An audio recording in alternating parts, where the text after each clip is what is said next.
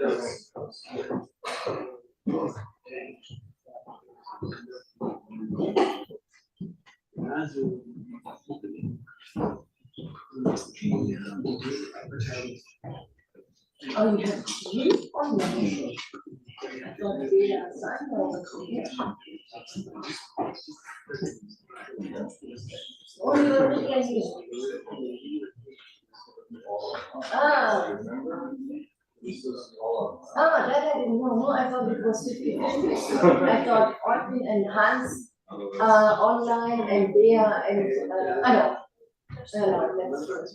I thought always that Bea had.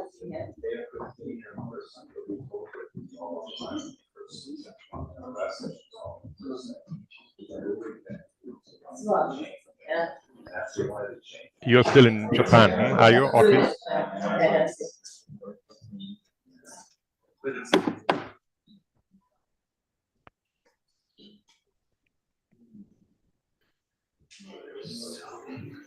I have some slides when it's my 5 minutes turn. Do you have slides too? I do, yes. Have you already sent it? I guess. Yeah, I sent them yesterday. Yes, yes.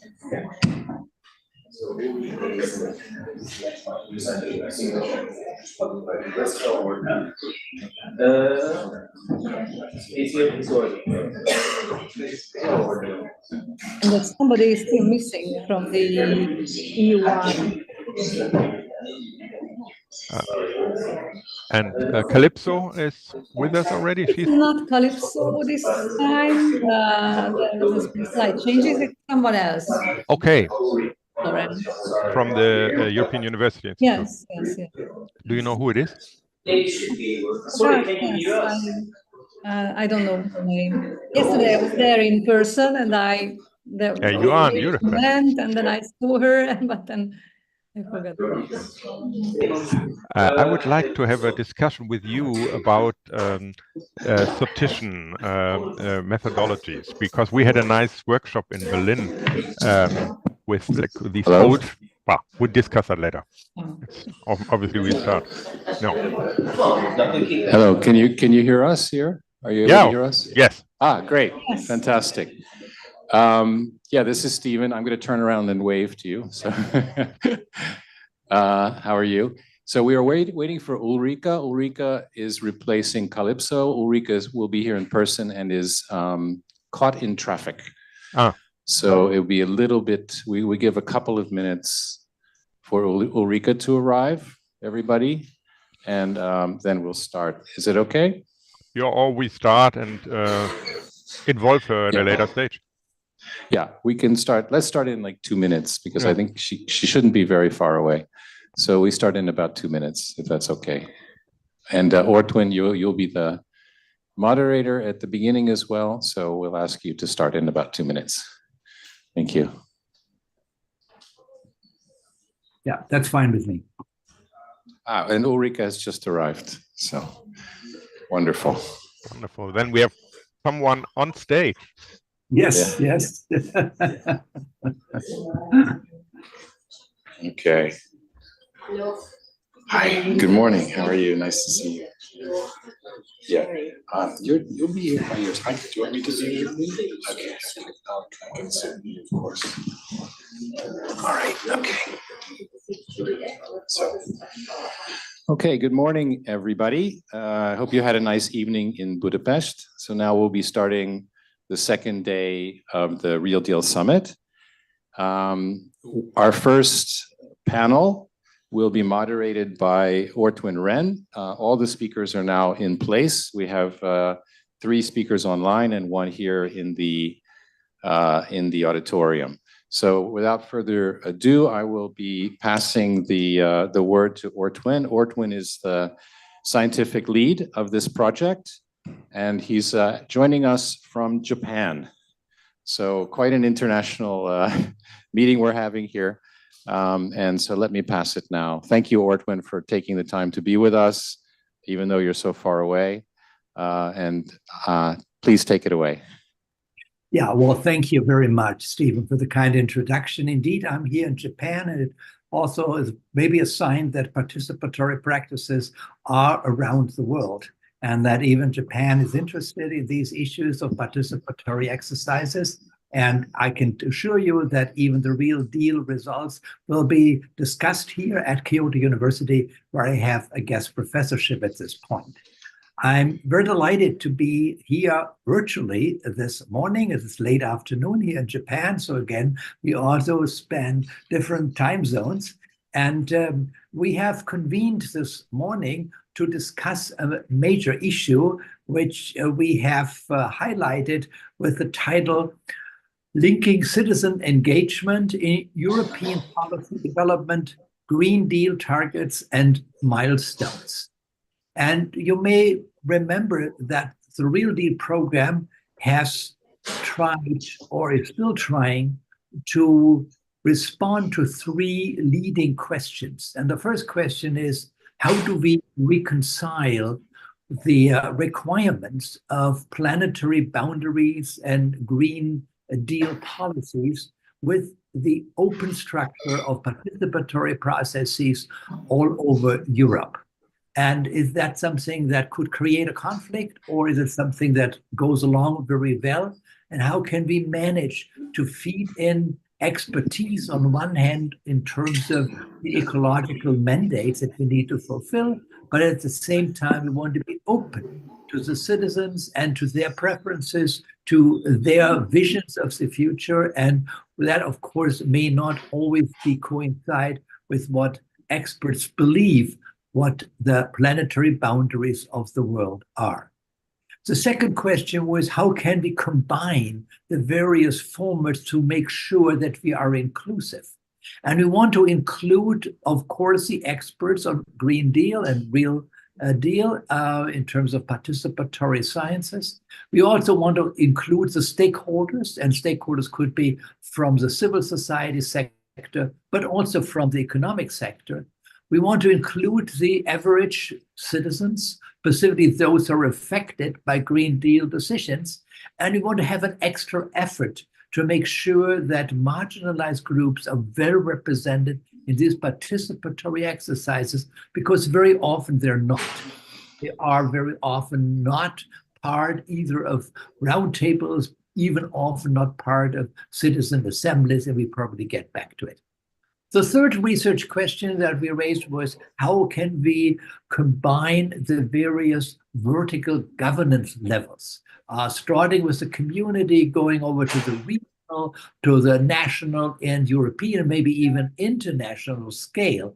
And what we know is that we can do these participatory processes on each level, but how can we make sure that these levels really develop a synthesis rather than a cacophony? So those are the three questions that Real Deal will be dealing with, and specific emphasis on question 1 and 2, also with empirical studies, and we'll hear more about it probably during this panel and of course later on during the various sessions. I'm very delighted to have, very interesting panelists this morning, and I would like to introduce them very, very briefly, and I would like all our panelists also say a little bit about themselves if I don't catch really what they're all about. So first I'm delighted to introduce to you Bea Sando from the Sortition Foundation. She's here online. She is the Sortition Foundation EU Network Manager and Head of SE Operation. She works on developing and managing EU-wide network of organizations that work on or plan on deliberative projects. She serves as an expert for citizen assemblies, we just talked about, and many publics, same discrimination, diversity, communication, and training, all very wide scope of different issues. I also want to mention something that it's not directly related to what we're doing here, but I think indirectly very much. She is trained in music therapy. And I think that's certainly very interesting. And she is practicing with an ever-growing zest. That's on her agenda here.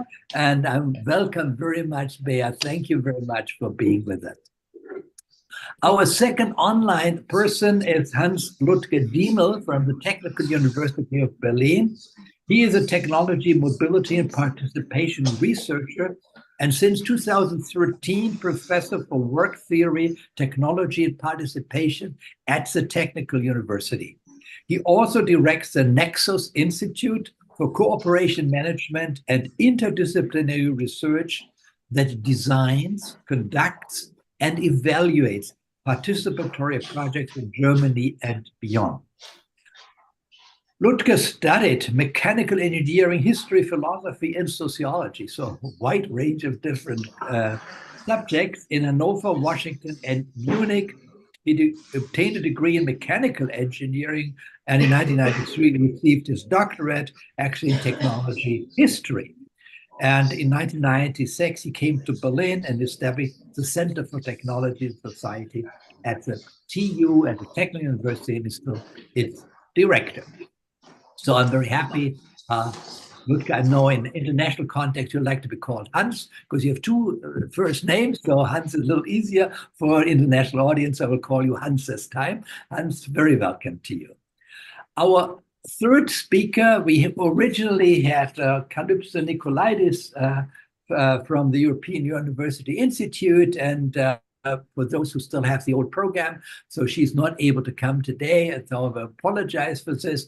But we're very, very glad that we have, a person that would really be a major asset to our discussion. That's Ulrike Lieber, and she comes basically with a practical background to us. She is really a resource person for education, and as a cultural scientist, she has worked specifically also on the contextual element and contextual conditions for participatory processes. And we are very glad, Ulrike, that you also joined us, and you are the only one who is live here. So in that sense, it's also of special importance for us that you're on stage. Now, in preparation for this panel, we asked each of the participants to come up with a roughly 5-minute introduction where they can just start with, give us a little bit intro into their own thinking, to their own concept of our, main question that I had raised in the beginning. And some of them have prepared a little slideshow, others have not. That's fine. I think we can do both. And I would like to do it in the order that I just have given. So I would first ask Bea to start with her presentation, and you can just upload it. And the floor is yours, Bea. Thank you. It's a privilege to start. I'm going to focus on a particular aspect of citizens' assemblies. A detail that is in the focus of our work, and that is how can we make both recruitment and the composition of citizens' assemblies more focused on inclusion and enhancing inclusion and the participation of as many citizens as possible, and from all walks of life. That's what we work on. I'm trying to start this. Is it visible? No. No, we don't see it yet. Oh, I think I haven't shared my technical things. Yeah. Share screen. Stop. There's the screen. While we set up the presentation, just it'll take 1 second.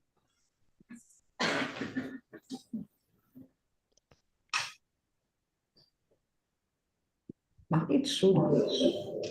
Yes.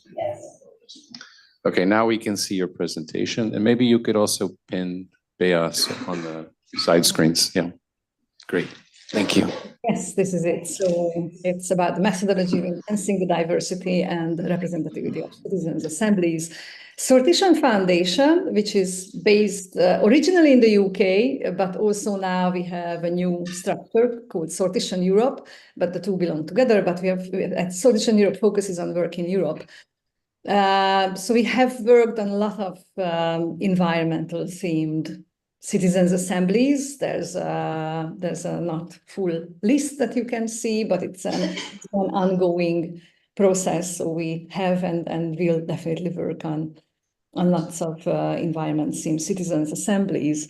And my focus here falls on, as I have said, how we can enhance inclusiveness, that is including underrepresented groups who often, there's an often voiced criticism of citizens' assemblies that have happened in recent years, that of course, as you can imagine, if people are called to attend, they are called to register, it brings along that higher educated people used to traveling, used to foreign languages, used to participating in public discussions are more prone to answer positively. And also people who actually already know a lot about the subject or are interested in decision-making, politics, public discussions, or the subject itself, which means it's really higher educated people who are also more free to travel and have the means to travel usually.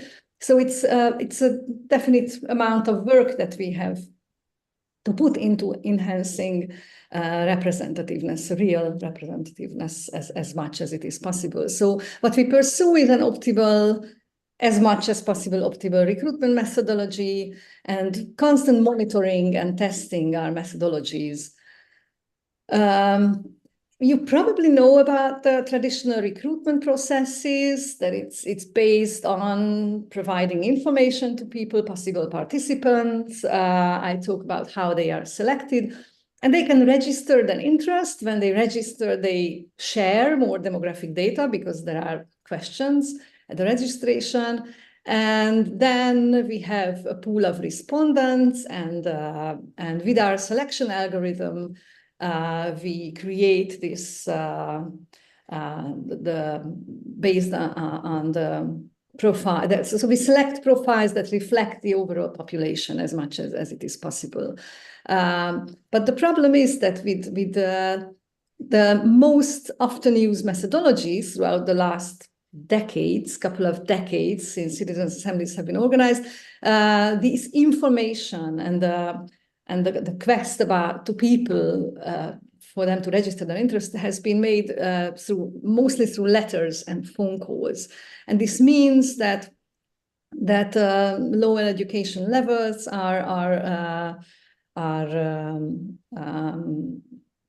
so socioeconomic status and also attitudinal distortions really impact the willingness of people to participate. So if we just leave it as that, then that means that highly educated people will constitute the majority of the respondents pool.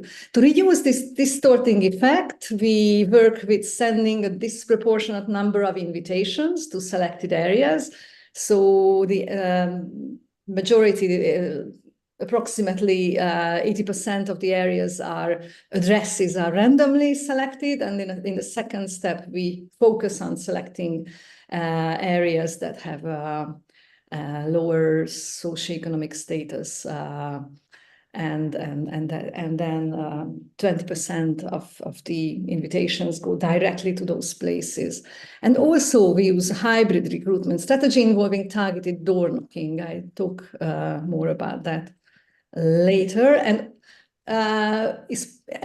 both when we do door knocking or information provision through letters, we also use this format of easy to read, so not the format that we found, and our results of recruitment show that when it's all letters and all explanations and contain more details on the both on technical issues and the subject, then lots of people do not read it. So to make it more readable, we created this graphic and much more easy to read, easy to grab format, which also explains what citizen assemblies are and what happens, that they convene, that they participate in facilitated discussions, that they put together recommendations, and where they get.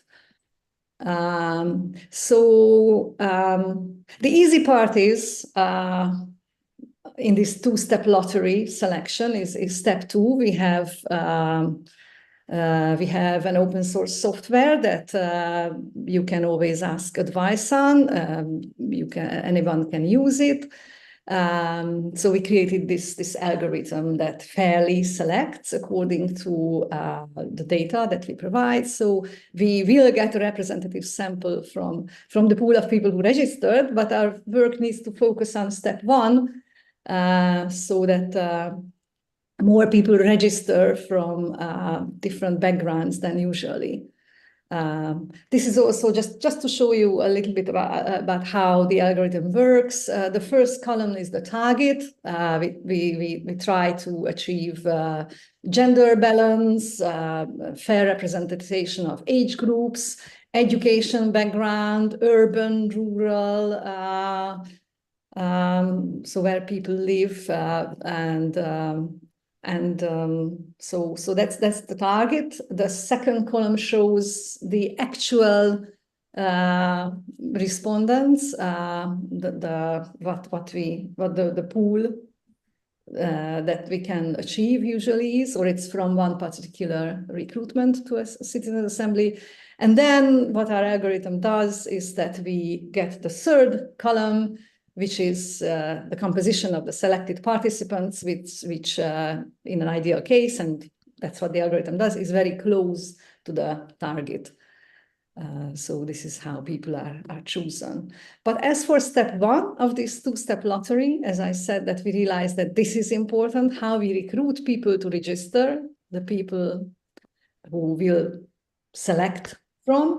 We try to make sure that everyone has an equal chance of getting an invitation. So we employ a methodology of choosing people really randomly. The database that we choose people from varies according to local traditions and also, well, it's based on a decision of the organizers and in a conversation with us. So it can be mails through postal databases. Often random phone dialing is used. That actually really distorts so when it's random phone dialing, people are called often from a foreign number if it's an international deliberative event, then they tend to not answer, and so it really depends on people's level of trust and getting used to calls from abroad and also speaking a foreign language. So that leads to a very uneven level of representativity. In some countries, could you sum up it a little bit, because we had Yeah. 5 minutes. Yes. Then 1 minute, I'm talking for just only 1 minute about the door knocking, which we are developing now. So all over the EU for the recent European Citizens Panel, we did a secondary door knocking use this methodology, having partners in each of the EU member states, and they went out to specifically selected areas, lower socioeconomic status, and this way we managed to reach a really focused,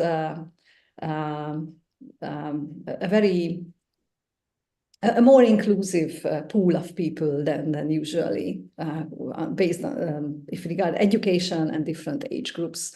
And also it gives a possibility to ask for attitudinal questions and to research why people say no, which is also an important question to get to know more about their attitudes, whether it's they refuse to think about the topic, or they don't trust political instruments, or they have fears of deliberation. So it helps us improve our methodology. Thank you. Yeah, thank you very much for this very interesting presentation, specifically about how to have a more fair representation of different groups. I would like to have just one question, because I think that's very important. And then we could continue with the introduction. There was some criticism, specifically in the UK, on previous citizen assemblies, that some of these people from, let's say, lower educational, lower classes were feeling like zoo animals. They said they were taken like, the exotic ones, and they felt very unhappy about this, because even if you include them, they'll still be a minority, and they're being surrounded by people who've been more elaborate, who know how to argue, and so they felt quite intimidated. Is that something that you also have experienced, and did you have any recommendation how to avoid the zoo effect? This might happen when the representativity is not enough. So if there's a striving for representativity, but still there are certain social groups that are underrepresented, and organizers are happy to include at least some, but still not enough. So if it's not close to the real, the real proportions of society, and there's one or two people from groups that usually don't attend these deliberative events, then that can lead to this problem. But this is why even more should be done to have more people. And if there are not only one person from a certain social group with a background then it's but this is actually what lots of people belong to minorities often feel. So I think it's not an alien feeling to basically lots of women or people from all various backgrounds in decision making or academia or various fields. Yeah, so critical mass is definitely very important. Yeah, and we often see that part of the real deal problem, but we also use different formats to make sure that that kind of critical mass is really there. Thank you very much, Bea. Then I would like to go to Hans, and you can start with your presentation, Hans, please. Yeah, thank you very much, Ortwin. Dear Real Deal colleagues, friends, I see you sitting, some of you in the last row, like my students in the hall. Sorry that I'm not personally present in Budapest, but I'm, of course, very happy to be here with you in this and other sessions. So thanks, Bea, for your introduction of your sortition methods, which, and I'm quite thrilled, we integrate the good old door-to-door knocking into your latest algorithms to support inclusion. We will discuss that in a second. I have some remarks to that too, but my introduction presents an hypothesis how to secure the Green Deal targets and milestones. So our session topic is, and I would translate it a little bit, linking deliberative citizens' participation to European policy development, Green Deal targets and milestones. And we, I think, all recognize that Green Deal is in danger. It is not under attack, but there is a danger that it will lose its status as a primary policy goal in the next von der Leyen administration to come. And I have an hypothesis how to cope with that situation. Do you see my presentation now? Yes. Ja, Yes. ich guck mal ganz kurz, ob ich es noch besser hinkriege. Like, Yeah. so, yeah, maybe that's a, Jetzt is presentation. yeah, Yes. okay. Other political issues are coming to the forefront on the European, let's say, arena. That is migration, of course, polarization of societies, then military strengths, governmental debts.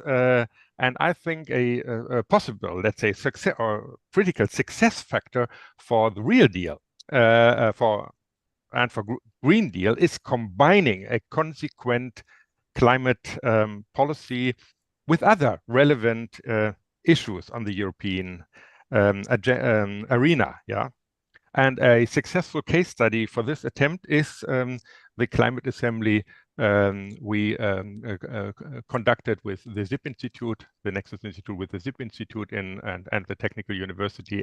And of course, it is a part of the Real Deal project in Skopje in North Macedonia. And as I think many of you know, Skopje, the capital of Northern Macedonia, is considered to be the most air polluted city in Europe. So we have a climate issue here, but not only a climate issue. Northern Macedonia is a divided society. 60% of the population are Macedonians, 30%, maybe 40% are Albanians. Other ethnics come into play too. And here you see a town hall in Skopje, that is Sarai, borough of Skopje, where you see the Albanian flag and not the Macedonian flag in front of the town hall. And the two, let's say, ethnics, let's say, do not really, let's say, talk to each other in their mutual language. So we needed translators in all meetings. And this underlines we have a, let's say, really a divided society as a main political issue in that country. And we tried to combine these two issues, so climate policy and political issues. Other political issues. Here you see the first meeting of the climate assembly in Skopje in February. We had meetings then about energy, transport, public health, and 2 meetings for summing up the results, and handed over the citizens' report then to the new elected Prime Minister, Chrzan Mikoski, about 10 days ago. The lady in the forefront is one of the citizens of the Citizens Assembly, which hands over that report at the MEF, that is the Macedonian Energy Forum, the most important energy forum in the Western Balkans, which meets once a year, organized by the ZIP Institute too. And you have, for instance, ambassadors of many European countries standing here, and of course, citizens selected at random. So that was, I think, a quite successful attempt to combine, let's see, hier muss das mal kurz Freigabe stoppen, to combine the political issue of a divided society, the political issue of the energy poor, which are mainly Albanians, not only, of course, with a consequent climate policy. And that's my suggestion, what we should do in the time we still have in our Real Deal project. So looking for political topics as partners to secure a consequent climate policy with a deliberative democratic approach on the European arena. I hope I was not too long, Ortwin. No, that was perfectly, Hans. Thank you very much. I would also like to raise a question to you, Hans. You talked about the division lines between the Albanian and the different ethnic groups there.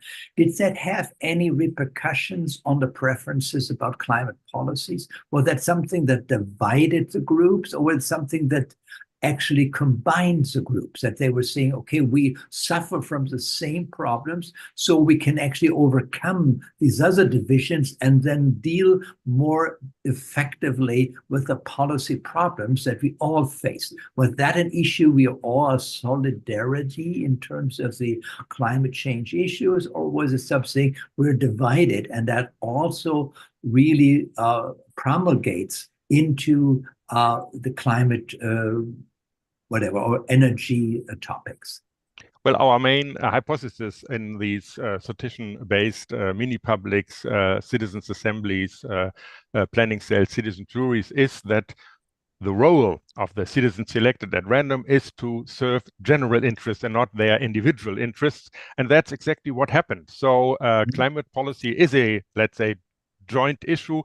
Normally, I would say, in Northern Macedonia, every political topic always is addressed with the question, is it good for this group or for that group? While in our Citizens' Assembly, we had a possibility to overcome that, let's say, gap and, polarization, polarized political parties normally are either Albanian parties or Macedonian parties, and come up with a joint political target which makes sense to fight for. It's a little bit, it is of course more complex than I guess so. Yeah. Definitely, but it's good to see that there's a potential to overcome these divisions, and I think that's something that is really very important. Also, we're thinking about political polarizations in many countries in Europe, where we can see that each field is mined in terms of that one side is not giving in to the other side, and that they even create fake news in order to make the other side look bad. And then if that can be overcome through this method, I think that already is a major accomplishment. Okay, thank you very much. Then I would like to turn over to the person who is sitting in front of us and physically there. And this is Ulrike. Ulrike, would you like to start with your own presentation? Ortwin, if you don't mind, someone in our audience wanted to just intervene on the last presentation. We have also a colleague from Macedonia, and then we would move to Ulrika. Is So Fine. Christina? Yeah, I can Yes. see that. Yeah, Thank please. you. Thank you very much. Stephen, Thank you for very much. intervening. Nice to see you, Ortwin, and thank you for the presentation of the North Macedonia case. I'm Christina from Climate Action Network Europe, based in Brussels, but from Skopje and from North Macedonia. So thank you for explaining a bit about what you did in Skopje. So sorry, I needed to just clarify first, and I'm really sorry for your observation that it's a divided society. I would say it's a multicultural society, and my country has done a lot of efforts actually, and can be an example for the region of how two maybe different cultures are actually living together. So I needed to make that clarification. And my question would be more on because you kind of connected the air pollution problem, which is I wouldn't say it's a problem that's there for a long time, and it goes much further than you connected to the political situation, or then you say that you have it helped overbridge this community that was in Sarai, which is mostly Albanians, and the energy poverty there. But I would say the energy poverty issue, it's bigger than this current, that community, and it's also an issue for other Macedonian communities. It's just that for this case, that community was chosen. So I would be interested on, do you have because you say it's an example that political or cultural divisions were bridged, and also air pollution was addressed. So I would like to see or could you maybe tell us what was actually done, and how do you see that? What were the discussions? How were people talking to each other? Do you have specific recommendations and observations on how you saw this? Because I think it's it's good that you say that you think you bridge this and you observe this, but I would like to know how. Thank you. First of all, thank you very much for your remarks, which I fully agree to. And of course, you are the expert on Northern Macedonia. Our partner was the ZIP Institute, as you know, and maybe I overemphasized the polarization. So for the sake of my argument that we should combine, that's my abstract argument, should combine climate policy with other political issues as a strategy, let's say, suggestion for the year we still have in the Real Deal project.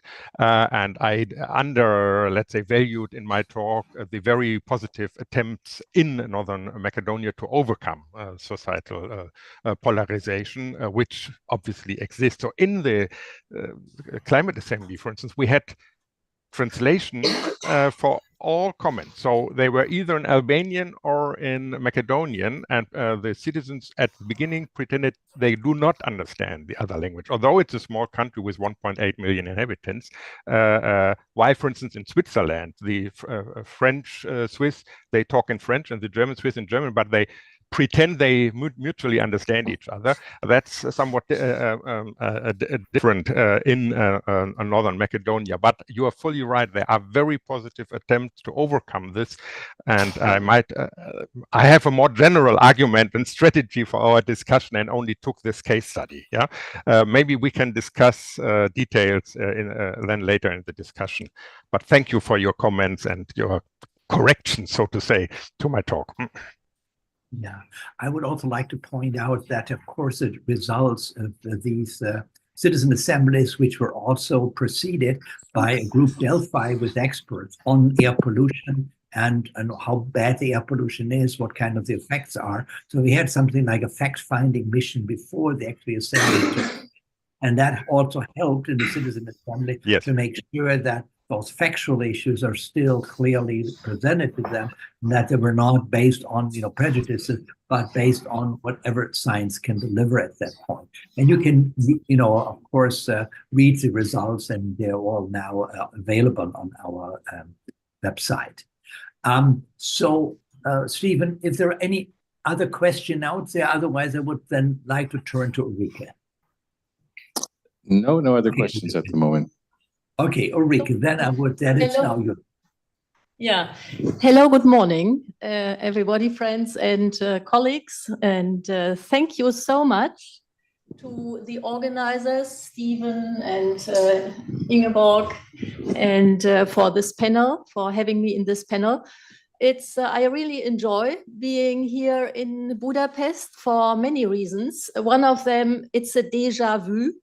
It's a coming back after 20 years. We had EU framework project, which were the former Horizon Europe project frameworks, reconstituting democracy in Europe, and Hungary was one of our cases. So this was run by Arena in Oslo.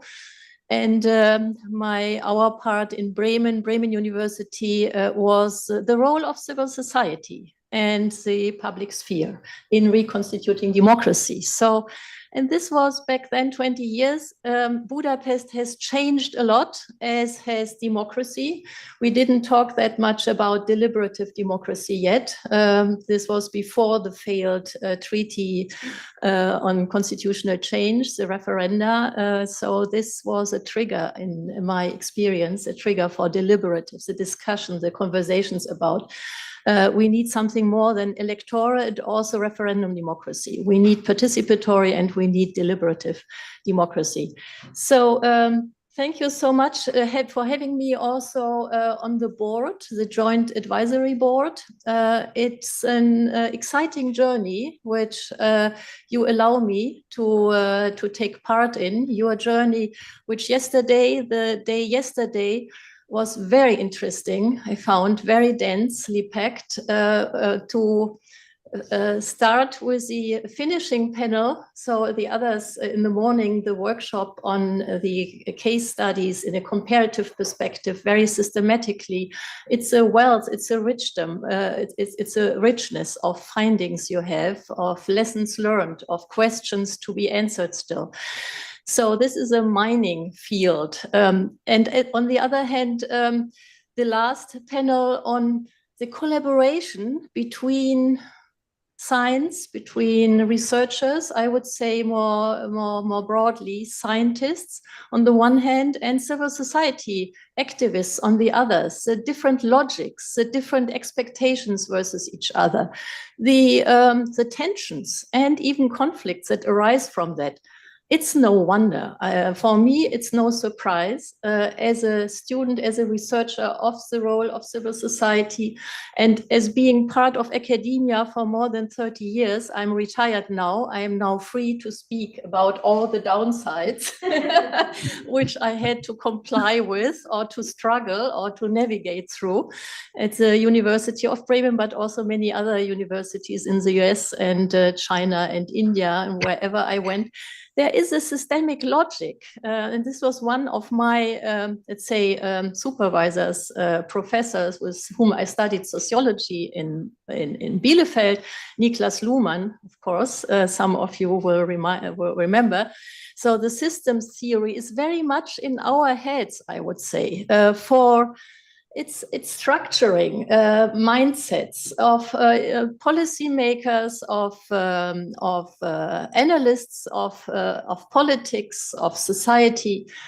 But as much and as deep as I have engaged with Luhmannianism,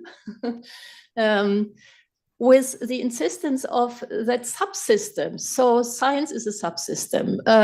Society and civil society in particular is a subsystem. And they adhere to very different logics, and politics, of course, too. So our logics in academia, what is it? It's truth, it's knowledge, it's reputation to contribute to the growth of knowledge. Disputable knowledge, yes, but proofs and reputations, yeah? This is the principle, is criticism. So we are used to be criticized and to critique. For civil society, that's different. Civil society wants to reach a certain societal changes in the most general sense, yeah? And so you want actionable knowledge, you said yesterday. Knowledge outcomes, research outcomes, which help you to become active. And what are your codes?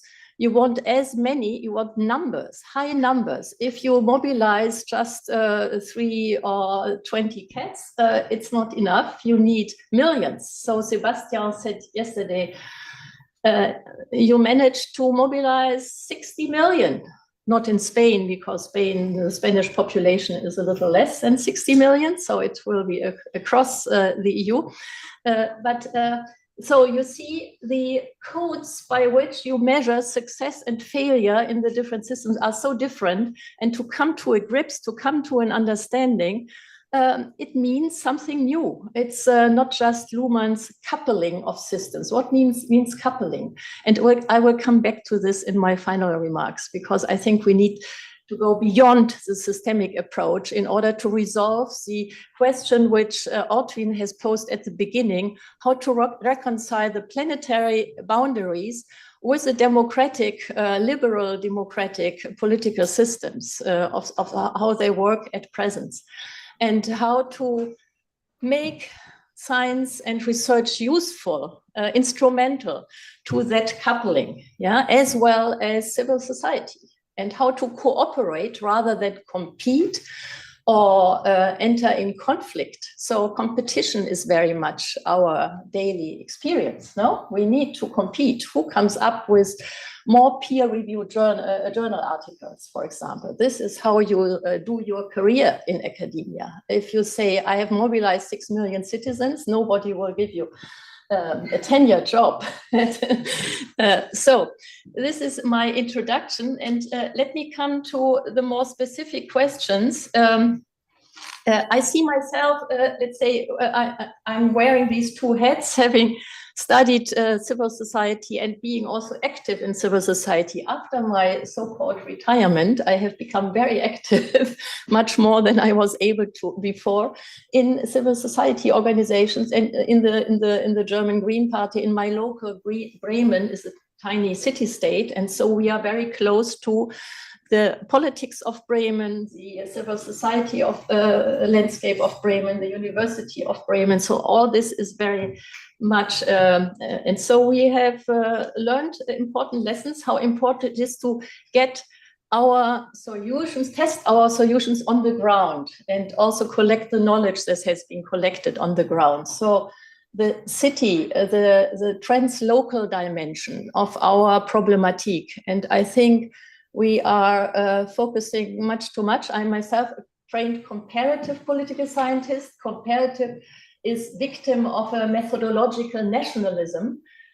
Traditionally, we have learned to compare national containers, yeah? But we need to go down not only to regions, but also to the cities, to the municipal, the communal level, and cities, yeah? So being based in Florence now for the democratic, or part of the Democratic Odyssey team and project, as many here and most of you will know about that. So, but let me get to how to overcome these predestined conflicts, I would say, between the subsystems in which we operate and which we want to, if not get rid of, but open to constructive cooperation, coordination, collaboration.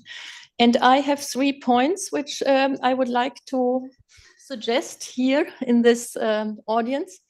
The first is citizen participation and deliberation is much, much more than coming up with, in the best case, with recommendations that feed into policymaking, better informed, more successful, more legitimate policymaking. As a political scientist, we differentiate between 3 dimensions at least, the policymaking, but also the politics, the styles, the modes of politics, and the polity, the political institutional systems. And so I think political participation of citizens, of people more broadly, and deliberation they have very much to do with the style, changing the style of politics, how politics is done conventionally, as adversary politics, as confrontational politics. What we see in talk shows, what we hear from our parliamentary struggles recently in Rome, people got very violent also physically between different party groups. We had this in Germany in the 50s. So at present, there are some rules in place that would try to constrain this.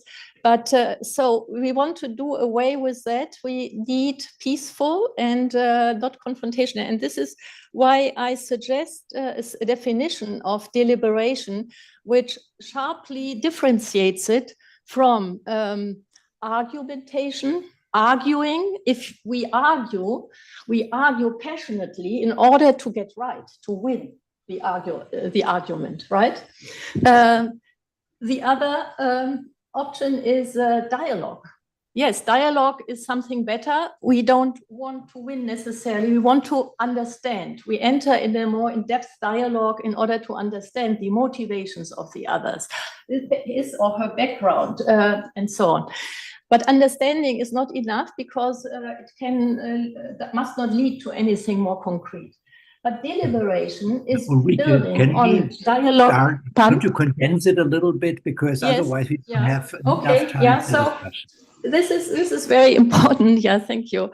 The dialogue, if it leads to or is aimed at joint solutions, come up with joint solutions, propositions for change, then I would speak of deliberation. So I have a more requiring definition of. So, and this is one, it would, the first point I wanted to make, a new style of politics, to teach or not to teach, but have citizens, provide people the chance to learn and to experience this kind of much more satisfactory kind of. So this is a tangible impact, which I wouldn't rate too low. The second is democratic innovations. Democratic innovations in the field of sustainable policies, climate protection policies, transition, socially just transition. Sustainable means not just policy making, implementation of policies, but it means developments that also encompass the inner developments. So the actors, the people, the citizens, the policymakers, civil society activists, we all need to ask ourselves what kind of inner developments are necessary and are helpful to steer this transformation, these sustainable transformations. I think that your experiments, the Feminist Festival in particular, but also others, you have experimented with formats that are really innovative and exciting in this respect, to bring in a huge diversity of people and perspectives beyond the EU also, and which at the same time reach these inner dimensions of prejudices, of identities, not just interests of stakeholders, but identities, all kinds of social identities. And I would like to encourage everybody and ourselves in the Democratic Odyssey, I do that all the time, to pursue this further. And we have a little working group on emotions in politics. And this is part of our modular framework for a pioneering assembly that is supposed to serve as a learning pilot studies for a permanent citizens assembly for Europe, People's Assembly for Europe. So this was my second point, inner development as a prerequisite for sustainable democratic innovations. And my third point, just to end, takes me back to Bruno Latour, another sociologist, French sociologist who died recently. And he has come up with the term, and he has developed this in his work, extensive work, how to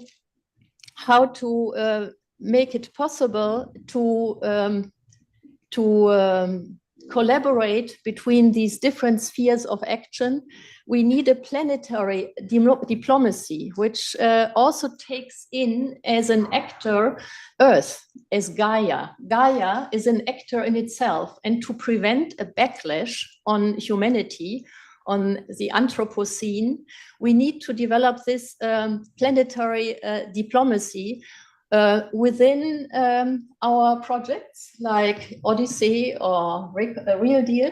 And so I want to end with an open invitation to all of you who are involved still in the final phase of Real Deal to think hard how you can plant the seeds which you have cultivated in your project, how you can plant them into further projects, present projects, future projects, in a way that would shift from a systemic, more technocratic, more mechanistic view of a theory of change, and rather follow the metaphor of permaculture. We need a permaculture of people's participation and deliberation as institutionalized processes within our democracies, our representative democracies, not doing away with representative institutions, but enriching them and complementing them. So therefore, my invitation is, please come, whoever can and wants, to Athens at the end of September, where we will have the Democratic Odyssey pilot assembly, translocal and transnational. And this will be dedicated very much at the heart to the questions which you have been dealing with here in Real Deal, with Real Deal. Thank you so much. Yeah, thank you very much, Ulrike, for this very, I think, broad, but also, I think, very deep understanding of participation within democratic societies. And the 3 points I think have been well taken. Since we are a little short of time, I think, and I would like to really have a discussion also with the audience, I would just say a very few words from my side. You know that Pia Schweizer was supposed to be the moderator before that, and I was supposed to be one of the participants. And I don't want to use my role as a moderator to be a participant. That is not very good. But let me just say a few words, because I think it's important in understanding basically the Real Deal approach. And what we try to do, and I think that feeds very well into what Ulrike just said, we try to reconcile the tensions between knowledge, interests, values, and preferences. Those are 4 terms we deal with when we talk about policy making, we talk about attitude formation, articulation of different opinions, and all of that have an impact. We need knowledge in a sense of what leads to what are the consequences of my action. We have interest, how does it affect me and the groups that I really like? How does it affect on ordinary citizens and their values, about their visions about the world, about their ways that they would like to live? And how does it really relate to the preferences about what is important for us and what's not so important for us?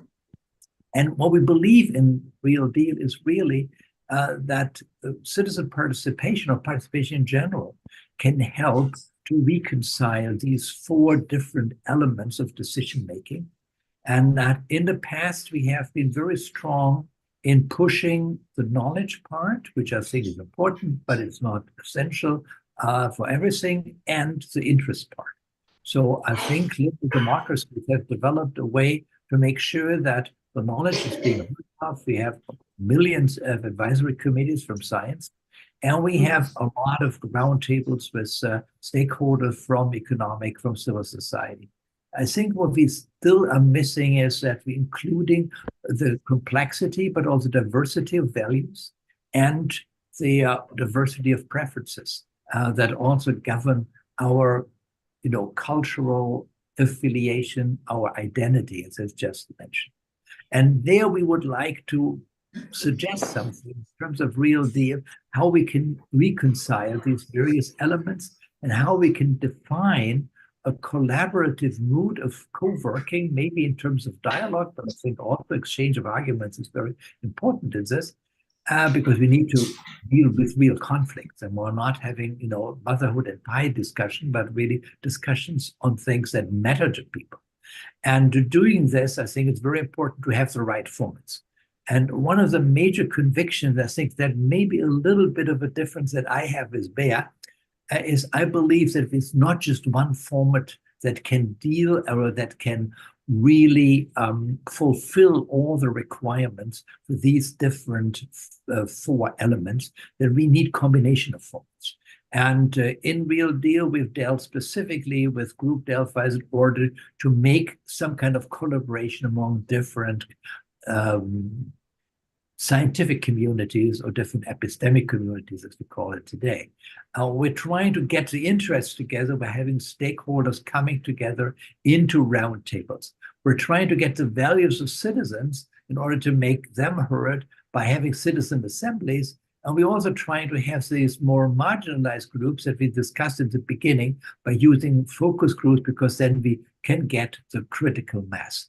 And one of the crucial questions is, how can we combine these formats so that a synthesis comes out and not a cacophony again?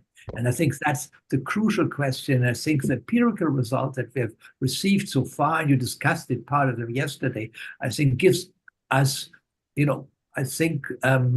hope and also confidence that this kind of combination will be a very good way, and that we will lead this to a protocol that will help the European Union with all its plurality on interests, on values, on preferences, on knowledge claims, to come up with something that unites rather than divides, without having an empirical approach, an imperial approach, that one knowledge camp or one value camp dominates the discussion, but that we have a true dialogue with the issue of trying to reconcile the various problems that we are facing, and that this is all done in the mood of promoting the common good.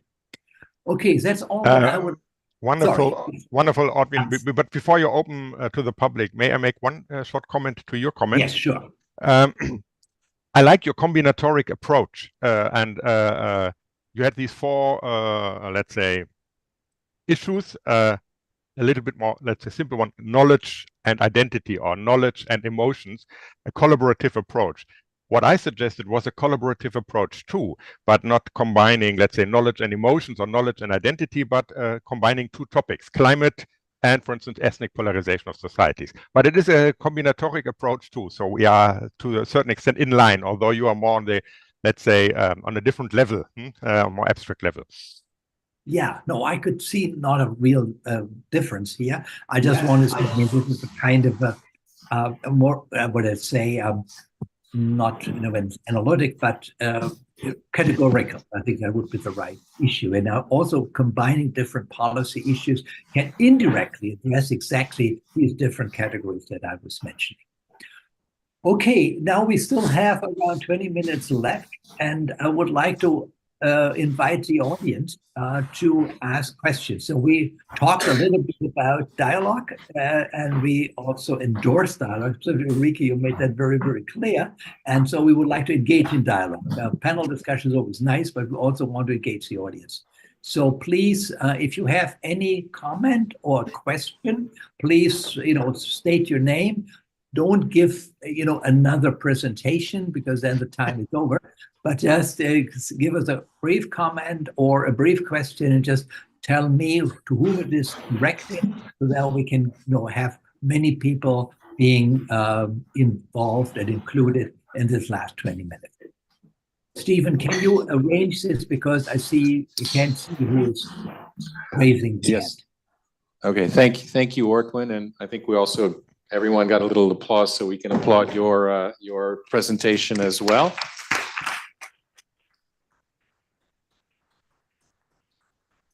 And since I'm here, I'll be able to see who is asking for the floor. We have the first intervention right from the middle in the back. Please go ahead.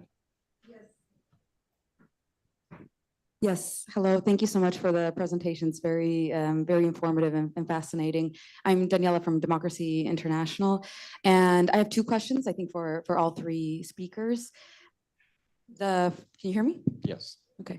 The first one is about sortition, specifically about whether we should really be sortition purists, meaning should we really look at representation as exactly one-to-one as a mirror of society, which is usually how we look at citizens' assemblies and how we look at random selection, or should we consider having an over-representation of society on topics, on issues that also affect those types of people? So for example, if we are looking at a climate assembly, should we have an overrepresentation of people that are maybe directly affected by climate change in a certain area? This is the case. We did this with the European citizens panels, where we had, of course, an overrepresentation of youth, where 1/3 of the panels were young people, and some sortition purists, let's say, were also a bit critical of that. But again, the topic was the future of Europe. So what is the future if not youth? So I'd be interested to hear your expertise on that. And then the second question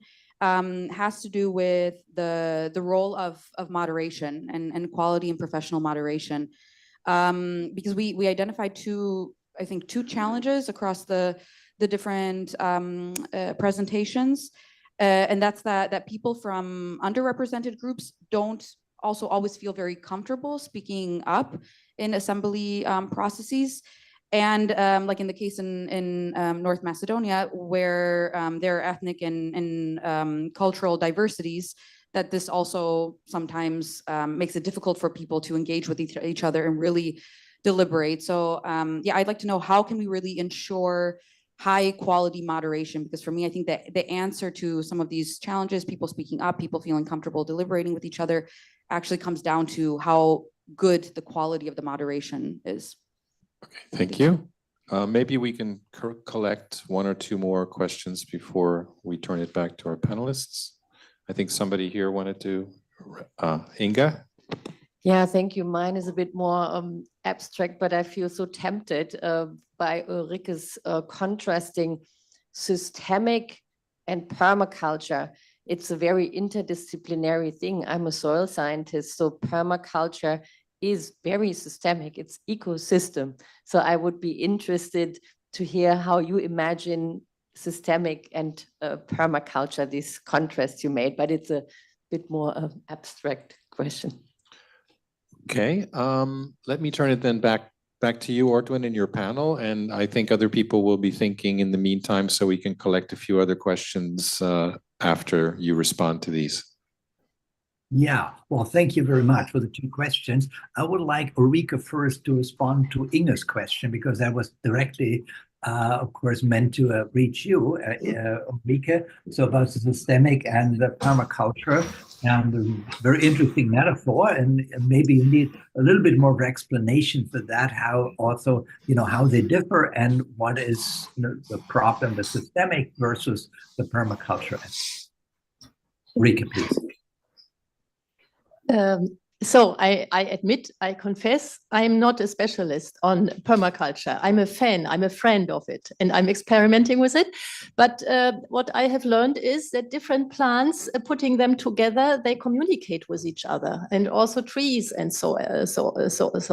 And very different kinds and sorts of. And you wouldn't have these monocultures, but you would have a mix and mingle. How I see what I see as more sustainable, because they support each other if put together in the right way. So, but this is a metaphor, and you may teach me more about permaculture, whatever I'm interested in it. But what I was referring to, the Democratic Odyssey aims at a permanent People's Assembly for Europe, which is rotating and moving and traveling from city to city, and with changing compositions of citizens, with some veteran citizens of assemblies that have been also done elsewhere by other partners, institutions, and so on. But the permanent and the cultural change, the inner change and the cultural change I was hinting at, which I find key to the yeah, what you want to contribute to a theory of change in the direction of sustainability. I think this is a revolution, to say the least, and it involves deeply seated cultural premises and patterns and scripts. And so I like this metaphor, but maybe you convince me of a better one. No, it's good. Yeah, well, thank you very much, Ulrike. Since I have been first confronted with this, I think I have to think more about it in order to give you a better idea about this. But certainly it's very intriguing. And thank you very much for bringing this metaphor into our attention. Now let's turn to the other two questions. I don't know, Bea or Hans, would you like to also respond to the question of representation? That was the first part. And the second was moderation. Who would like to go? Bea, would you like to go first? Thank you. I'm happy to answer this first question. I don't consider myself or ourselves as representation theorists. So I can really say that it depends on an agreement between the organizers first and foremost, and I can fully support the idea of overrepresentation of certain groups, overrepresentation of those that are affected, and all sorts of innovations in bringing together citizens' assemblies, which are not only about mirroring society or coming to a decision by a mirror, a purist mirror of society, but really about also renewing a belief in democracy, in structures, in dialogue. So I really want to stress that as a very important factor, very important characteristic of citizens' assemblies is that they build trust in dialogue, in participation, in facing polarized opinions, but also they work against not only polarization, but also withdrawal from participation. And this also links to the second part of that question, the role of moderation and facilitation. That's very important. And returning back to what you told, Ortwin, I would just like to stress that although I really agree that there should be a combination of forms, but I would be wary of saying that let's not try to, so let's give up the representativity or reaching the critical mass in, as you said, in citizen assemblies, because it's so much easier.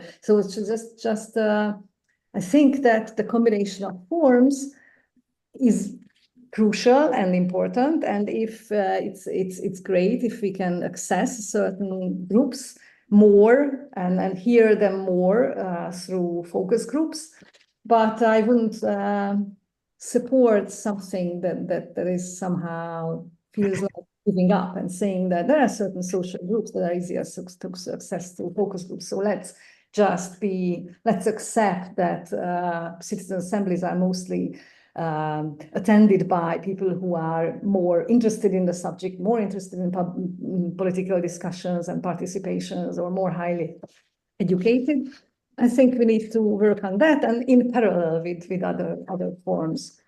And the role of moderation and facilitation is definitely crucial. So really, it's also important that facilitators and moderators are conscious of the diversity of the people there, and can include everyone, and can somehow set up rules, ground rules, and the way of language is used so that everyone's encouraged to speak and participate.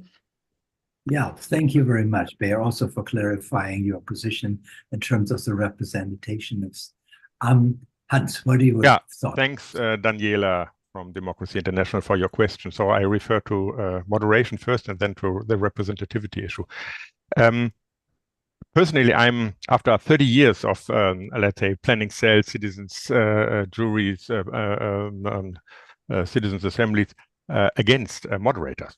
The solution for inclusiveness is the small group discussion, and we have very positive experience with only 5 people in the small group, not 10. Yeah, and Hans Lietzmann, for instance, in Wuppertal, made these speech length comparisons where he could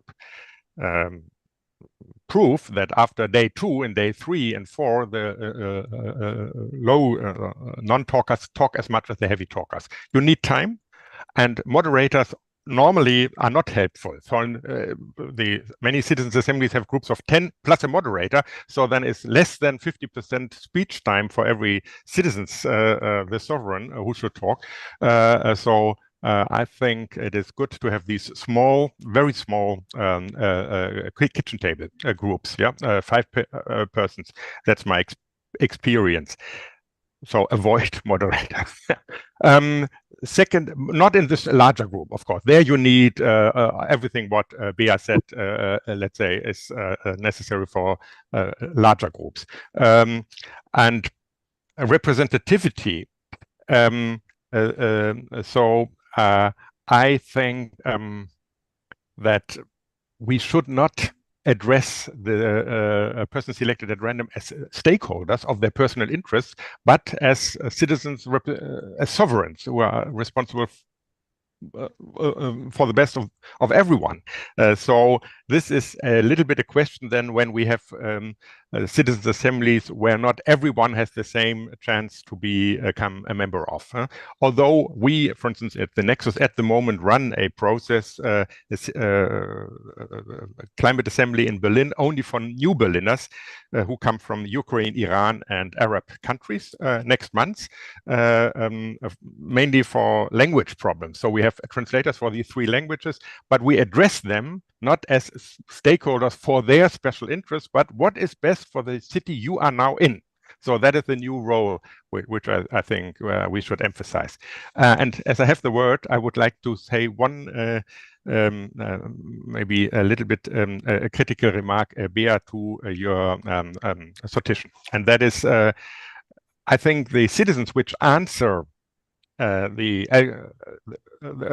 they are selected, they are not typical for their social group, because they are the ones who answer, especially in low social economic status groups. They are untypical for their status group. So all this stratifying does not really support inclusiveness, because you select, let's say, a minority in a minority. And therefore, I believe very much in this old-fashioned door-to-door.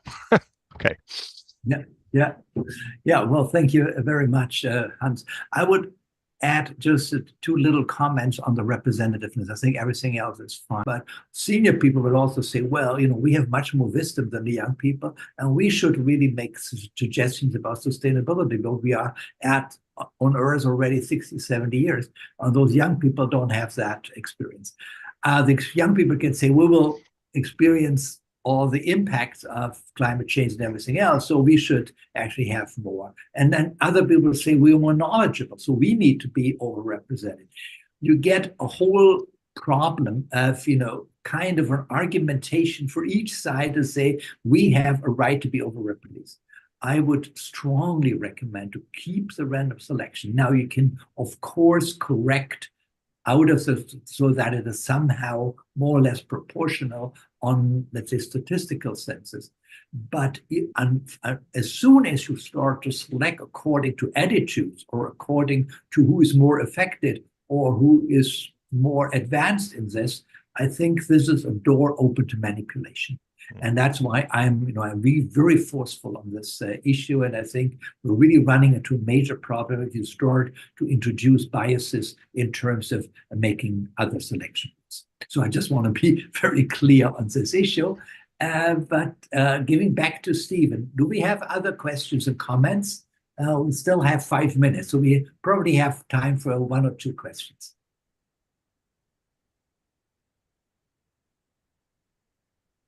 Remaining, please raise your hands at this point. And there's 1 here and 1 in the back. Anyone else? And Ulrika also would like to ask a question. So we'll start here. There's another one.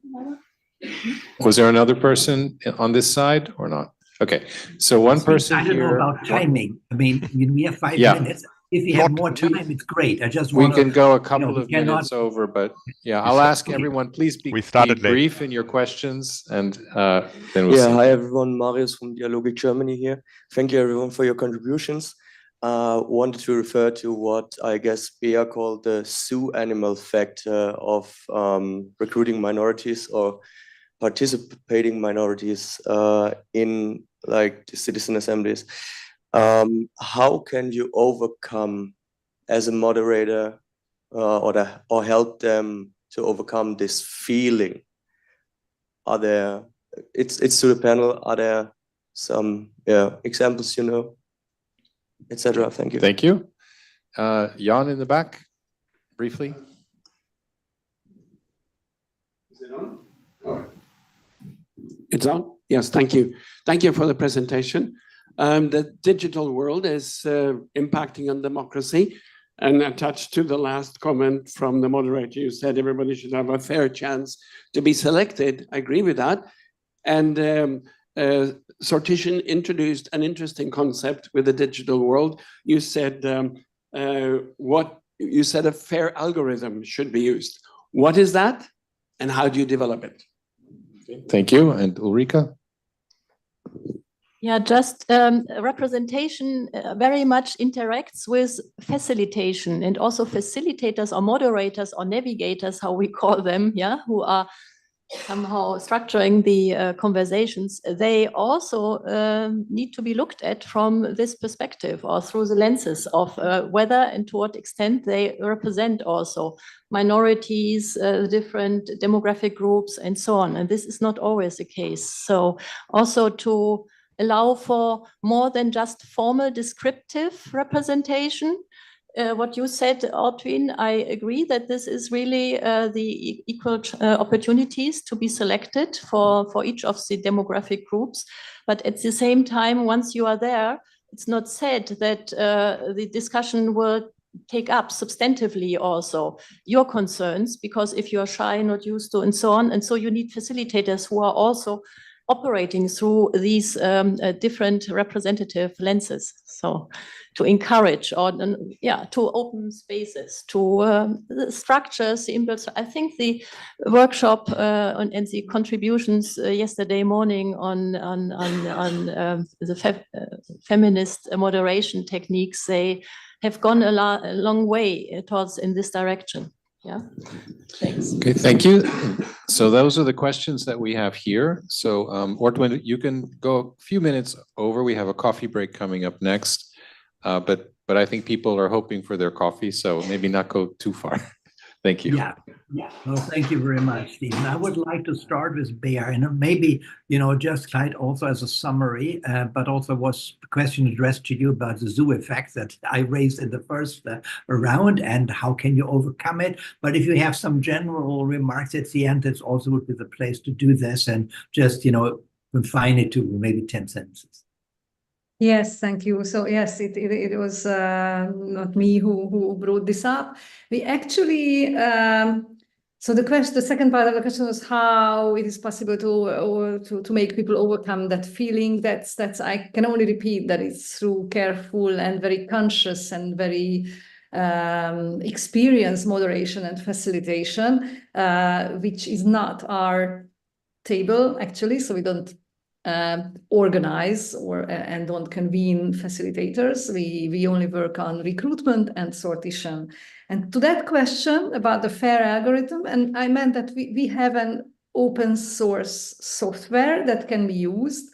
Of course, sometimes clients, organizers of citizens' assemblies want to use it, and then we can educate or help in using that. But often they just ask us to work with it, to work on sortition. And this algorithm is simply, I meant by this, or it is used in a way that we put in the required composition or the expected composition of the assembly, and it runs this selection, so it creates exactly that composition of the citizens' assembly that is being organized, that a certain proportion of the participants there are different age groups or education background, socioeconomic status, whatever we ask for when people registers, whatever data we have,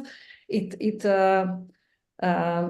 selects and puts together the assembly that is expected. A very colorful or very visual image of that comes to my mind was the German National Assembly, in which there were like a multiple number of possible assemblies created, and then the president of the Bundestag who chose. So it was very visual and very exciting for the public. So it was a good method of making people learn about what citizens' assemblies are. That someone chose a number, and that specific composition won, and that was the list of the citizens that could attend this National Citizens Assembly. Yeah, thank you very much, Bear. And then I would hand it over to Hans.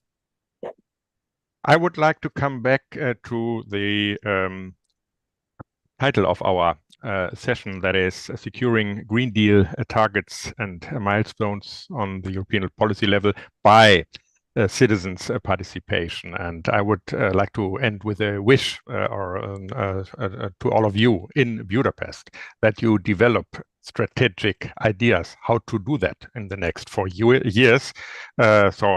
Let's say von der Leyen II administration, because it is we are in more difficult times than 4 years ago. I think the Green Deal is a little bit less important, obviously, not the practical problems, but I mean the political issue.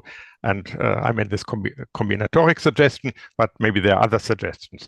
And a second wish, congratulations to Camille Dobler that Scaledem is positively evaluated. I see it a little bit as a follow-up of a Real Deal. Yeah, and so maybe you could, all of you could define some homeworks for the new Scaledem project, which recently was positively evaluated and will start, I think, in some months. So these are my wishes to you, as I'm not in Budapest. Thanks for a stimulating discussion.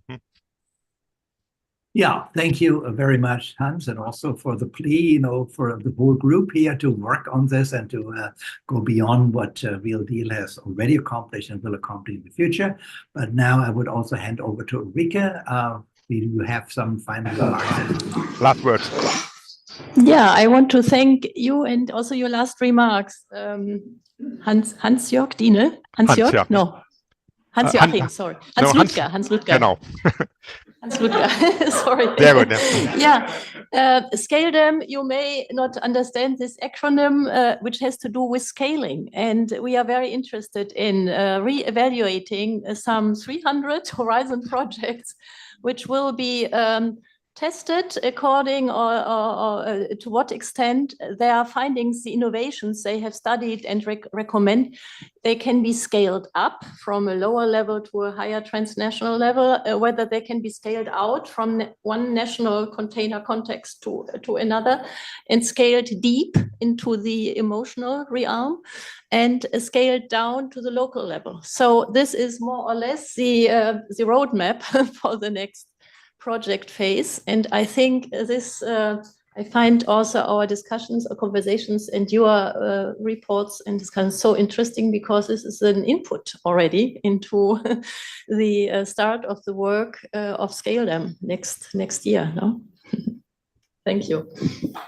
Great. Yeah, well, thank you very much, Ulrike. That kind of concludes our session. I would like to thank, of course, the organizer of the session, Stephen and Pia, been very instrumental in the background to make this session possible. Also, of course, thank all the participants, specifically the ones that have now been contributed to this panel, but also the audience who raised a lot of very interesting and challenging questions. Let me conclude with saying that at this point, we experience a crisis of delegational democracy. I think for a long period of time, the last decade, we believed that delegation democracy is the final answer to the political systems. and that we have delegational power to people that we vote. They would do this in the best of our interest, and then we can vote or re-vote whether we believe they have done this or not. We see that right now this ideal of delegational democracy is being eroded, and that we have seen that we have two kinds of options popping up and kind of emerging. And one is the one that I think is something that frightens me, and I think most of you, that is the authoritative populist democracy. It still is a kind of democracy because the majority is voting for them, but then they give all the power to an authoritative populist elite and hoping that they will do the best for them. And the other one is what I think we are advocating. This is deliberative inclusive democracy, where we believe that beyond delegation, not as a replication or as a substitute for delegation, but that we need the input of citizens and of different social groups of civil society into policymakers to enhance the agency of each citizen to act and to act responsibly in the common sense and to empower people their own destiny. I think if we really have the possibility to do that and to advance democracy in this direction, we have done a real important step towards a better future, which we will actually trying to include into the real deal process. So thank you very much for your attention. I hope you will have a wonderful continuation of the conference, and thank all of you for being here.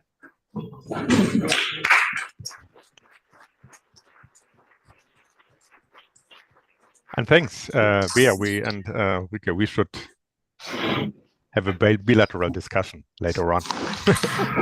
Thank you so much, Ortwin. This has been a really fascinating discussion. Thank you also for bringing us around at the end to kind of the fundamental point of what we're here about.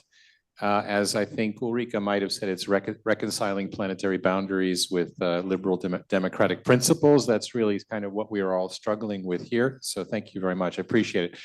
So let me just announce a couple of things before we split for the coffee break. My understanding, I think yesterday, if you remember, the coffee break was just outside the room here.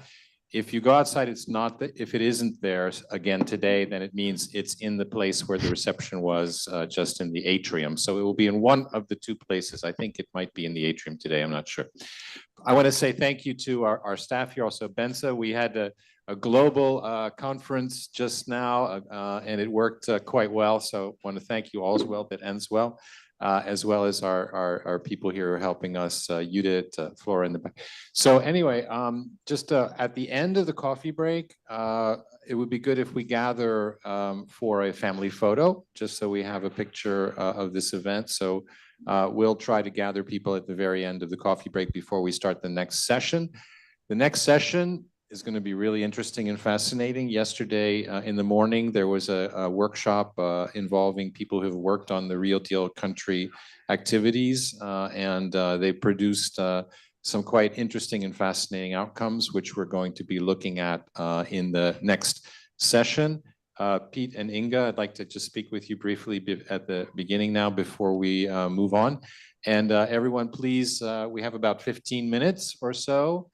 So please be ready to be back in 15 minutes and enjoy your coffee break. Thank you.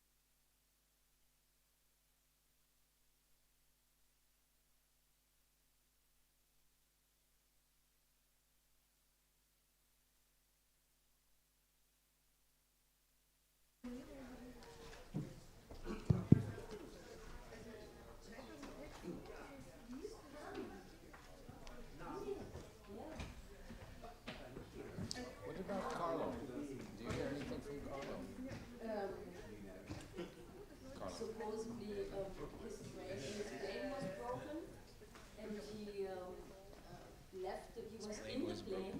No, the tires were broken of the plane, and actually we identified that this was true. But what is unplausible is that somebody is in the plane and then leaves the plane and goes to the train. Good. So,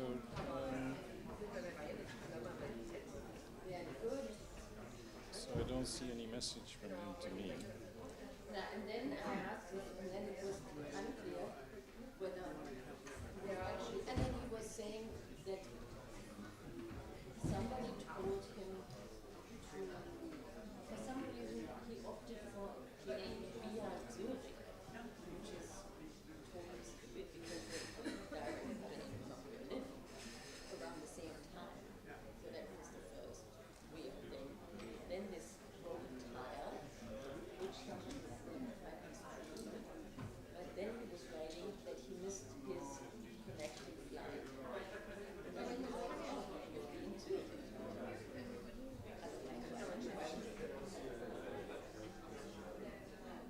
So that was before, and then he wrote, I'm now on the train.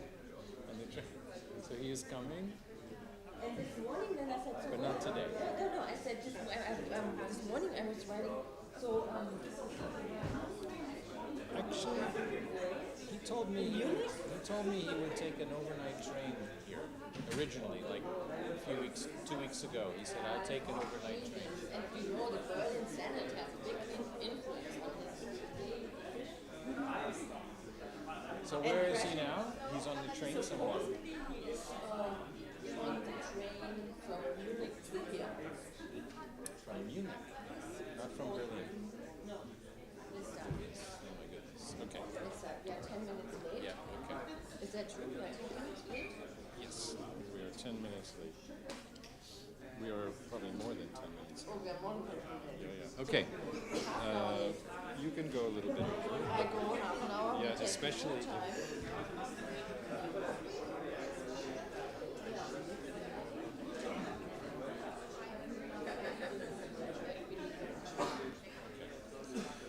Okay, everybody. I hope everyone is refreshed now, and we are a little bit behind the schedule, so we need to move ahead. And the next session on the results from the field studies in the 13 countries and at the EU level, and we have a number of presenters, and Inga is going to be the master of ceremonies for this session, so I pass the mic. Thank you very much. And we are half an hour late, so we will we shift everything today by half an hour, I think. So yes, we are in this, we are now able to present a strong selection of our test cases of field studies, which is the most activated sleeves rolled up phase of the project, Hot Kitchen.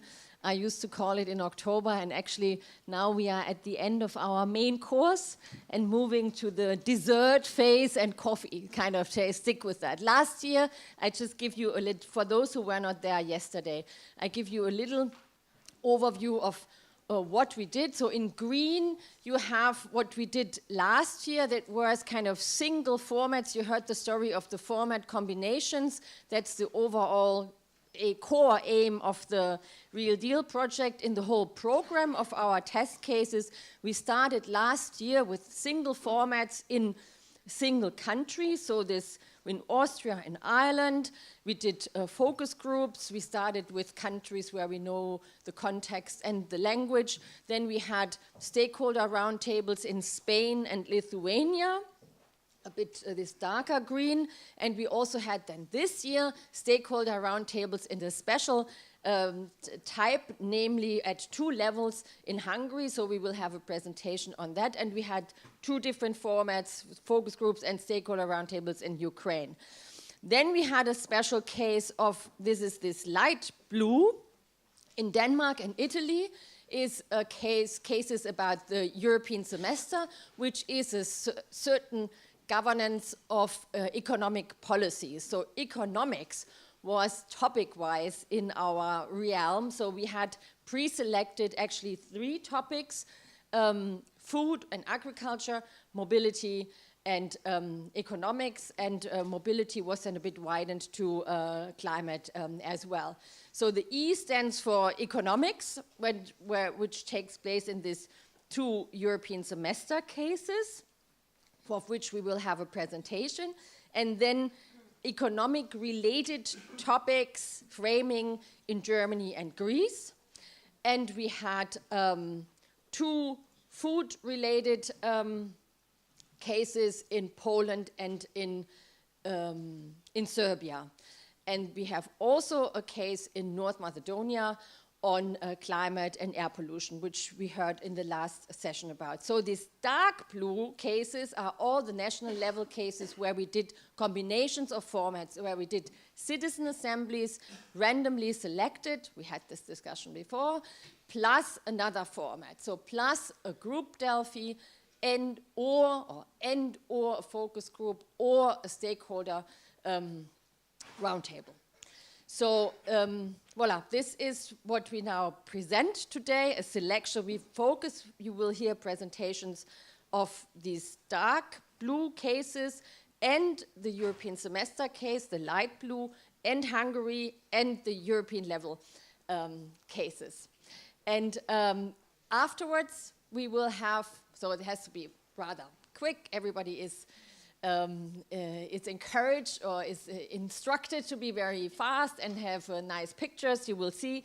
And afterwards, Pete will give a presentation about the workshop we had yesterday, which was the first coming together and really collectively reflecting on insights, lessons learned, what worked well, what were obstacles, how were they overcome, of a long kind of 5-6 cross-cutting issues like recruitment. We had one like the conduction. We heard this like the knowledge input. You will hear that. So, and having said this, I will now call the first of our assemblies in North Macedonia. Agim, please come. That was also a special case because it was a joint venture, actually. Agim already had lined up, and it was also a first contact, I think. He had already lined up a climate assembly, and then we wanted to work in North Macedonia, and then we said, wow, let's do this, and we combined this with the group Delphi, and you will give a quick presentation. Hans Ludger already spoke about it, but please go and tell us how you did it. Thank you very much, Inge. Hello, everyone. Pleasure to be here. Thanks for having me. We have actually organized the first ever climate assembly in North Macedonia in Skopje. And as I said, it's the first ever democratic experiment of this type, and we hope it's not going to be the last one. I would like to thank The Real Deal and Inge and our partners, Nexus Institute, for all the support, because being the first ever climate assembly in the country means that expertise is still modest in organizing these types of democratic experiments. So we've been relying a lot on the expertise coming from our EU-based partners. As it was already mentioned, we have focused on the problem of air pollution in Skopje. It was also mentioned before that the city struggles with very high pollution rates, particularly during winter times when the heating season starts, and this is just a sign of energy poverty in the country, and there are particular settlements in the country where energy poverty is much more emphasized, and this leads to more increased rates of pollution. Why we started it? Because air pollution is just a result of deep environmental, social, and political issues, as I said, and according to many studies from environmentalists, the reasons for this are the emissions sources are actually private households that use firewood for heating in winter, but also traffic and industry. Actually, it's not only firewood, but also burning of plastic or furniture, of all sorts of burning materials that poor households can rely on to heat their homes as much as they can. And another reason is being a new democracy, a fragile democracy, we consider that lay citizens are not included in the debate around climate change, and we saw the Climate Assembly as a means to mend this problem and to give lay citizens a voice in the table where climate policies would be discussed. This is how it all started, and we managed through the support from the Real Deal to organize a group Delphi, a very new format for all of us in the country, which brought together various experts on the field to discuss the various facets of the problem with the air pollution, and also to feed in the whole process of structuring the Climate Assembly to come up with some priority topics that would be discussed during the Climate Assembly, and it was absolutely a very helpful tool for us. And when it comes to the Climate Assembly, we have recruited 65 participants on a purely random basis. We have distributed in person 10,000 invitations across all the 10 municipalities of Skopje. We wanted to do this through the voters list, but because of the personal data protection issues in the country, we were not allowed to access it. So we utilized the cadastre database of the city of Skopje, and we came up with 10,000 physical addresses of households in the city of Skopje, and then a team of 20 volunteers has been distributing invitations to all these identified households. We received positive feedback from almost 500 households, and then we conducted a lottery with the support of our Polish friends. Blue Democracy, I think was the name of the organization, who helped us to come up with the 65 participants of the Climate Assembly, all the while making sure that this represents the city of Skopje in miniature, meaning that the ethnic distribution would have to be taken care of, age, employment status, gender, and all sorts of characteristics that define the city of Skopje. We organized 6 sessions. This is the family photo of the Climate Assembly. There were 6 sessions. We, based on the feeding in of the Real Delphi and also the experts that we had hired for the Climate Assembly, we came up with 3 priority topics, but also, most importantly, were the citizens that voted for the top priority issues that need to be covered within the Climate Assembly, and we ended up with 3 main priorities, which is public health, transport or mobility, and energy. So now we have a full report which has been compiled and is to be published very soon with more than 30 recommendations. These are photos from the assembly sessions, experts delivering their interventions. You see citizens voting for the most plausible scenarios, how they want Skopje to tackle the air pollution, and then also a small photo on voting. They were given cards, yellow, green, and red, which means that with the green vote, they would support some specific recommendations. And we've had the honor to have the Deputy Minister of Environment for the final hearing of recommendations, and then we are also following what is going to happen with the recommendations. Recently, as Hans mentioned, last week we had this biggest energy forum in the Balkans, which we also organized, and here we had a chance to present the recommendations to the new Prime Minister of the country, Mr. Christian Mickoski, and it was one of the participants of the Climate Assembly that actually presented the recommendations on the pillar of energy and handed over these recommendations to the Prime Minister. Here are the photos.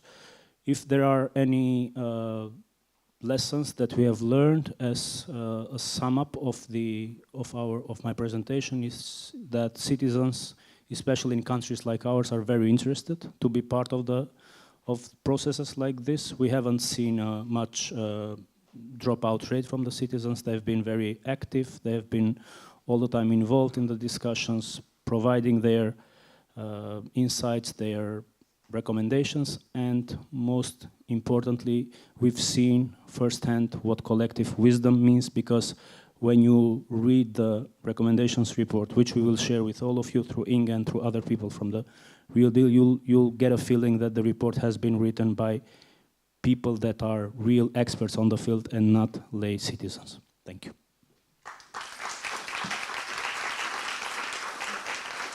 Great. Thank you very much. I'm wondering how we do this with question. I would say just very quick questions because we have to be aware of timing. Marius, I see you. And then one thing I forgot to say about how we constructed these cases, which was a special case because this was a joint venture. In all, where what I'm just saying now applies also.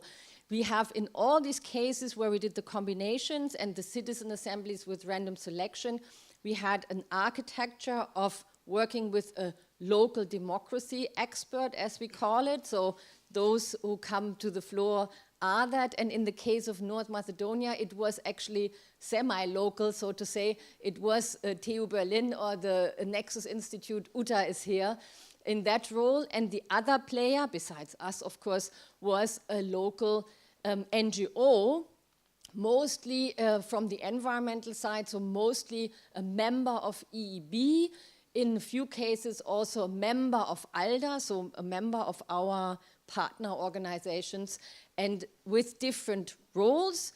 In these cases of the citizen assemblies, the local NGOs came, of course, with their local knowledge about the political discussion or the policy discussion, helped in framing the topic, identifying, framing the topic for the citizen assembly. And they also, where we did this other format, a stakeholder roundtable or a group Delphi, they organized that and gave then also input. Marius had a question. Yeah, you talked about two focus groups, one on a collective of women, I guess, before the CA. And you talked about integration of the results from the expert, where the results of these focus groups also integrated and taken into account, and how were they taken into account on the CA? Yes, there was a focus group which focused mainly on rural women from one of the rural settlements in the city of Skopje, and we wanted to gather their first-hand experiences on how energy poverty is manifested in their daily life. And also the conclusions from the focus group have not been published yet, but of course they were very important aspect in designing the overall sessions of the Climate Assembly. We believe that women are mainly, subjected to energy poverty, because in our country we have still this traditional role for women who take care of household activities, and they are the first to encounter all the negative aspects coming from the energy poverty. Okay, I realize we cannot go for questions because otherwise we will be there until tomorrow. Istvan, please come. Just be aware, we have 7 presentations and they actually have 5 minutes or max 7 minutes each, and then we have Pete's longish presentation, so you have to save that for the bilateral over lunch. In Hungary we did a stakeholder roundtable at 2 levels, and that was very interesting for our multi-level perspective, as Ortwin also referred to. Hello everybody.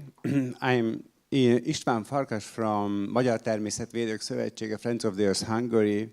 We are a member of the European Environmental Bureau, and we organized local and national stakeholder roundtables this year. The topic was greening the school catering. We dealt with meatless days, waste reduction, and local food supplies. We organized 5 roundtables in 5 cities of Hungary and 1 national roundtable which summarized the recommendations of the local ones. We invited a broad range of stakeholders who dealt with the school catering or affected by catering companies, local governments, teachers, students, food experts, environmental NGOs, and also the food authority. how we organize this. We invited like around 10 people for stakeholder roundtables, facilitate the discussion by the local partners. We made video presentation by experts to be same page for each roundtable. And we mapped the problems, the solution, and discussed several recommendations. I could give you some picture about recommendations. So, for example, more meatless days in schools. The soap is too hot in Hungarian schools. This obligatory 63 Celsius fog, so children cannot eat. And in many time, the lunch time is only 20 minutes. So they really cannot eat, and this is a source of the waste in schools. And you can understand it because we had a break, coffee break with 30 minutes. So it's impossible to eat many times. And other issues could be the buffet lunch, which could help the waste prevention, or caritative use of not served food. And one interesting recommendation, or important recommendation, to have more education and awareness raising on these issues, especially meatless days and waste prevention.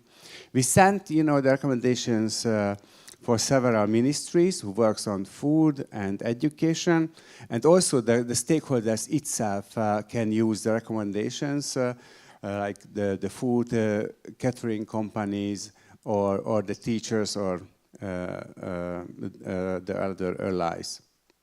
Some lessons learned. It was very timely and important topic. The school catering affect many people, the teachers, students, even the families. And it was very interesting because this time, during this month, the food authority works on modification of the regulation on the catering, and they can use the results of the roundtables. And also important, many stakeholders were very interested in to join the roundtables. It was very interesting, the diversity of the stakeholders, and the participants loved it, because in many cases, in many cities, they didn't meet before these people and this type of people, and they could learn from each other many things. The food authority was very interested in the whole exercise. Originally, we invited to the national roundtables, but they wanted to join all of the roundtables. So we are a little bit worried about they want to control or modify the results, but they had a very positive role. They worked as an observer mainly, and they made inputs, and they could use directly from the recommendations from the local roundtables. And for us, it's a quite interesting challenge. We have been working on food catering and mainly meatless days for several years, and we want to work on it. And it's also our local groups made it. So it's really threatened the position of the environmental NGOs. So I have 5 seconds. Thank you very much. Perfect, perfect. And I have more questions on this, this local and national level, but I also be quiet and ask for Giovanna for the Serbian case, which was also on food. Yes, thank you. We're going faster and faster. So, okay, thank you for coming and for being here, and thank you to the Real Deal team for having the opportunity to do this. I'm representing here the Institute for Philosophy and Social Theory from Belgrade. Very shortly, what we did, as Inge said, we had a combined formats, stakeholder roundtable in December last year, and citizen assembly in April this year. Since the topics weren't really, they both were around the food, but were not really the same. So there wasn't such a close connection as maybe with other examples. And since I was really mostly involved in the Citizen Assembly, I will continue talking about that one. So we had 2 days Citizen Assembly, and the question or the topic was what kind of front package labeling could assist Serbian citizens in choosing more nutritious and environmentally food options. So it was about food labeling, and it was from these two aspects, nutrition and eco-friendly. And it's a very new topic in Serbia. It's quite unregulated, I would say. So it was a good chance to actually explore some of the topics and the questions that could be important and relevant for the policymakers. And also, we do use any opportunity to actually, in a sense, explore and experiment with Citizen Assembly and other deliberative formats, eventually looking in the horizon, far horizon, to try to institutionalize it or make it more formal or at least more frequent. Having 5 minutes, we're not going to go through each detail.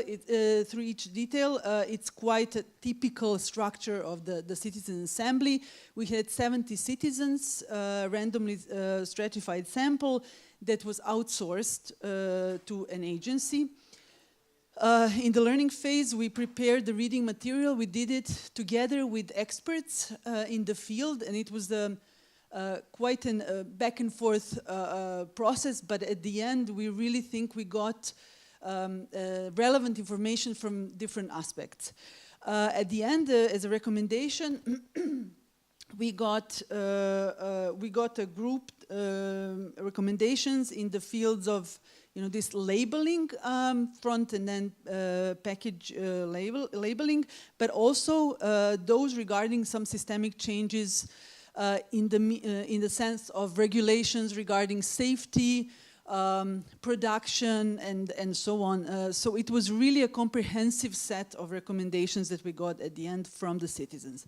Why I circled semi-permeable circle for decision makers is because this is important, and this is maybe context specific, so I think it might be interesting. Serbia, as some of you might know, a very authoritarian society, with a very authoritarian party in power for a long time. So it's really hard to they don't open the decision-making process, so it's very hard whenever there is a citizen assembly or other deliberative formats organized, it's very hard to bring them to the table.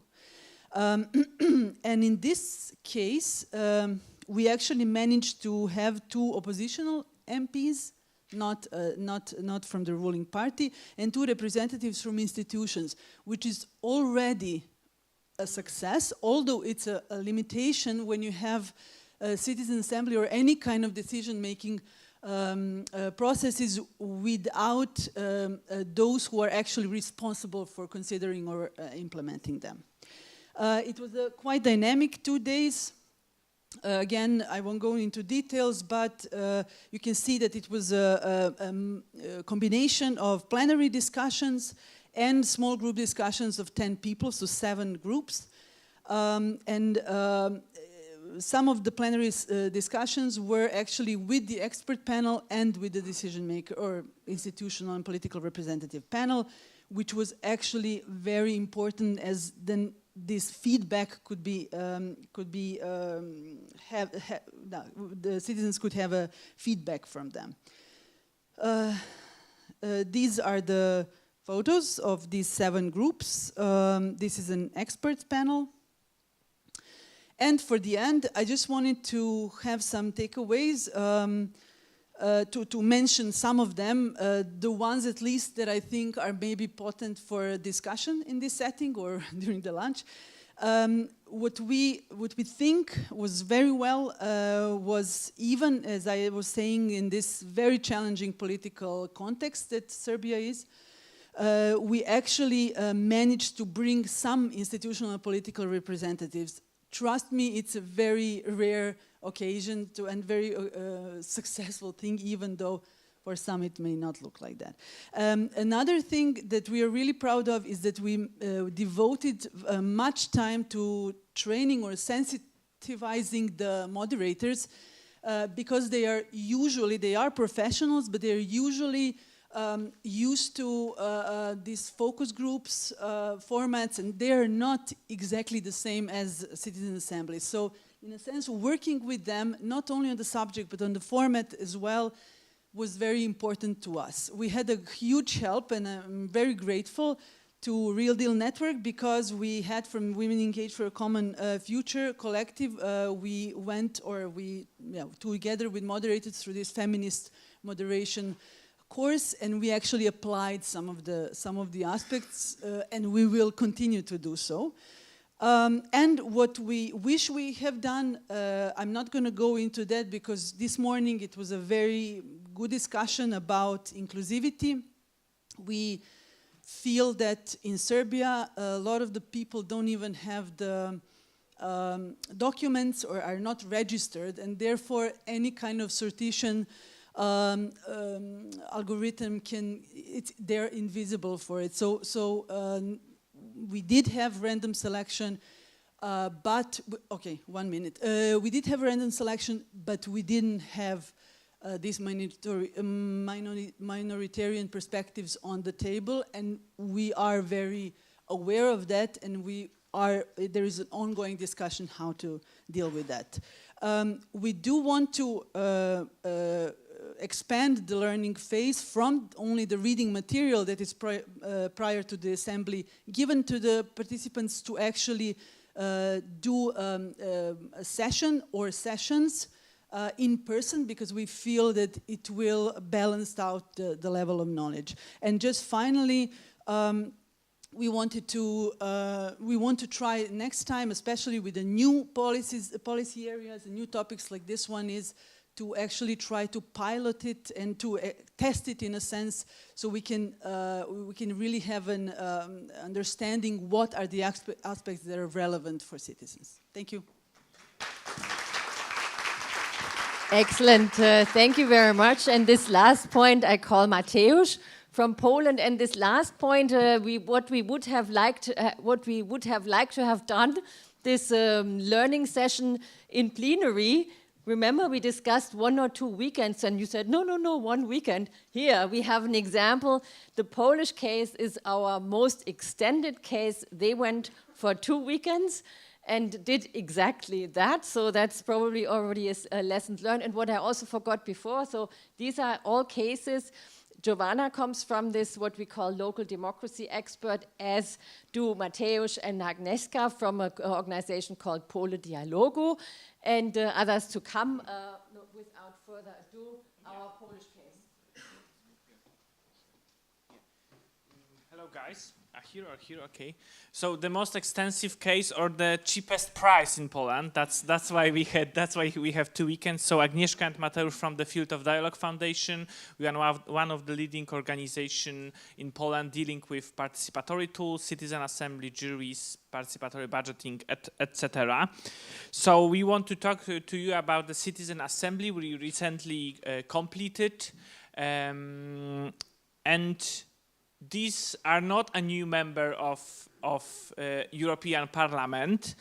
They are our 65 panelist participants who were invited to Citizen Assembly to answer the question, how can we ensure that by 2030 the food consumed in Poland is of high quality and produced in environmentally friendly way or manner? And yeah, that's our participants. And also the context is really important, why we are thinking that Inge is kind of an angel who came to us in the really right time, because that's the context of participatory methods in Poland.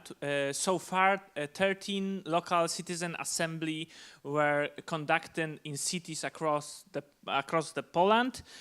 We also organized few of the local assembly at the request of the mayor. And of course, last last year, we also had the grassroots national citizen assembly on on energy poverty, funded by European Climate Foundation, but without access to visibility for ministries and authorities. And of course, last year in October, we had a big change. We say goodbye to our populist right-wing government. And so we had a lot of hope that that's the right time to make a participation also at the national level. So that's why it was so important for us to make a case with the National Citizen Assembly from the public funds, so from the Horizon, and also with the participation of the ministry, and we did it together with Real Deal Consortium. And we have started in February with signing the contract, and then we're rushing through the preparations. We did a sortition on the random selection with the cooperation with the agency, and they were randomly calling people in Poland. That was possible because of what was national level. They made around 20,000 telephone calls, and they were asking for the initial declaration if they want to participate. Then we were calling all of them. I mean, not 20,000, but like 300 people who said yes. We called them all, and finally, with the use of probably similar tool that Bea was saying, that was the algorithm, that we did the lottery, and we had the 65 participants selected. We used the demographic criteria, age, sex, education, and geographic, so the region of the country as well as the size of the community. And in mid-May, we met for the first time for the educational weekend. We had 16 hours and 10 expert speeches, and we ended up with 71 proposals from experts for the recommendations. We prepared a booklet that you can see here with the introduction to the topic, as well as all the logistics of the whole process. And also on this first weekend, we have group discussions after presentations of experts. People had a chance to discuss, ask questions, and go through the first emotions and meet in different groups, because what we did, we had like color coding and color coding of tables, and they were, after each break, they were coming back and talking to different people. We had Inge with us on this May weekend, and that's the final photo of us finishing the first part. And between the weekends, we had the whole month between the first educational part and the deliberation part. So participants had opportunity to join to the additional webinars with experts. So Q&A session, additional Q&A session, and a session of inspiration from cities and abroad. Also, we sent, that's interesting. We also sent interesting but dangerous. We sent ecological documentaries to access to ecological documentaries for our participants, and also we had opportunity to send them a video presentation of stakeholders. Also we send them on paper recommendation from the expert, and also participants had opportunity to fill in the form to add their own recommendation, like panelist-based recommendation. And just a few days ago, we finished the deliberation weekend. So we had contribution from the Delphi group by Andrzej Kassenberg from Institute, from one of the experts think tank in Poland. Also, we had 2 full days working with 8 moderated tables. We add almost 60 additional recommendations from participants, and also had opportunity participants had opportunity to join one of the 3 study visits to cooperative, cooperative, yeah, to cooperative or to garden, city garden, yeah. So that's about the deliberation weekend, and of course at the very end of the process on the Sunday we had a voting. After deliberation phase, participants decided that 58 recommendation proposals will be on the ballot, and after voting, total of 32 recommendations receive a support of 80% of the participants. Here are a few of the recommendations that were passed. For example, I recommend a greater number of inspection of food product labeling at the imposition of stricter sanction for misleading consumer, or I recommend introducing a green public procurement system supported by the state budget to improve the organization of supplying organic food to kindergartens, schools, and other collective dining places like hospitals. So that's about the voting. And what was also important for us, we had like the panel assembly's verdict was heard by the representative of the Ministry of Agriculture and Rural Development, who also spoke at the very end of the meeting. And the last photos. Because we know we are running out of time. We also had a fun element like a broccoli that accompanied us on the second weekend, and people, it was like sitting at the tables. Oh, and the last picture is not here, but yeah, we ended up with the picture at the beginning, in the front of the room. Yeah. So thank you. Okay, excellent. I also want to say in comparison with this, in relation to the group Delphi, so we had a group Delphi and the Citizen Assembly in Poland and in Germany. We will hear in the German case how they did it. Here it was really, it provided this selecting a tableau of experts. That's the whole idea of a group Delphi, that you create, thanks you for coming already, that you create a tableau where you have a spectrum of opinions, of expertise, backgrounds and opinions, which then in this format, group Delphi, come to assessments of facts and opinions and policy.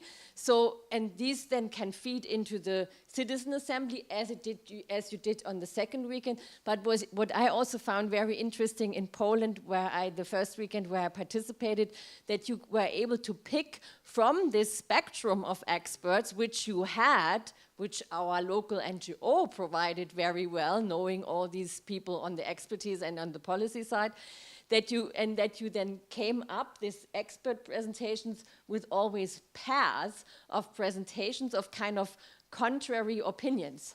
And then you had the small group discussion. That I found a really interesting idea and worked well. So now we are moving away from food, and we have to keep the speed really to Greece, which was also a late event, and move related to an economic topic. Good morning, everyone. First of all, I would like to thank Inge and the consortium for reaching out to us. I'm Othon Kaminiaris from ELIAMEP, the Hellenic Foundation for European and Foreign Policy. As Inge already said, they reached out to local democracy experts and also NGOs in green matters. So in ELIAMEP, we have both expertise because we have been conducting youth assemblies on climate change and other deliberative democracy events in various topics, but we also had the cooperation with two local NGOs, K-MOP and Organization Earth. So we had a combined methods, excuse me. We had a focus group, two focus groups actually, from K-MOP, because we wanted to capture the opinion of youth, of young people, and also a round table by Organization Earth, because we wanted to catch the vibe of the stakeholders, and this is why we did an assembly on intergenerational justice and the European Green Deal, mainly focusing on who is going to pay for the cost of the transition. So on the one hand, we wanted the opinion of the youth, and on the other hand, the opinion of stakeholders, mainly local authorities and the private sector, companies. So we wanted to also have their opinion as well. And we ended up having an assembly of 63 people. I'm not going to delve into much detail with the specifics. We went for a hybrid event, mainly due to time pressure, logistics, and budgetary issues, because Greece is, as you may already know, a country with many islands and sometimes bad interconnectedness. So we wanted to have people represented from all around Greece. So we went for a hybrid event with geographic representation of the center of Athens and the rest of Greece, like 50-50. And we observed some quotas, gender balance, age, education level, and occupation distribution. And we had 4 tables or 4 rooms, virtual and live, with people from 18 to 40 years old, and then 41 plus for each of the 2 geographic regions. As far as the knowledge input is concerned, we conducted a preparatory webinar from ELIAMEP experts delivering on the intergenerational justice on the topic. So in the first day, these 4 rooms deliberated among themselves.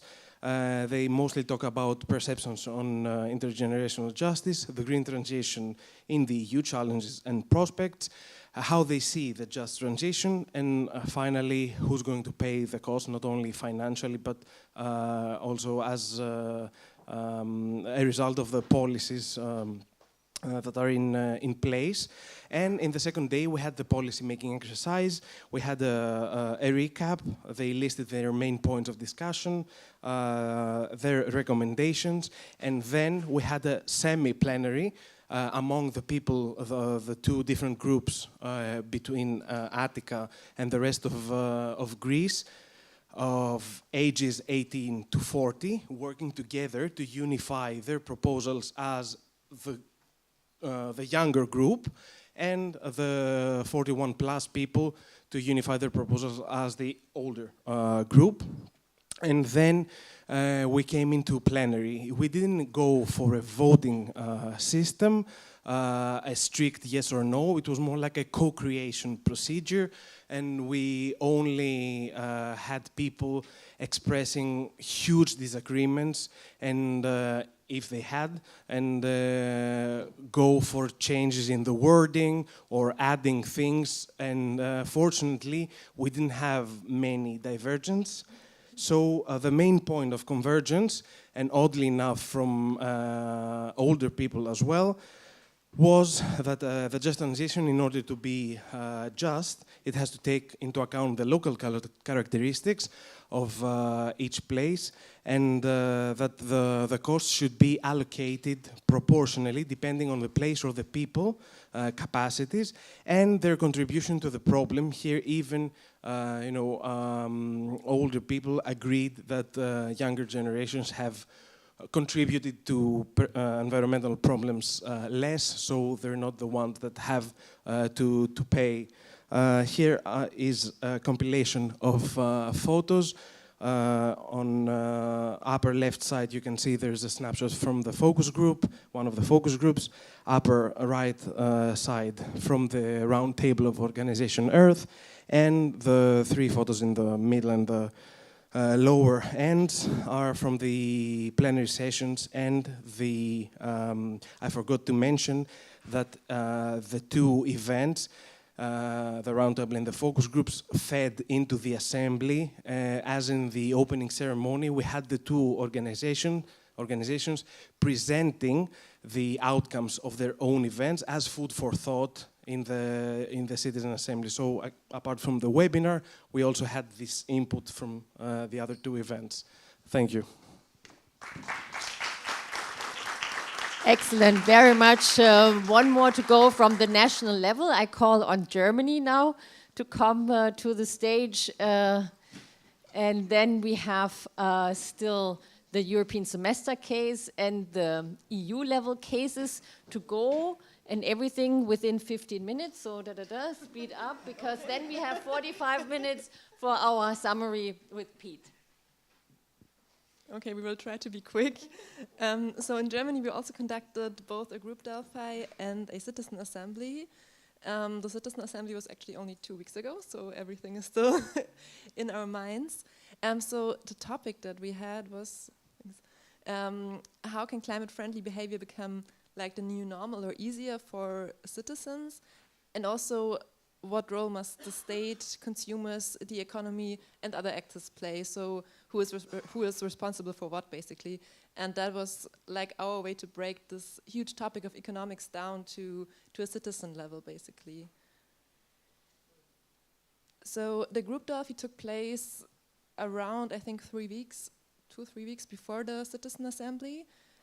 We had 16 experts who came from the areas of economics, also climate economics, energy economics, and also consumer research. And they were discussing also about the same topic, but of course, as it was an expert Delphi, a little bit more in detail. They were like rating concrete measures in the fields of mobility, housing, and energy, and food. And how we integrated it into the assembly in the end was that we had an opening session where we explained the method of the group Delphi, like how it works in general, and also in general or broadly what different positions there were and what the arguments behind them were. But we didn't show them all the results, but just explained more broadly what had happened. And then we provided a kind of exhibition. It's not here, but you can see it in the top corner. This is how we kind of made graphics out of it, so the participants had the chance later on in the breaks to look at the results and see, well, what had experts said to many different specific questions. As for our participants at the assembly, we had 63 participants from both Berlin and Brandenburg, so it was also a mix of like rural, urban areas, also smaller cities, and they were also randomly selected via random digital dialing. And as this works via landline in Germany, so it reaches more older people, we also had some social media ads that were targeted at younger people, basically. Criteria were also gender, age, formal education, and like we tried to have 50-50 from Berlin and Brandenburg. But I think, we also had, of course, these issues of inclusiveness that I think were discussed a lot already today. Yeah, and about the methods, we started, as Judith said, with like a general introduction to the topic and also to what had happened in the group Delphi. But then, especially on the second day, we were working only in like really small groups, and like this, we wanted to ensure that everybody had the chance to speak. So we were making them write cards on their ideas, and then discuss them in the smaller groups. For example, on the questions, what are obstacles for climate-friendly behavior, and also what are the things that they would need to be able to behave more climate-friendly. And then in the afternoon, they were working also again in small groups, but on different topics. It was the same topics as we had on the group Delphi: housing and energy, mobility and food. And then in this, we called it World Coffee format, they were really talking about measures that would need to be taken to ensure more climate-friendly behavior. And then afterwards, they could prioritize with little dots which of the measures they thought were the most relevant ones. So those were the top 10 priorities. Most of them said it would be necessary to have more environmental friendly architecture when you're like building new homes or houses. Then regulating animal welfare, expansion of local public transport, also inexpensive or free local and long distance public transports, stuff like speed limit, but also reduce packaging, and also abolishing climate damaging pricing policies, and instead create climate-friendly financial incentives. And the feedback of the participants was quite positive. Most of them said that they were really wondering that there were no bigger conflicts in the smaller groups, and that they had the feeling that the social divide in the society would be a lot bigger, and then by discussing in this random selected citizens in a smaller group, they had the feeling, okay, there is still a lot that we can all agree on and things that we all want to have in our lives, basically. And one person also called it a kind of healing process to be at this event for the weekend, which was quite nice for us, I think. Yeah. That's it. Very well in time, and maybe also mentioning, because you presented it, the roles where the local democracy expert was Pete. Maybe, are you coming for this now? We have still 2 to go. We have the European, but Judith and Eileen were the local NGO, but they organized the group Delphi, like the local NGO did in Poland, but also had a very strong role in the assembly, which was designed, so the whole methods, moderation and so on was designed by Pete and Dialogic, also the moderators, but they played a very strong role in this. So we get back to the national level and all the comparison when Pete comes in. I now call on Luigi, 5 minutes, for the European semester case, which is actually 2. So actually but not more than 3. Oh, okay, 3 events. The two next presentations, they have 3 events, 1 in Denmark, 1 in Italy, and 1 joint. And the EU level is 1, 2, 3 after the other. Please come. And voila.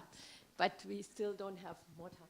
Yes, I know. The greatest challenge of this project is to present 3 assemblies in 5 minutes. And also myself. 6, okay. 1 for myself. I'm Luigi Di Marco. Member of the General Secretariat of the Italian Alliance for Sustainable Development, ASVIS, that is the widest civil society alliance. No, too much time, too long, it's too long, it's okay. I have time for you after. Well, Copenhagen and Rome. You see, we held in December, end of last year, the first assembly, an online assembly in April for Italian citizens, and a joint one on 7th of May. The arguments was the European semester, so economics coordination at EU level. That means not only economy, but means understanding how people, planet, and prosperity works together.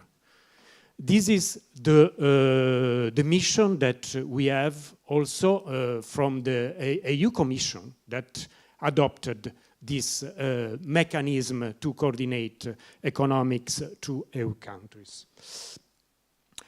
We have this in Denmark. The conference was organized by NIT Europa. In Italy, ASVIS, with the support also of ALDA and some observers that are presenting also in here today. And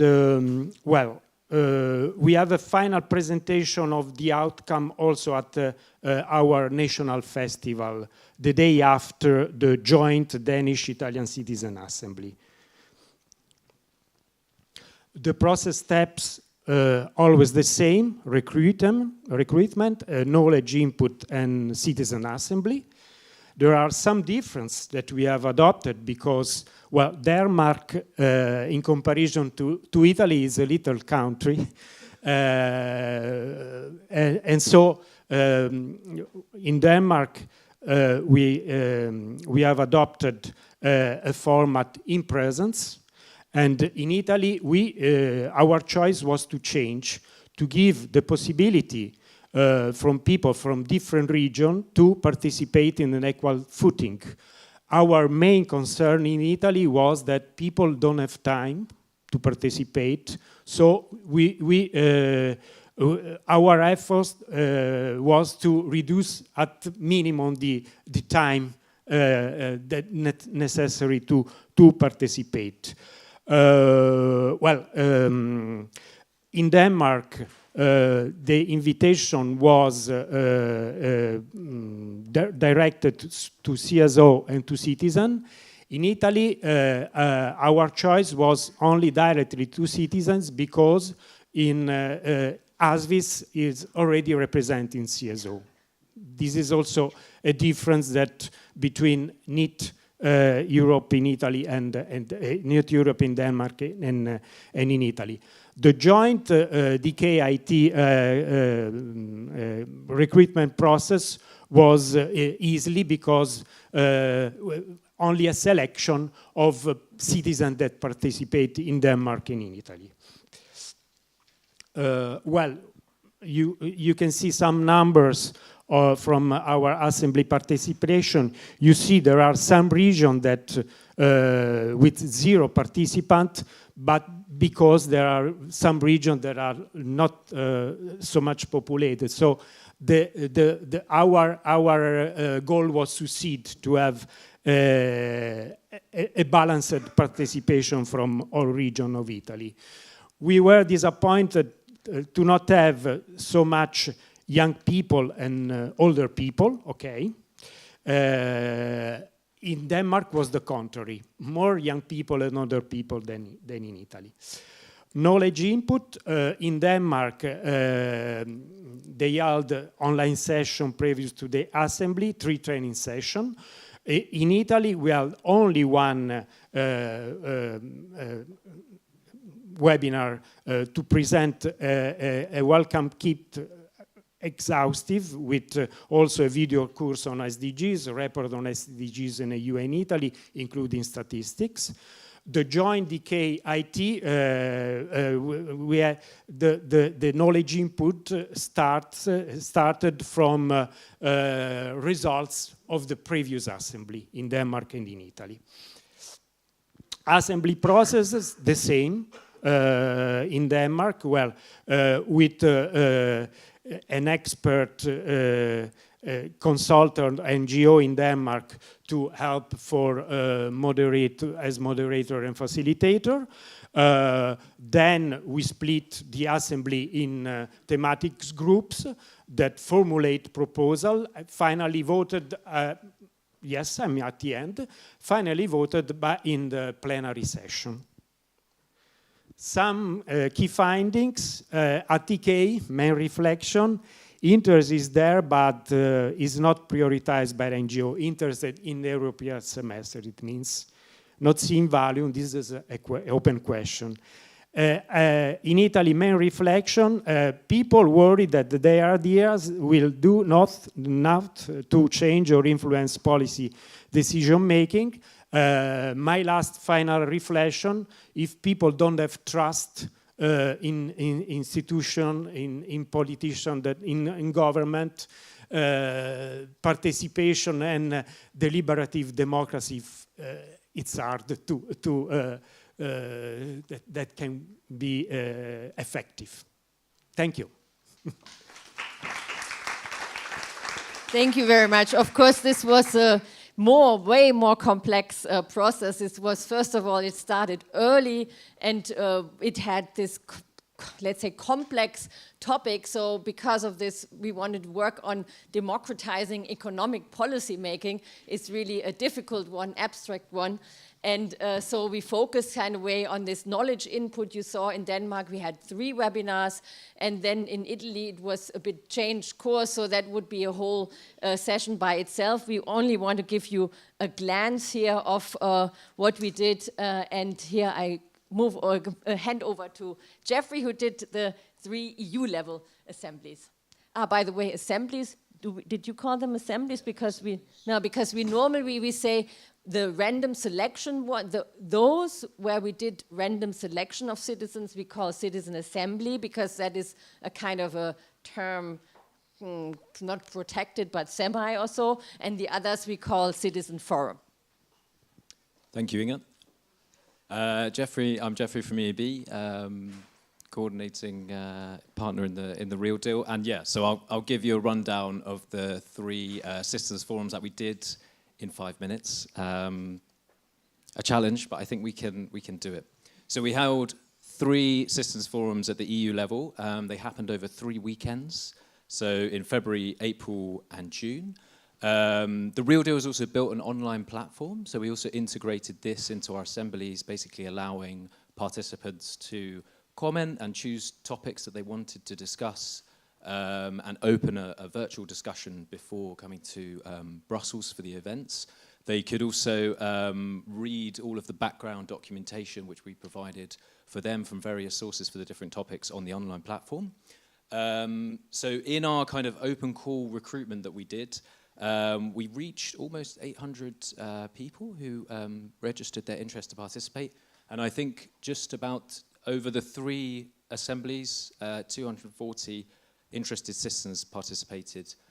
We had a kind of red thread for all 3, which was really what should the future of the European Green Deal look like and what should the future of the ecological transition be. But we had to break this down because it's such a broad topic. So we did this, we had 10 different subtopics.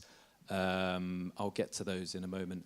And we wanted to apply, different methodologies and try to innovate through the methodology at the EU level. So we looked at this idea of, how to bring the perspective of both future generations, but also the rights of nature into the deliberations, how to test feminist formats, and also speculative policymaking, what we call speculative policymaking, which is really how to imagine a future-orientated vision of a policy when you are discussing. So very quickly, the first one, we had 85 participants. As we said, we had this snowball system of recruitment. We had 4 topics, food systems, mobility, circular economy, and the well-being economy, so very much aligned with what's been discussed already in the other assemblies at national level. So in this case, I think civil society is really serving as the convener, as also the expert input and facilitators there. And we had very specific knowledge input, so both kind of broad presentations on the European Green Deal and the policy framework at EU level, but then also specific ones on the perspective of the rights of nature and kind of introducing this idea of time horizons. So we would ask the participants, discuss this problem from the perspective of 2030 or 2050 or 2100 and looking to see how this might change. And so we had discussion rounds, we had various policy scenarios for each of the topics, and we worked towards consensus-based recommendations. So I'm going to give you a whirlwind few pictures of the discussions. So this is one of the groups on food working towards their recommendations in the first assembly. Then, in April we had our Feminist Festival, and Anke Stock gave a wonderful presentation about the details of that yesterday. Here we had 75 participants. Again, the snowball system, but I think the thing that changed there was that we added this kind of additional quota selection process to really try to, as we heard yesterday, bring underrepresented groups in. And we had these 3 different subtopics: climate migration, energy poverty, and environmental racism. The facilitators all came from organizations which are working with people in vulnerable situations, so we tried to really mainstream this leave no one behind principle as we were working on this deliberation. And we tried to mix up the knowledge input, try to do things a little bit differently there with different formats. We had a kind of academic teaching, but also embodied theatre and arts and crafts. Which was really very interesting to see. And then, again, with the conduction, really tried to innovate on the formats there and building artistic recommendations through drawing, and maybe a few quick pictures there. This is one of the kind of embodied theatre sessions, participants moving with their bodies to express their thoughts, and this is a quick snapshot of some of the crafted recommendations that have come out. So the third and final assembly we did was looking at this idea of speculative policy making, and really on the topic of biodiversity. So that was wild talks, and our 3 subtopics there were food and agriculture, chemical pollution, and big wildlife. So trying to look at the intersection of how these 3 topics work around this topic of biodiversity. Also a very important one at EU level at that time. So this was just 1 week after the EU elections, so it happened very recently. So we also had a little bit of input there on kind of what the results might mean for the topic. And a kind of 3-step methodology to the speculative policy making, as I mentioned, presenting biodiversity in different ways. So presenting it firstly as a resource, so something very abstract, and then secondly as storytelling. So we actually invited, for the knowledge input, we invited people who really worked on these topics in their daily lives. So for food and agriculture, we had farmers. From chemical pollution, we had people who had been affected by the chemical pollution in the Netherlands at Tata Steel come to talk about their experience and how they have been affected personally by this. And we spoke to some shepherds as well, who gave their kind of perspective on coexistence with big wildlife. And maybe another thing with the kind of innovating on formats, we were working with Lego in the afternoon. So just to, a few pictures there on this. This is the kind of building Lego models to think about the future of biodiversity of food. If I can finish with a few reflections that have come out of these assemblies, it's the idea of cultural tools, so art, creative, theatre, different inputs in forming recommendations. How can we do that a bit more rather than the kind of traditional top-down methods? We think that at EU level, the knowledge input could really be broadened. We could think about what it means to be an expert, who's an expert. Maybe people that we don't normally think could be experts could be there and bring other voices to set the agenda. The importance of safe spaces and the importance of meaningful and concrete follow-up to the recommendations. I think this is really important. The role of civil society in convening these processes, and also, I think we've learned a lot about bringing lots of people together from different places and the strength that can have in terms of all these different perspectives coming together. But the whole process was, very respectful and has been a wonderful experience. So also a big thanks to all the people and partners who have been involved, which I know some of you are here. So thank you very much, and I'll stop there. Thanks.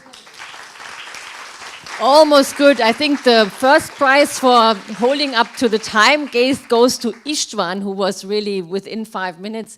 But of course, there's a difference between 3 events and just 1. You also had 5 plus 1. So, but that's not our main criterion. Pete, please come. We have now 40 minutes for the summary of our workshop. As I said, we looked at all our cases with which is, you have to find yours, We looked at all our cases along 6 categories: topic selection, recruitment, knowledge input, conduction, closure, so how do you get to recommendations, and logistical aspects. And it was very nice that we came all together, those who were here, plus a few others which did not present, and were able to exchange experience, lessons learned, what went well, what could we improve, and this is what Pete's now doing. Thank you. Well, so I won't take up to 45 minutes. But also for the question. Right, just to make sure that there are no wrong expectations. Okay, so we had a great workshop yesterday. Thank you for everybody who was there. It was really fun, and I think we concluded, first of all, that we could have worked the whole day, or maybe even 2, because it's really fruitful to get into those details of actually what happened in those processes, to see similarities and differences and all that. And what I did yesterday was just like to look at the pictures from all the post-its that you guys wrote and try to summarize and bring them together and bring them in an order, and let's see whether I got this right. You are the judge of that, so you might say there is something missing or not. So what was the objective? We wanted to look at what went well, what did we learn within those exercises, and what needed improvement. These 3 questions were asked throughout the workshop all the time again. And we looked at 6 dimensions, and those dimensions are obviously related also to the evaluation tests and everything else. So We wanted to know, so what went well, what did we learn, or what needed improvement in terms of the topic selection. We will get into all those points, just like a few words to all those. Obviously, it's super difficult to find the right level of topic selection for the framing for the citizens. Like, how deep can we go when it's too superficial, and so on. A second point, and we talked about this morning already, recruitment. One of the crucial points, who's there, and there's like really the potential for systematic biases. There's the potential for a great way of including people and empowerment. So they're all fields open, basically, but it's really difficult and also money intensive, and it's kind of complex how to do this. Knowledge input. Some people know more, some people know less about something, and we heard about like the inclusion of people who live like in marginalized groups or in other areas. How do we ensure that everybody who's starting within a discussion has the same level of knowledge than the next one? So we need to kind of like provide knowledge. On the other side, it's not like an educational exercise. We are interested in their arguments and not like to train them in, having more knowledge about something.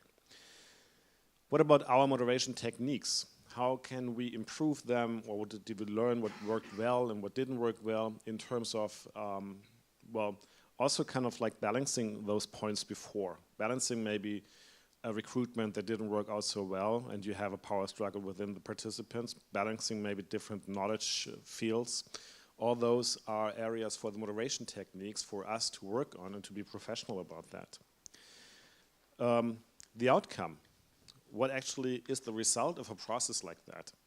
One of the most crucial questions, obviously, for the participants. I mean, this is like if you have the first round of open mic in an event like that, they ask, what's going to happen with the results? And what's the results going to be? Obviously, that's the most important part for them. And sometimes maybe we tend to forget a little bit about that because we are so busy working on all the other things. The last one, logistical and organizational issues. Seems like a smaller point, but we also concluded, first of all, that like if you're hungry or get food that you don't like, you won't work well. So there is a lot of stuff to be thought about in those areas. So what was this in detail? We had a lot of sticky notes all over the place. You don't have to read them, obviously. The first one on recruitment, how we worked was the first round, we just like collected all those issues in groups, and the groups were changing through the room. And in the second round, we prioritized the cards. So everybody walked around and made a sticky dot on recommendations for the process. And now I summarized those points, that you made. And so the first three that have a number on each of those slides are the most voted on in terms of like, you thought those are the most important points to be discussed here. So good practices you developed for the recruitment part, and actually this is so small on this slide here that I have difficulties reading it. So use an external recruiting agency. Don't do it yourself because it's kind of like hard to implement it yourself. There was also, different experiences with recruiting agencies who say they do random digit dialing, and then you realize it was Instagram and Facebook in the end. So, it's of course easier for them to do this, and be aware of that. It needs to have a good track record when you're working with them. You need to have incentives for participants, and there was already a discussion about this recommendation, because how high should an incentive be? People don't want to have the feeling to be bought for the process. They want to come because they're interested. On the other side, of course, they need like, some kind of like incentive, or also, be reimbursed for their costs because they, can't work, need a nanny or something like that. So it's an important point to think about it. Make sure the timing is appropriate. The timing of each session is so crucial because people get so dissatisfied.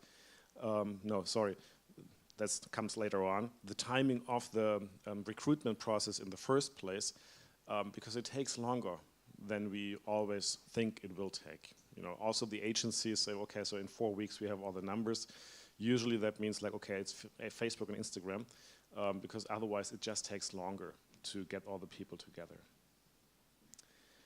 So the next points are kind of like, you know, sometimes a little bit higher or lower rank, but this is not like an importance part. It's not just like if we have to prioritize, those are the biggest ones. So provide participants with a clear guidance on the content and the format of the process. Obviously, that's super important. Otherwise, people won't come. And we also experienced people who had like difficulties trusting the process when already sitting in the process, saying like, okay, so I'm still waiting for someone, you know, who wants to sell me something, which is interesting.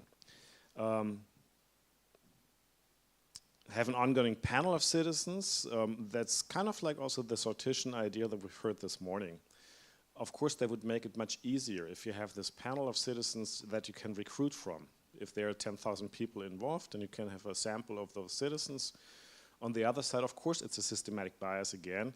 So, you know, there's always a pro and a con, but it was one of those recommendations. So the sortition agreements are next. Clear instructions for the recruitment agency, that's obvious. Provide childcare. That was like one result that we also saw in Berlin. Obviously, it's if you have a Saturday and people are not working and you want to have females or also males, but mostly females did discuss this problem with us, saying like, okay, so I can't come because there's no childcare. So, you know, think about it. Know who is coming. Know who is coming to group Delphis, not how, or not who is coming. We had some experiences that the background check wasn't good enough, so we had some, well, not some, but at least one person who was quite interesting to have in the group Delphi, which is, a challenge for the moderation, but otherwise, I think one can deal with it. Okay, so the topic selection. What were good practices? The first three was choose a politically relevant topic. Which I think is a super interesting result that you voted this one so high, because that can be discussed whether this is like the purpose of citizen deliberation, that it's politically relevant. Develop topics together with decision makers, which is also quite interesting. So it's not just like doing citizen deliberation for the sake of it, but you know, for a purpose. There must be something, you know, with purpose in that. And find entry points so that these are relevant for the citizens. So not just like having abstract ideas of, I don't know what, in policy making, but to also find the relation to the citizens so that you bring those two together. And like in this way, I like those three combined with each other, you know. It's politically relevant, it's created together with decision makers, and we are looking for the connection to the citizens in those discussions, and then we have actually something that is really valuable. Other points were, how about pre-testing the topics with the citizens, which I haven't done in these cases, but I think it's a really great idea.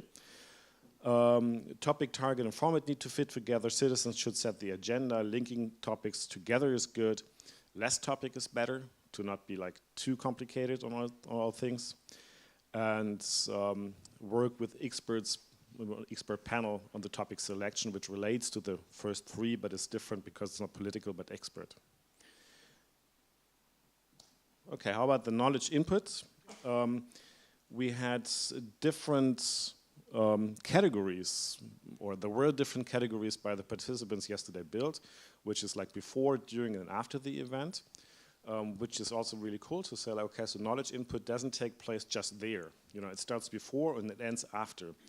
So before the events, those three were voted really high. So there were principles that were mentioned there: be short, be accessible, visuals, texts, be inclusive, be neutral, be diversified, be focused on both formats and topic. I was just thinking about what we saw earlier in this description, which was really easy to read, you know, on the slides. Second, the formats should kind of like change: videos, info packs, discussion, testimonies from persons, webinars, and so on.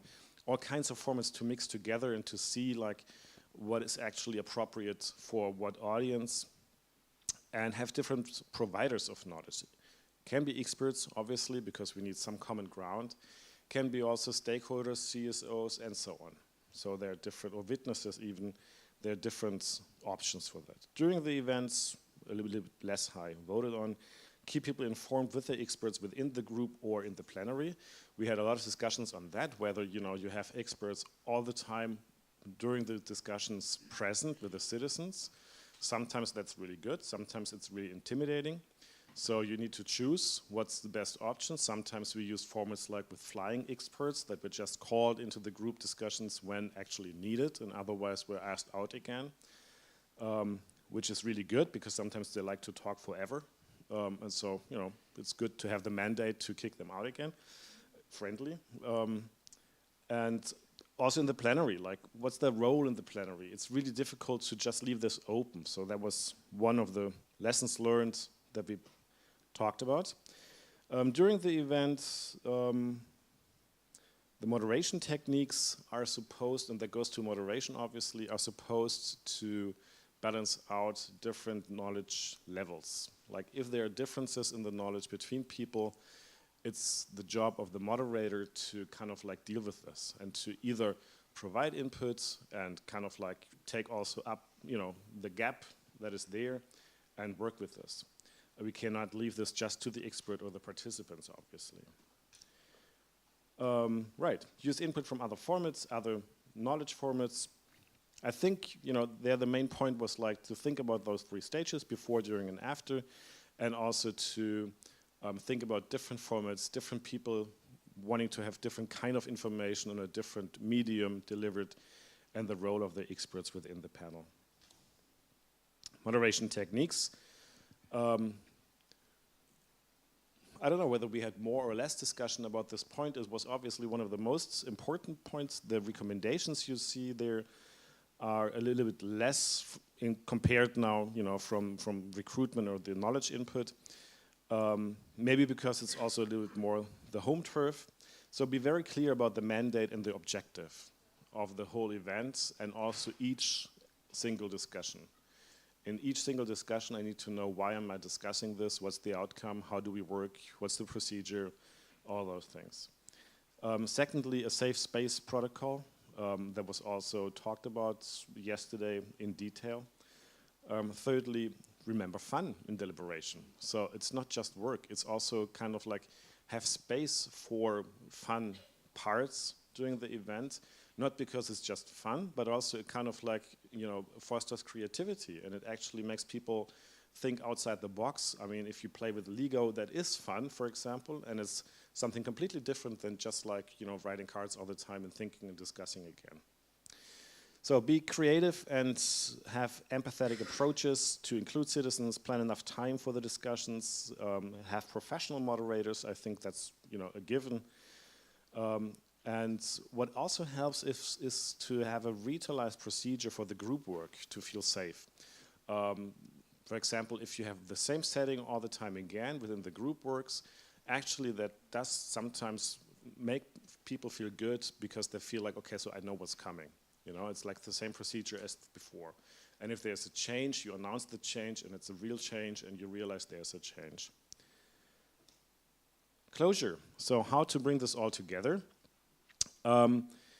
If you have clarity on how the results are going to be used and appreciated, that is really good.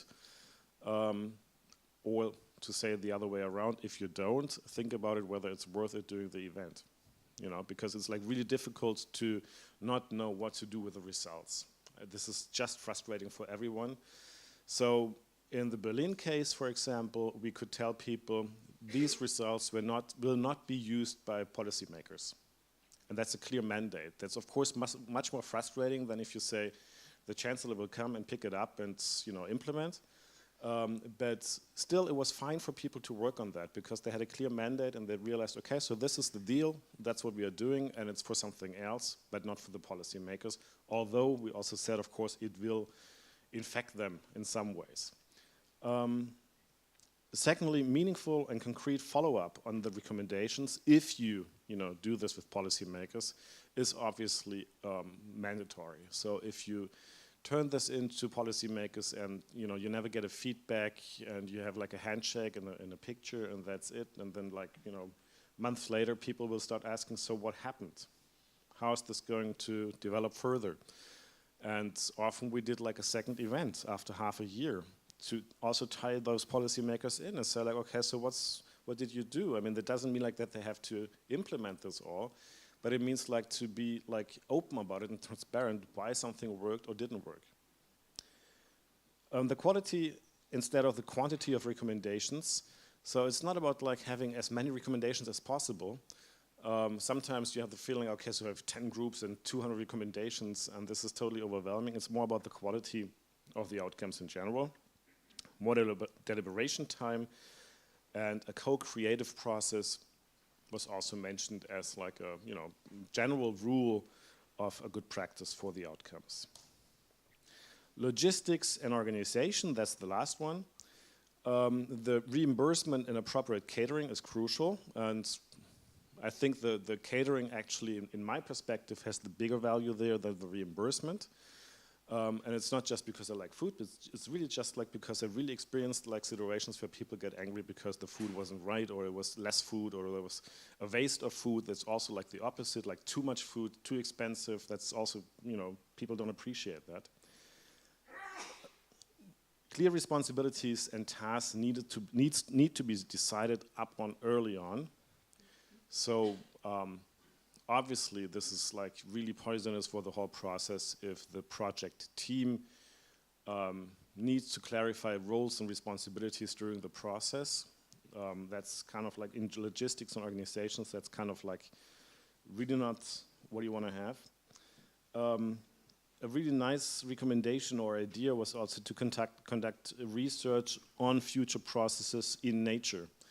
Like how can we do those deliberations that we are doing now, when we are relying on rooms and boards and post-its and whatever, how could we transform this and to bring it to nature, actually? Like, why not do this, I don't know, somewhere outside in a good setting?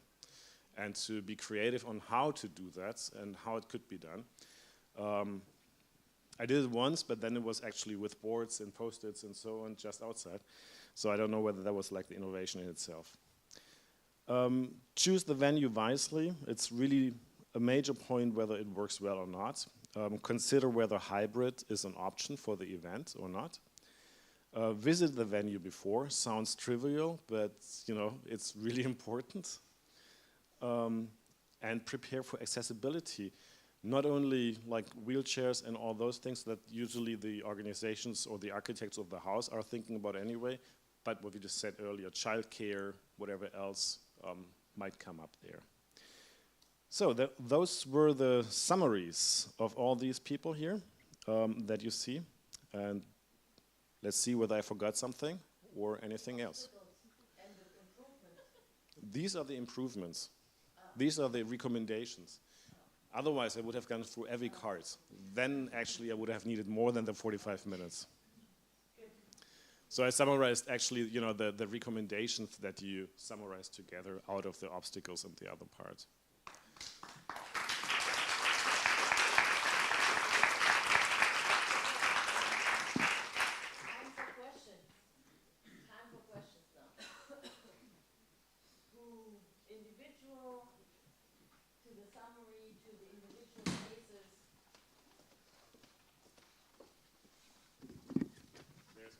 There.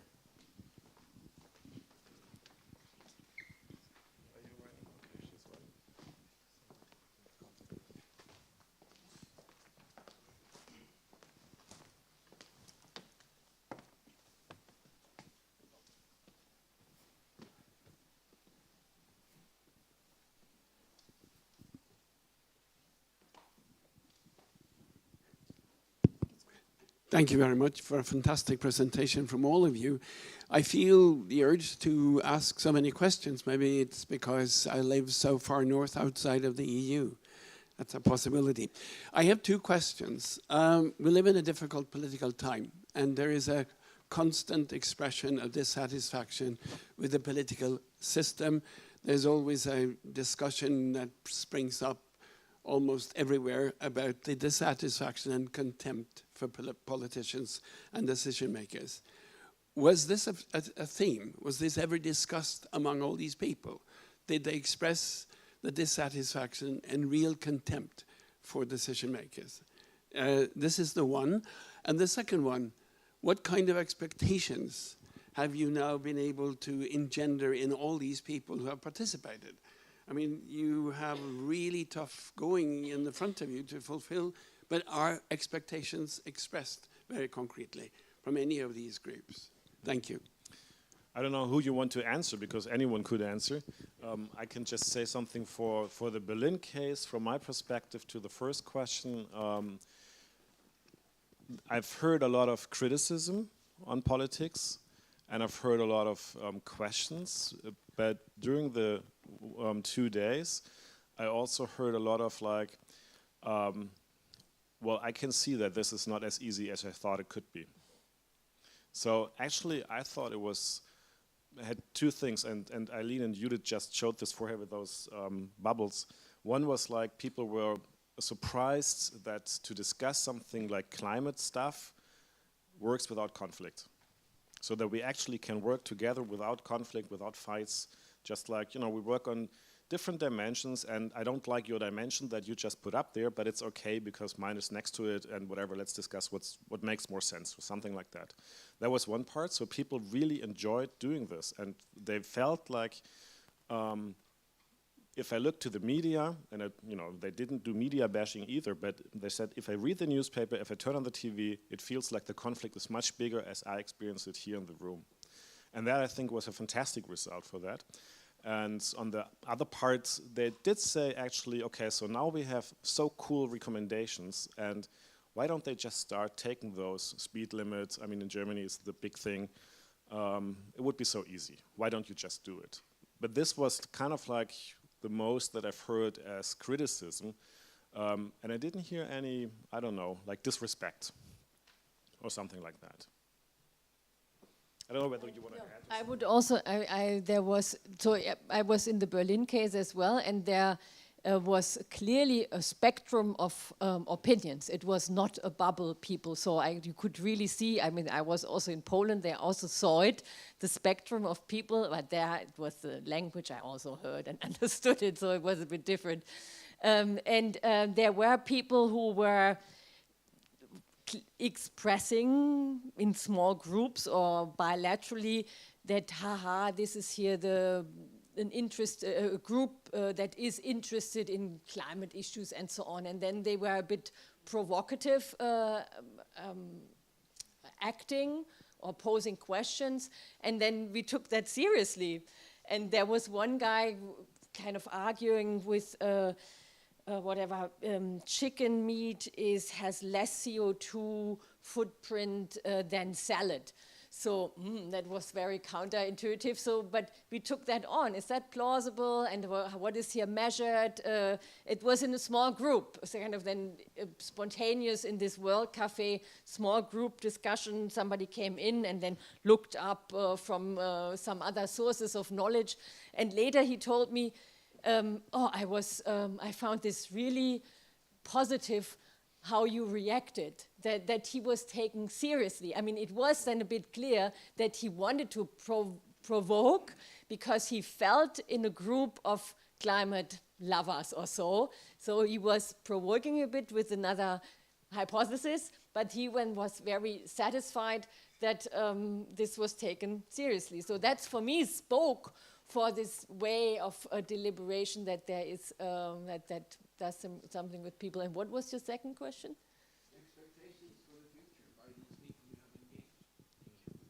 have engaged. I think they're quite different depending on the test case. I think they're different. I mean, you know, in some countries they delivered recommendations to policymakers, so there might be different expectations from participants to the process than, for example, in the German case where we explicitly stated that this will not happen, that that's not the part. And so I think this is a wider range of, it depends on the mandate that you clarify in the beginning. So this is what we work on and this is what you can expect. And I feel that like all test cases did this very explicitly in the beginning to really say like, okay, so don't have wrong expectations about that. And yeah, sure. I think you want to jump in on this question also? I just wanted to respond, if it's okay, on the question. I don't know how to stand here. On the question of politicians, if I understand well, you asking also about the people who were participants in the city, how did they express their contempt towards politicians? Okay. In Serbia, that was very much the case, in a sense that you could feel the distrust in the institutions because we were food labeling, you know, but it sometimes the discussion went into this kind of like, what is the control of the quality of the food, you know, who controls it? And you can see also in the recommendations that they insisted so much on the independent institutions or independent bodies. So there was a very clear, I mean, it wasn't like there was nobody pinpointed like a person among the politicians, but you can see very clearly that there is an agreement that the whole system is, at least in Serbia, it's maybe the most dominant understanding, that it's corrupted. Perhaps like intimately I would like to go into, you know, the economy, capitalism, but that was not the level of the discussion. But there was a very clear and very explicit skepticism towards the institutions and the system. Okay, so there were obviously differences, which is, you know, to be expected. Yeah.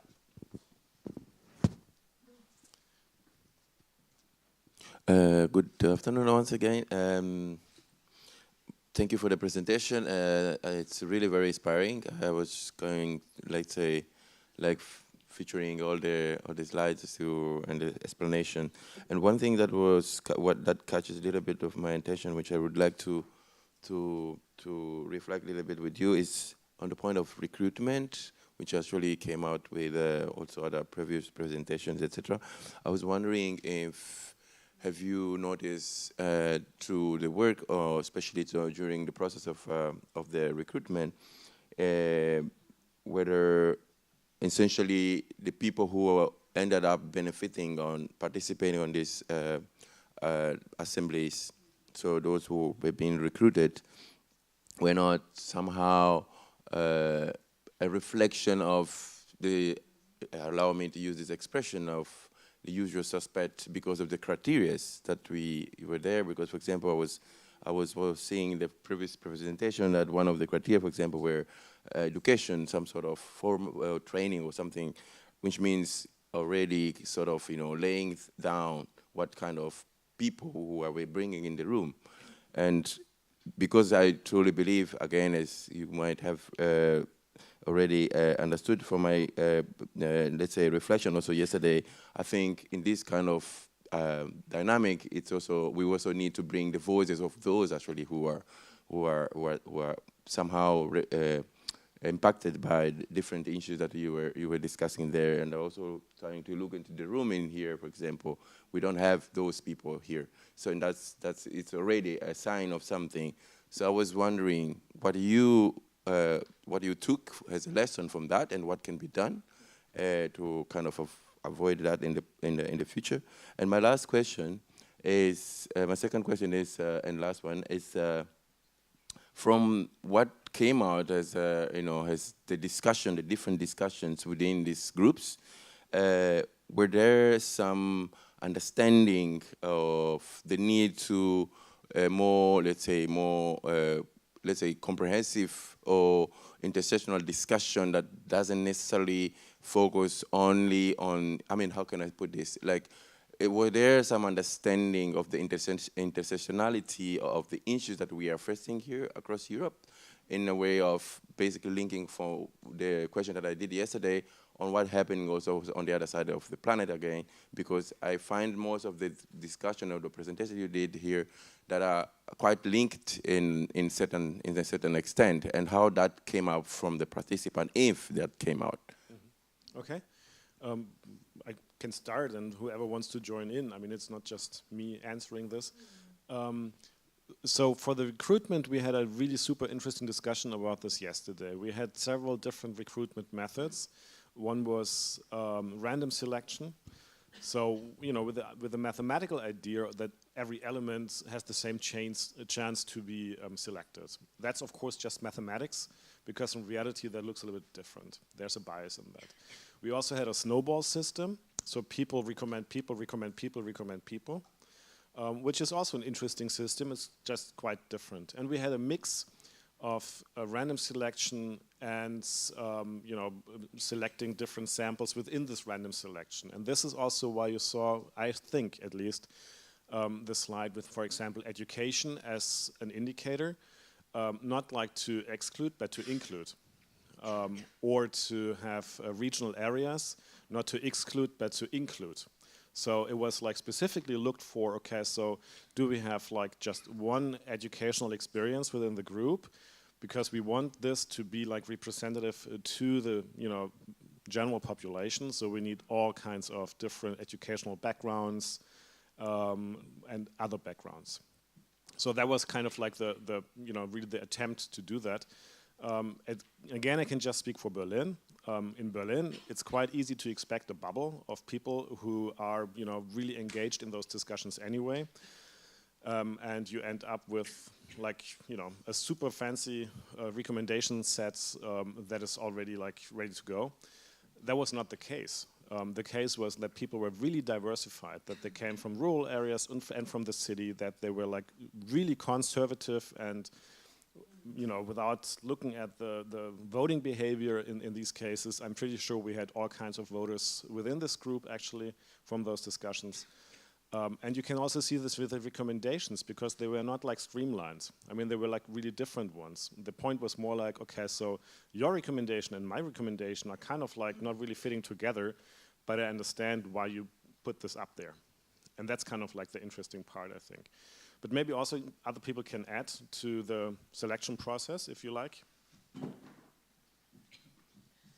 Yeah, I could also that I think looking across all the cases and the different recruitment methods, it is quite clear that with random selection and stratified by age and education, that is where you get the best mixed sample, while this open call remains in this, as you call, bubble. Even if the strongest efforts were done by WECF, where you really encourage to please ask in your family and so on. So that's you ended then up with kind of 50-50, but that's still, still kind of, if it's family, it could be far away. If it's friend, it will also be the related bubble. It's still the people in that same kind of thinking. So that's what we conclude. You have then other advantages. You could, for example, as we did in Denmark and Italy, we went for this for practical reasons, but we said, well, for a complicated topic, it makes sense you start with such a subset of interested citizens and NGO combinations, fair enough. So to break this down, to kind of prepare this, to prepare it in a way that you can then, in the second step, do this with a randomly selected citizen assembly. So that's kind of in a middle step. That's our conclusion about these interested citizens groups. Anybody else on Hilmi will want to react to that? Maybe you on your sample? No? Different question. Different question. Well, you had a second one. Can you just like, what is the second one again? Intersectionality. Do I need to repeat? The intersectionality and so on, right, exactly. I think that depends on the question that is being asked. For Berlin again, I would say like, or Berlin-Brandenburg we should start saying because it wasn't Berlin. So for Berlin-Brandenburg, I would say the question was very much on the individual behavior. How can I behave myself more or less climate friendly? Which was deliberately chosen to really make it, about yourself. Like, how can I do something different? And in the end, later on, we also started to discuss who should do something, politics, NGOs, whatever else, on what measures, who should act in your perspective. So I agree that, the global perspective wasn't really that much presented there or represented there in the arguments of the people. That's true. In our case, I think, because they thought a lot about their own behavior. In the discussions, of course, they brought those arguments in, but it wasn't like, a recommendation kind of like result for that. That's true. In regard to this audience, I think it's a bit different because it's a different, setup right now. But I understand the point.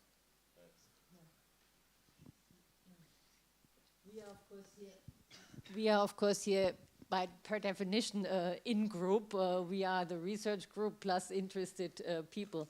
And I also wanted to say, no, I forgot what I wanted to say. The topic, this approach, this framing in Berlin, that people have to start, that you started deliberately from what's yourself, what prevents you to behave in a climate-friendly way.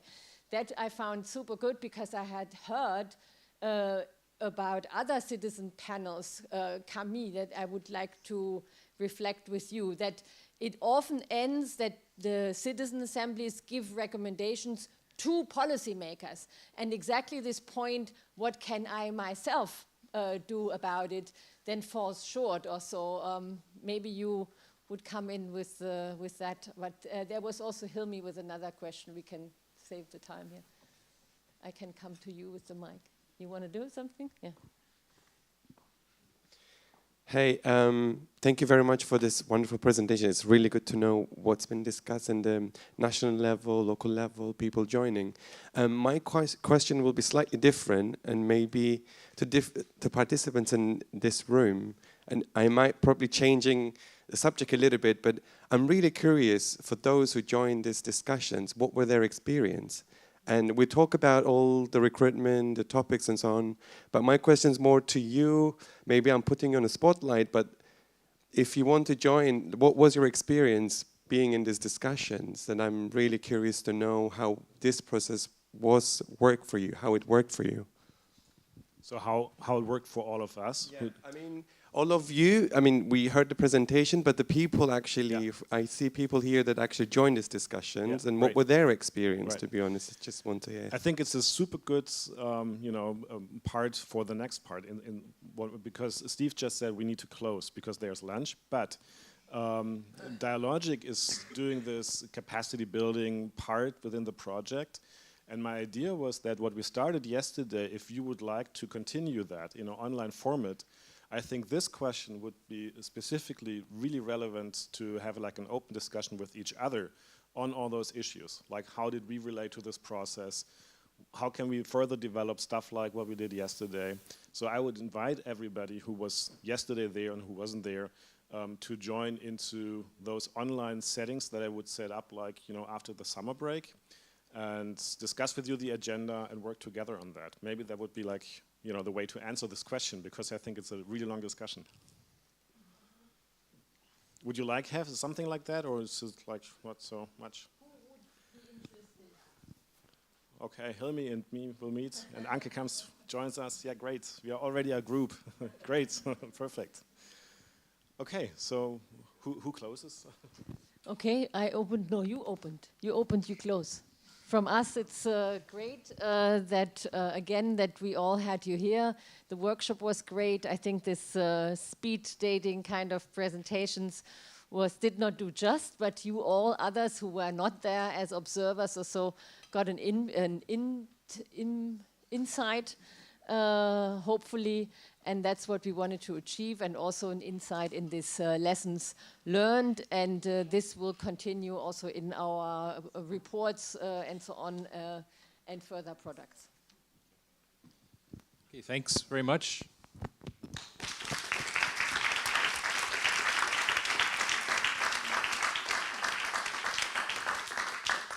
So this is indeed, the core of our project. So we really wanted to make sure that we had enough time for that, but our schedule has slipped by a half an hour. So we are now going to be returning in 1 hour from now. We have a 1 hour lunch break, so we will reconvene at 2 p.m. in this room. So enjoy your lunch and see you in an hour. It's in the same place outside in the atrium.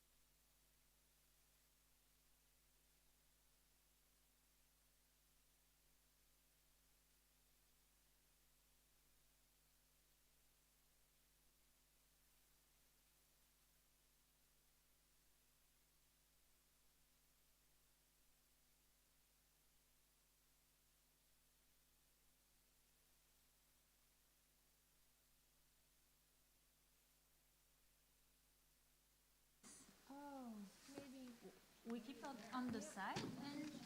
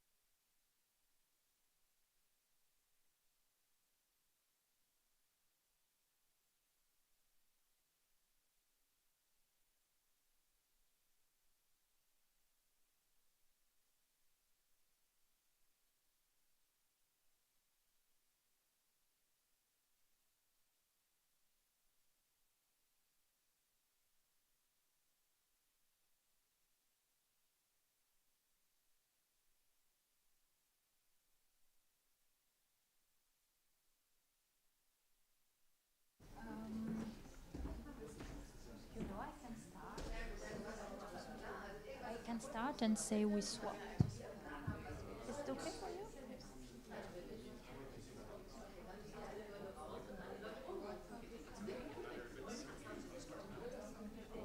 No, I will wait until people are there. You.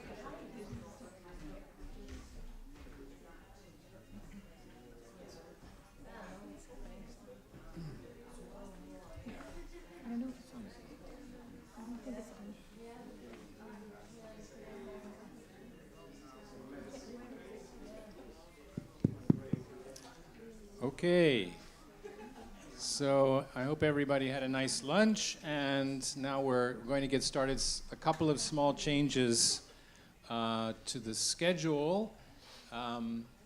So Carlo Jaeger had some problems getting here. He did arrive. He just arrived. I think we decided the best thing is let him collect himself a little bit. And so we will get back onto our original schedule, which means that from now we start with synthesizing qualitative deliberation with Elsa and Solène. And that's going to last until 3:30. Then we'll have a coffee break. Then we'll go to our, again, the regular schedule, the potential and limitations of online participation in the context of the European Green Deal, online deliberative practices, followed by our workshop, which we're going to do on the protocol, the guidance and toolkit. We're going to be breaking you into groups, so we hope that that's maybe going to energize you a little bit at the end of the day. Before then, we have the presentation by Carlo, which will be a half an hour. Right before we go to the dinner, we'll be walking together a little ways, about a 5-minute walk from here to a restaurant for our dinner. And so we will gather at 6:45 at the entrance to the building and walk together to the restaurant. So I think that's all I wanted to say from the housekeeping perspective. So I now give the floor to Solène and to Elsa. Thank you very much. Can you hear me? Yeah? Good afternoon, everyone. I hope you had a nice lunch. How was the food? Because we learned today that food is very important. So, yeah. Okay, great. So, energizing a bit, because after lunch we tend to get sleepy. So, I will ask you to stand up, please. Everybody, please stand up. Don't leave me alone. And may I ask you to write your signature with your hips, please. So I will show you. So please. Very good. Wow. Yeah. Great. I love it. You can jump.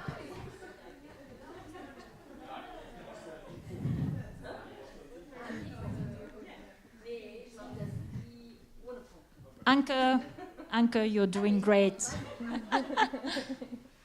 Oh, Sebastian, wow. Yeah, thank you so much. So now we'll start the presentation. So we will start with a presentation, but we will ask you for feedbacks and we'll do a little exercise afterwards. So thank you for being here. Yeah. So Elsa, please start. Yes, thank you very much. Yeah, it works, right? So thanks all for being here. We're pretty excited to present this. We will present something on the synthesis report, and that's, well, one of the more concluding tasks of the Real Deal project. Is it not on? Is it on? Oh, closer? Ooh, yeah, okay. Sorry. Yeah, so we will present. And we will not present the synthesis report because we're not there yet. So we will present some first observations with you. Yeah, it's still work in progress. So what we will do today is first, we will shortly describe the goal of the synthesis report. So what are we actually talking about? Then we will tell you a bit on how we did the evaluation of all the test cases that, well, were discussed in the session before the lunch. And then we will share some first observations, and we would also very much like your input to see, to pick all your brains and see what proposals you have, of what experiences you can share. So first, the goal of the synthesis report. Our goal is eventually to, well, as the word says, synthesize a lot of what has been happening in the project. And we started the project with 3 research questions, which I will shortly describe, so you know a bit what we were all, like in what sphere we're all doing this. So the first question, it's already been discussed a few times, so how can we overcome and resolve the potential conflict between, on the one hand, respecting planetary boundaries, and on the other hand, preserving openness and democratic values? So that's our first question. The second question is, how can we assure the representation of disadvantaged groups in society? And how can a fair and adequate integration of different and maybe sometimes conflicting positions be accomplished? And then we have the third question, which is more on vertical governance levels and how can we integrate the outcomes of these vertical governance levels in EU policy. Well, you don't have to remember all of this, but this is a bit the background of our project and also of our synthesis report. And then the goal of the synthesis report is eventually to increase our understanding about what works and what works not under which circumstances when we are talking about meaningful citizen participation and deliberation for the European Green Deal. That's why we're all here. And how we will do this. So we are making connections with a lot of other work that has been done in the Real Deal project. So the Real Deal project started more with literature-based studies on what are good criteria for meaningful citizen participation and deliberation, what are the formats that we will use, what are tools we will use. Well, that's everything we have been building on now for the last years. And then, of course, a synthesis report relies heavily on the evaluation of all the events that have just been presented before the lunch. And this synthesis report will be a crucial input for the protocol that, well, we already heard about and we will hear more about today as well.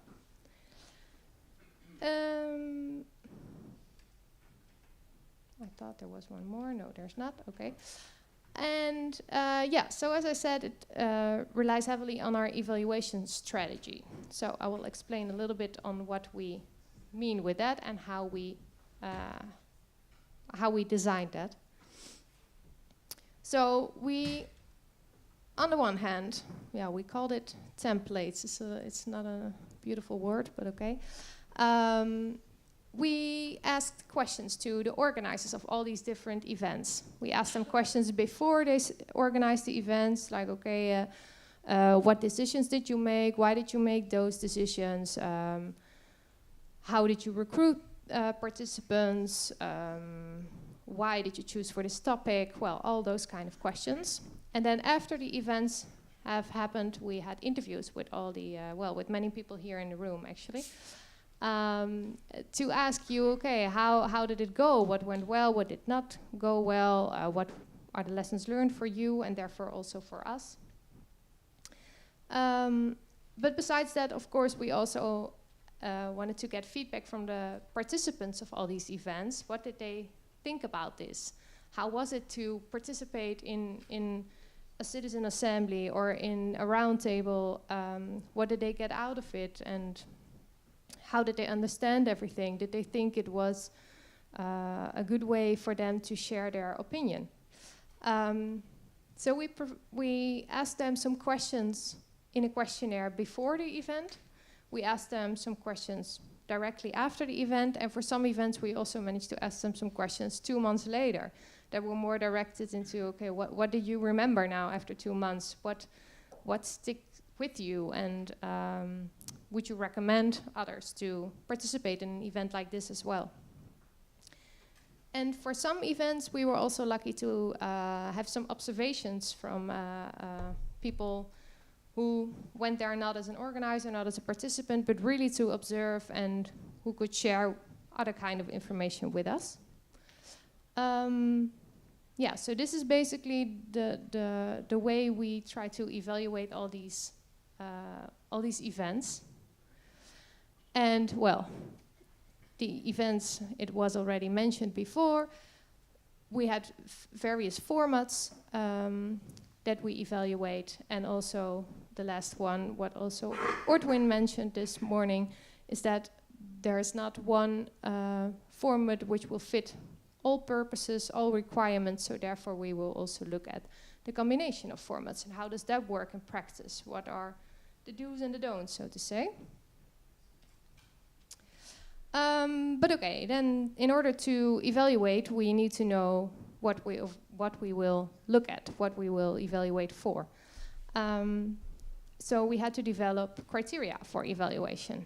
Well, and in the project, several studies were done, which also described some criteria for meaningful citizen participation, or described more criteria for the process of organizing such an event or more for the outcome. We also looked at criteria from the responsible research and innovation methods. Oh, yeah, it's not really a method, but and with WECF, Women Engaged for Common Future, we also looked at, okay, how can we integrate the gender factor in all these criteria? But then in the end, when we put all these criteria together, we had a really long list of a lot of criteria that we could not work with, obviously, because there were so many criteria, and yeah, we had to digest them and group them, and in the end we came to 15 criteria for evaluation. So in our evaluation we tried to look from these 15 criteria, okay, how does a focus group, for example, score on criteria A, B, and C? And how does this work for a citizen assembly? Does it work differently? In what way? So this is the slide with the criteria that we have digested from all the other criteria. It are quite broad wordings still, and some are somewhat alike. But well, we in our report we will describe in more detail than we will do now here what these criteria actually mean and what the difference is between these criteria, etc. Oh, I already clicked one further. I don't want to do that yet. So today we wanted to show some first observations with you. And as I already said, we didn't do the analysis yet because, well, the last event happened 3 days ago, so we are not done with our analysis yet. But we can share some first observations. And these are observations from Solène and me, who have been interviewing people, but also from other people who have been working with the data.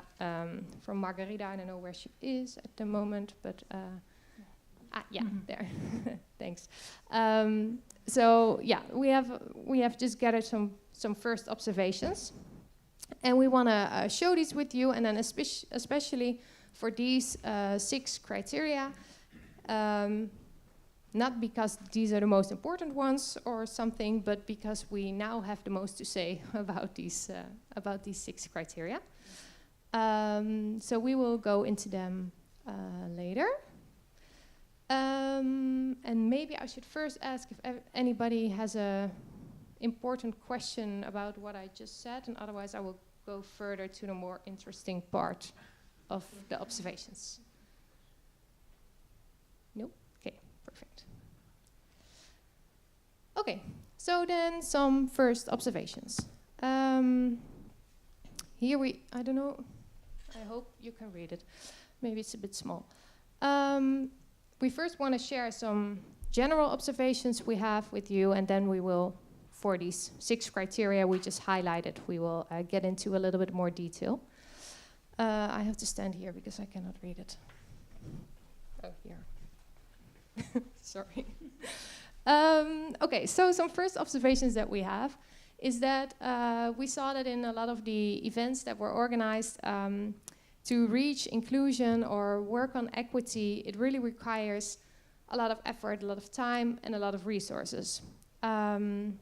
So in some events, well, we see now that there has been a high level of inclusion experienced by the participants, and in others maybe a little bit less.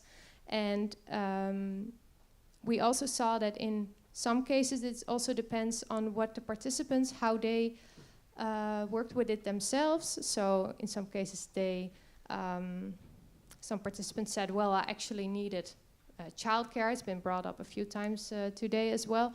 I actually needed childcare, but I managed to find somebody who could help me out so I could come in the end, either way.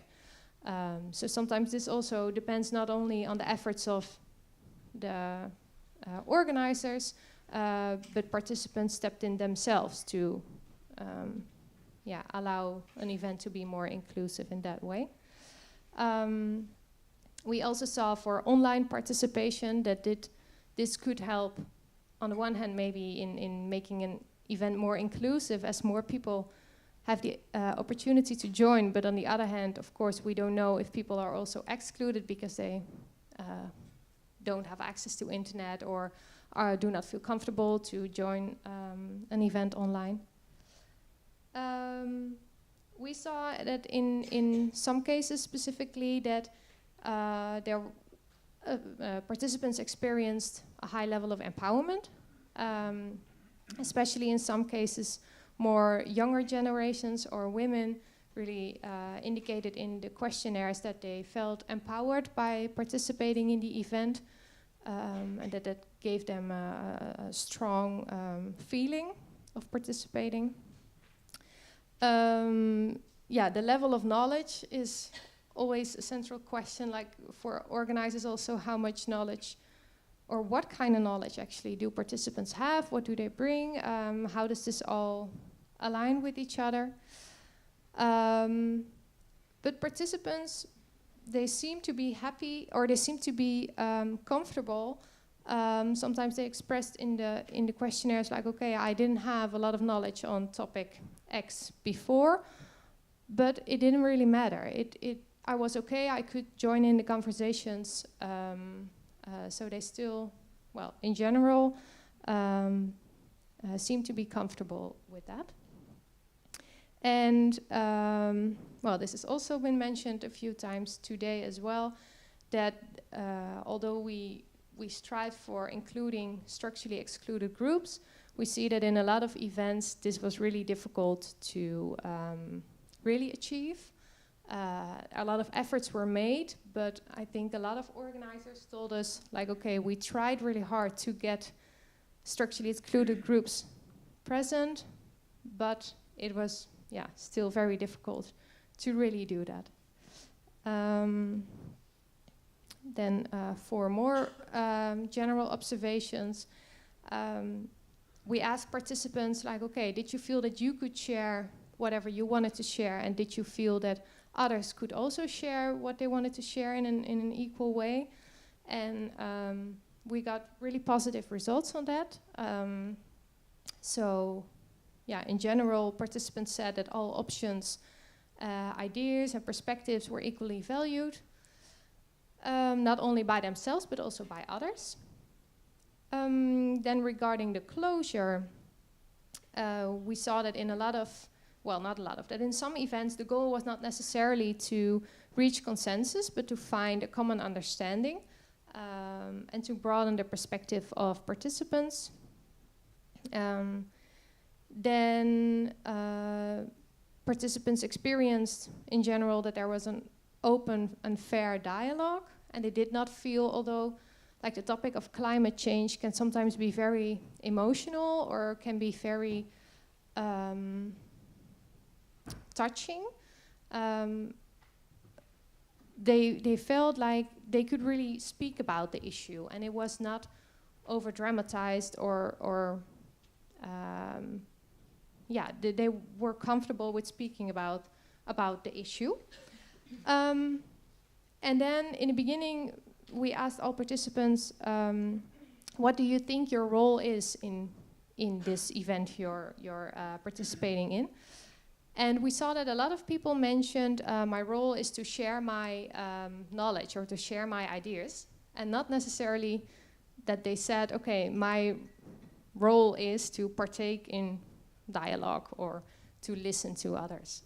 So this was also an interesting finding, I would say. Yeah, and then this is actually how we want to do it now. So we have these 6 criteria that we will go more in depth on, the one that were highlighted in purple. And what we wanted to do is that we, for example, we will start with the criteria equity. That we will first give a description of how we understand equity in the project, so more of a definition. That we then will present some first observations, like, okay, what stood out in a positive way and what stood out in a less positive way regarding this criteria. And then we would like to ask you a question. So for each of the criteria, we have a question of something that popped up during, well, while we discussed our first observations. So we want to ask you later on to find 1 or 2 neighbors. Maybe you have to switch some seats if you are not close to a neighbor. And we want to ask you to discuss the question we then have on the screen. We give you 5 minutes or so to discuss, and then we will ask 1 or 2 people, depending on the time, to share their insights. And we would also like to ask you to write it down, so we still have some time afterwards to work with all you have been working on. Unfortunately, we only have small post-its to write down, so you have to write small or use a lot of post-its, but I am sure you will manage. So then maybe we'll just start with the first. Instead of 6 criteria, we narrow down to 5 actually, because of time constraints. Yeah. So, not that you are afraid that. Yeah, you wanted to ask something? No. Okay. Yeah. Yeah. Yeah. Have you discussed the differences between equity and equality? So that's why you consciously have chosen equity. Yeah, and if you are okay with that, we will describe this in more detail in our report. But indeed, it is important that, there is a difference. And in the end, we chose only to go with equity and not equality.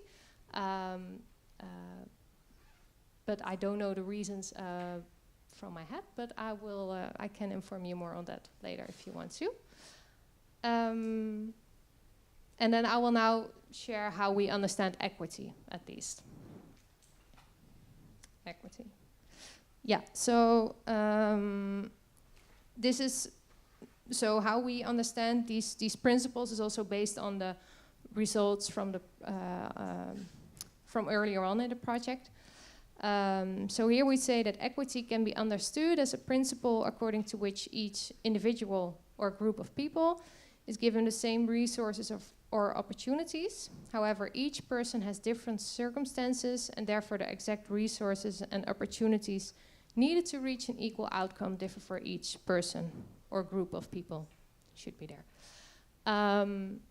So this is how we understand the principle equity, and this is also how we looked at all the results from the events when we looked at the principle equity. So what we then saw as first observations. So again, this is not a full analysis yet. This is just some first observations. So what we saw as first observations is that, we saw in some focus groups that online, and not only in focus groups actually, but also in other events, that online participation makes participation possible for certain people.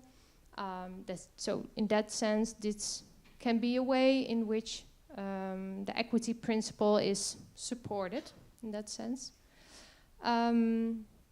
And we also had some deliberative events, and I now call them deliberative events that are more the events that not necessarily fit in one of the other boxes. So for example, the events that Jeffrey talked about this morning.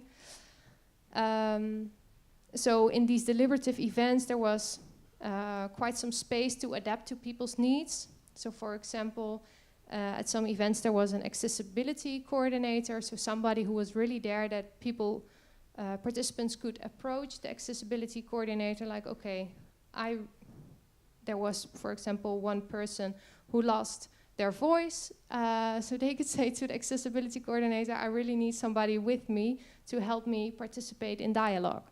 And because this had more, there was this accessibility coordinator purely there for these kinds of issues that gave the opportunity for this participant to be actively involved again. But then we also saw some, we call them now difficulties regarding equity. So some formats are really structured. For example, a Delphi panel. It's really structured how a Delphi panel is organized, what the various steps are in the Delphi panel, and therefore there might be less opportunity for people to indicate, okay, I might need more or less of this to be able to participate in a good way. And in some events, well, in most events, we had the same resources for everyone. So that also meant that in most cases there were no financial incentives, also not for people who might need it. Like for some people it might be okay to devote a day without financial incentive, but for other people this might be a real obstacle then for them to join. And the same counts for childcare or other care duties, that for some people this can really be a barrier of joining. Yeah, so, well, we already said it, so it requires adequate resources and also extra effort from organizers to really live up to this equity principle. Well, and now, as we mentioned, we would like to ask a question to you, because there are a lot of people here in the audience who have a lot of experience with organizing events, participating in events, researching events, or are just interested in it in any way. So we would very much like your opinions and your input as well.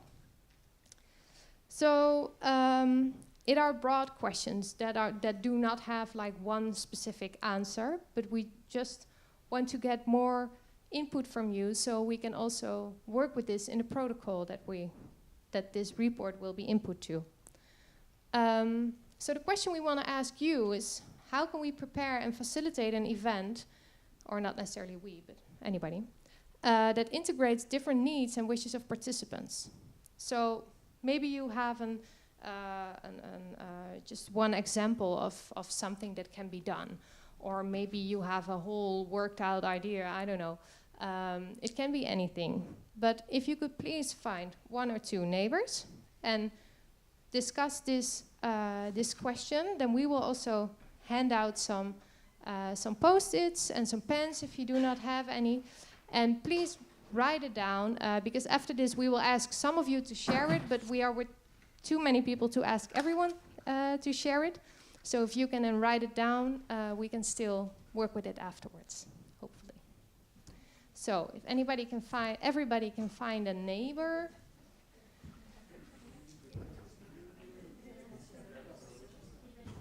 You can also be in a group of 3, you don't have to be in a group of 2.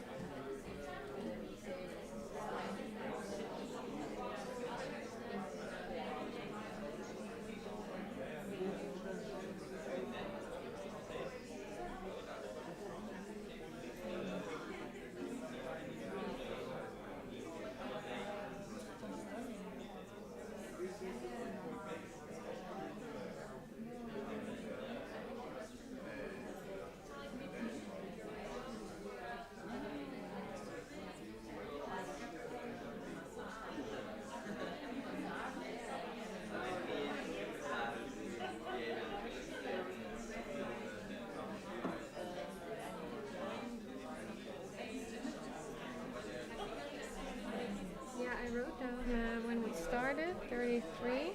Yeah. So we have 1 minute left. Do you want to pick it up now then? To collect the answers? Yeah, or do you want me to do it? For me, it's both fine. Finish the equity and then I will do the whole inclusion. And I think if we notice it's too much, maybe we can even. I'm wondering if we should not then skip one criteria. Yeah, and I'm thinking which one. I think policy making is important. Yeah, I think actually inclusion is the least interesting. Yeah, you think? Because this is also it's repeating, right? Yeah, and this one is really different. Okay. Yeah. So maybe we now go to interest of non-humans. Yeah. Yeah. I Because can just I think click it's also more unusual. That's why. Yeah. And then we have empowerment because this is also. Yeah, this is, do you want to do empowerment? What you want?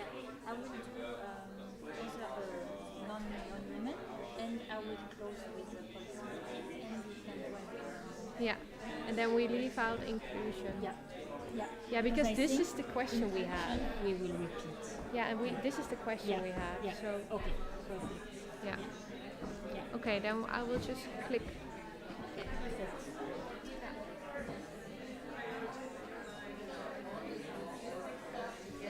Okay, shall we try it again? Maybe 1 minute left, we said? Yeah. 1 minute left? 1 minute left, so please finish your conversations. You didn't hear it?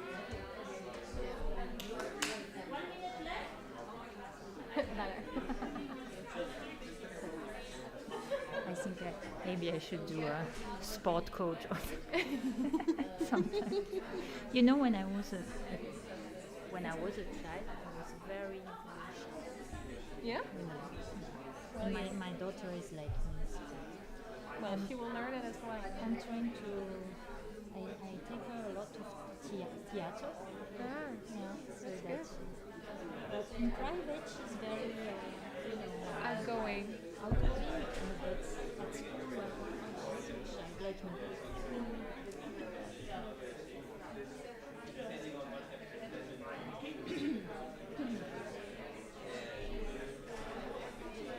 Could I please ask you all to finish your conversations?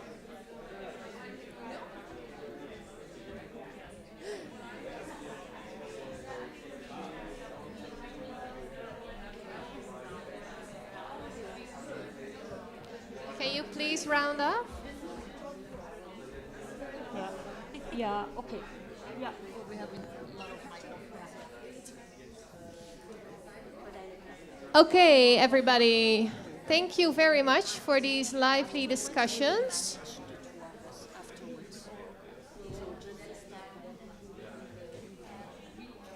Almost.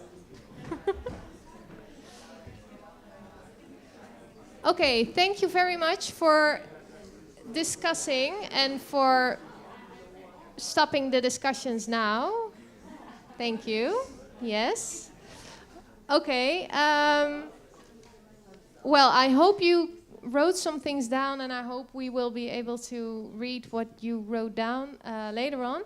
But we want to ask maybe two of your groups to share some of the things you discussed, to share, I don't know, some insights you had, or some practical recommendations, or anything you would like to share.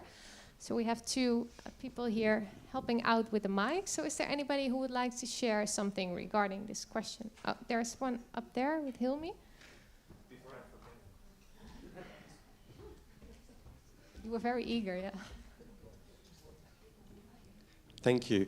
We realized the 5 minutes was too short, but I know we have time restrictions. But what we discussed is, because the system we have, it's, you know, the deliverables, the project aim is defined, and then when it comes to events, this, I don't know whether how much this topic of the event or the aim of the project or the objective of the event reflects the needs of the people that we want to include.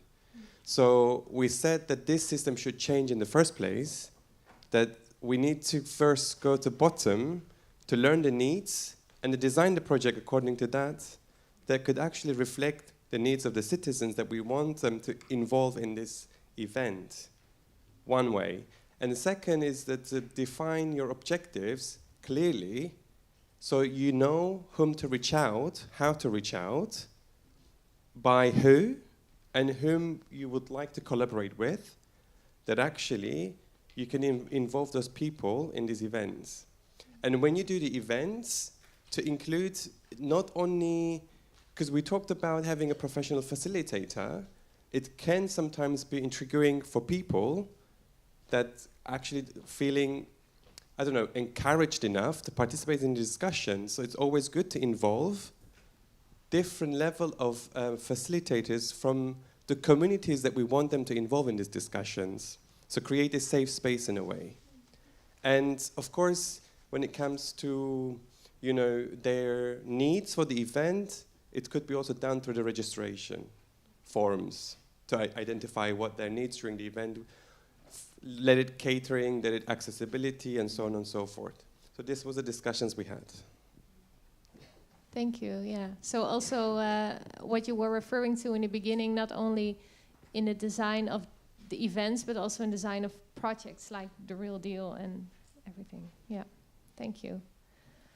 Is there anybody else who would like to share something regarding this? Oh, there's one over there.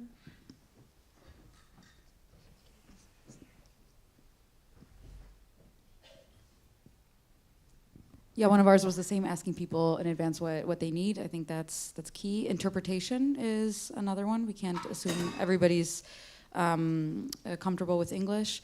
And then we also said introducing non-verbal forms of communication, like gamification, especially for like icebreakers or really just getting familiar with a topic and getting introduced to a topic. I saw in some of the examples in the presentations earlier, there was this like colored sticker method where you put like on a traffic light system, yellow, green or red, how comfortable or how agreeable you are with a certain proposal. So things like this, like, I think is easier for people to understand. Or there was like a Lego building one in one of the examples before. So I think like introducing just the non-verbal forms of communication, because people are not always comfortable with speaking up. And I think that's maybe also going to be more inclusive. Yes, thank you. Yeah. So not only as we are doing now with only asking people to speak, but indeed more ways. Okay, Inga, last one, and then we continue to.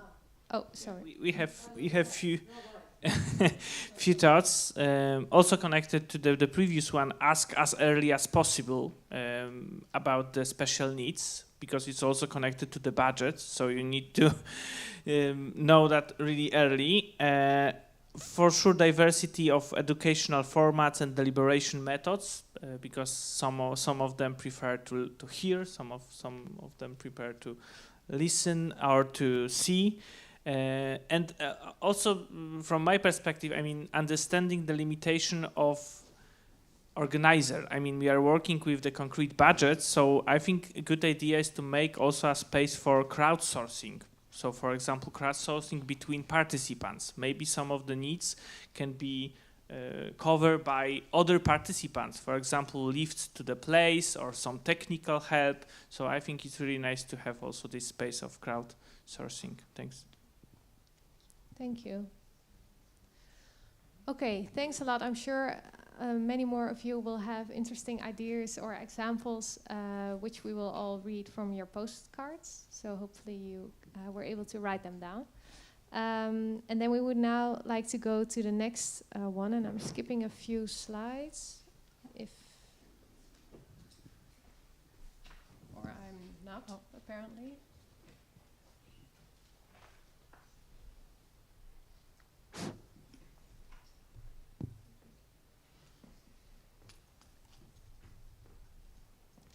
Okay. Yeah. One moment. Does it work? The click. Oh, is it working? Yeah.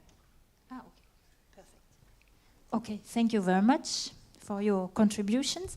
So the next criterion we want to discuss now is a very interesting one, an unusual one actually, and a bit underrepresented in our questionnaire. It's the interests of non-humans and future generation, future actors. So the common definition we have is it means the extent to which the value of non-human actors, for example, nature, and the value of future actors have been considered. And again, we had diverse results on the more positive aspects in terms of supporting interest of non-humans. Mostly it was clear that the interest of future generations were discussed. I would say in some events it was really clear. I mean, in Greece it was the topic. And in some deliberative event, but very few, there were some recommendation on the rights of nature, but very few. And the negative aspect or the limits, we found that the interest of non-humans, so the planet itself, the nature, were hardly discussed. So even if in our question when we ask, was it a question, was it addressed? Not at all. So mostly we saw that the view was very anthropocentric, so very human-focused. And people mostly discussed very short-term and current issues. But in some case, I think the Irish case, for example, the ecofeminism perspective was very central and brought very interesting result, because in the ecofeminist perspective, the planet is at the center. I mean, it's about caring about the planet and humans, of course, but also about the planet and nature. So this was really interesting. And the question we want to ask you now is what practical suggestion do you have to ensure that non-humans, I would say more non-humans because future generations were quite good represented, are represented in the event. So please focus on the non-humans, and what would be your suggestions, please? Yes, Inge? I have a question. Why do you use non-humans? Or the apps, yeah. What speaks against using nature? Because whenever I Yeah. like this whole story and I just participated in an event, and whenever I talk about it and I say non-humans, then people look at me like whether I talk about extraterrestrials. Okay, then we will say, can you hear me? Animals, plants, or the planet, or nature, it was also addressed also in the literature, etc. Also the absent in general, or the non-born, like yesterday it was also evoked. But we can, if for this session we can focus on nature, plants, animals, let's say. Okay, so now. Go ahead, and can you please again discuss with your neighbor about this question?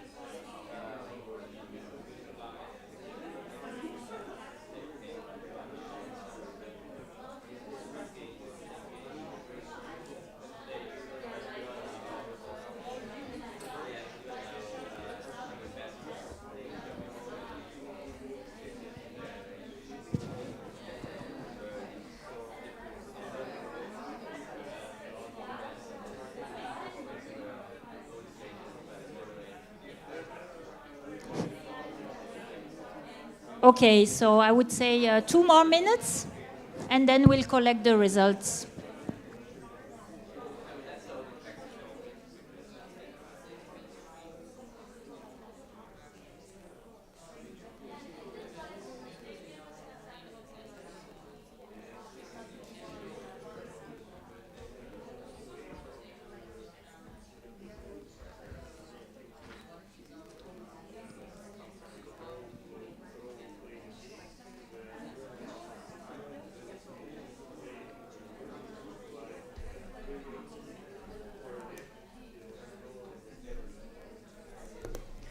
So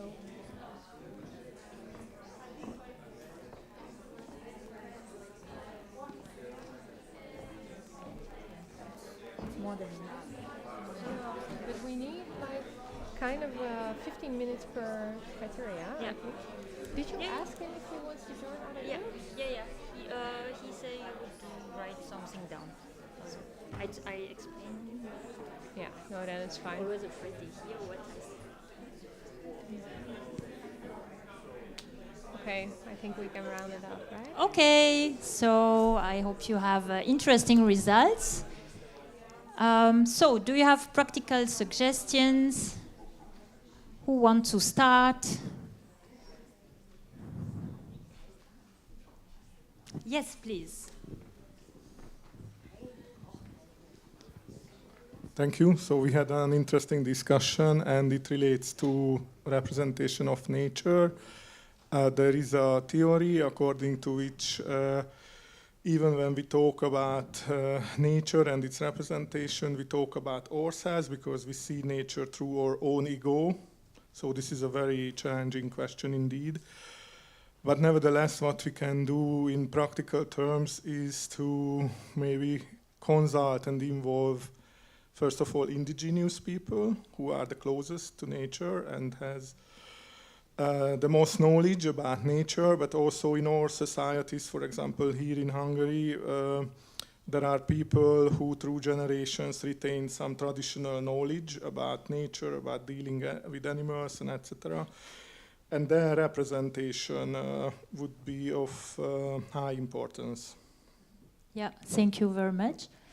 Does anybody of you have experience with including indigenous or traditional knowledge? Well, at CEU, it's part of the curricula that okay. we teach to students. Yeah. Okay, yeah. And I think what you said at the beginning, the ego, it's also very much in the ecofeminism perspective. So, yeah. Yes, of course. Okay. We can argue. Yes, Alessia, please. So we were discussing also how we can represent non-human or future human generations in the events.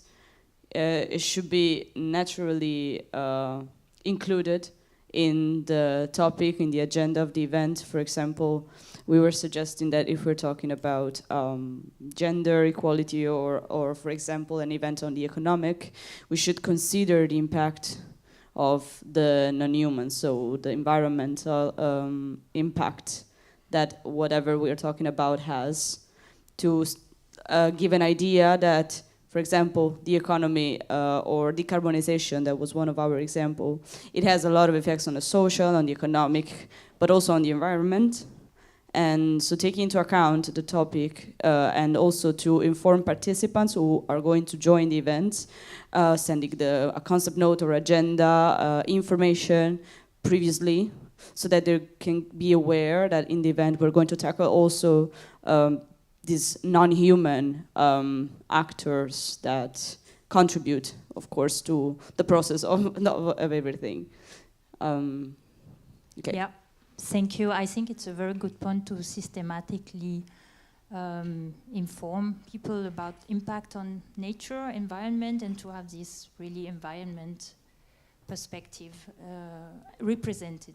So, since nature has no language, to find a language for nature. We are also in this discussion of using other methods than just language. Please. Yeah. So we we can advise some practical suggestions how to involve or represent the non-human agents in the event. So for any research, study, or event, we can involve people in a role-playing game. For example, if we are discussing ecology or climate problems, so we can suggest some participants to take the role, for example, river or tree or just nature itself. So I think it's the most easy way how to involve this problem here. Yeah, very good suggestion to embody nature, so to be a tree or an animal. Yeah, Anna, please. This is like exactly what we discussed, like dress as a tree or something, and there would be a topic on the agenda which directly affects nature, and then you cannot talk, and you just make them feel that how it is when you're actually affected by something and negatively affected, and you need to be silent. And that's how you make people feel that how it could be to be excluded from decisions which affect you. Yeah, very good suggestion. I also attend very interesting EU event about inclusion of AI, so artificial intelligence, to feel nature and to understand language of plants, and it was really impressive. You had, I think I take one last feedback. Please go ahead.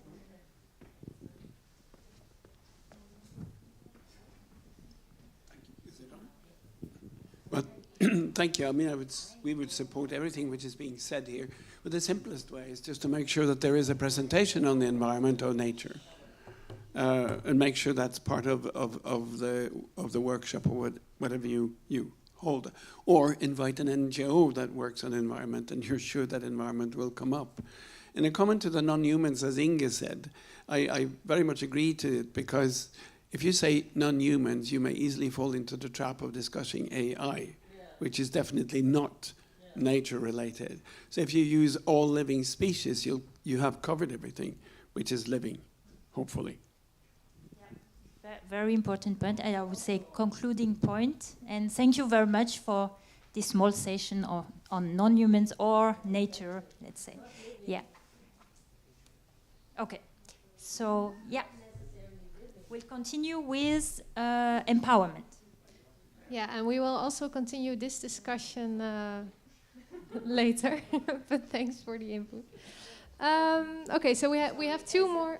I'm sorry, I forgot to ask you if you could please, because we will collect the post-it or whatever you are writing, to mention the criteria on the post-it or on your paper, because otherwise we'll get totally mixed up. Thank you.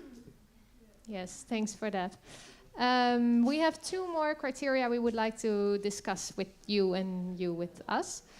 So the next one is empowerment. How we understand it is, again, quite some text.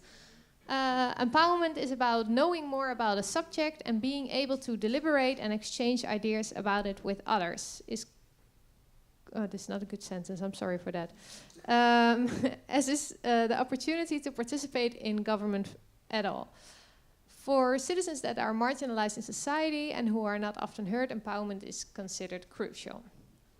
So empowerment is about having the space to participate, having the opportunity to participate, and to deliberate, exchange ideas with others. And for some, this might be more straightforward than it is for others.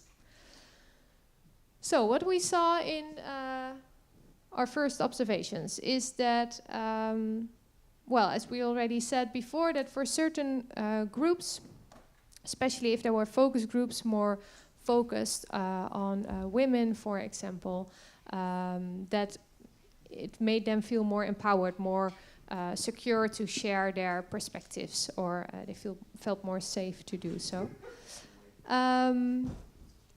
Sometimes expert presentations can empower or can make others feel empowered as well. In some questionnaires, participants said to us that because the experts gave presentations on the topic, they felt more empowered because they felt that they had a little bit more knowledge on the topic. So that made them feel more strong.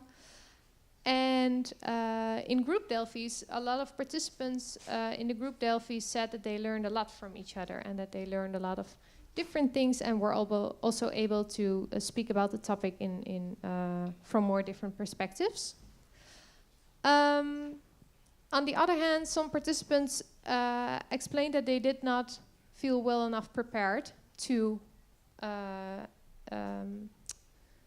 join in conversations, that they felt that others knew more, for example, and therefore did not feel secure to actively participate themselves. And well, this is also not everybody, even though sometimes knowledge or data on the topic, or in what sense, in webinars, in booklets, in whatever ways, in videos, is shared, not everybody will use it, of course.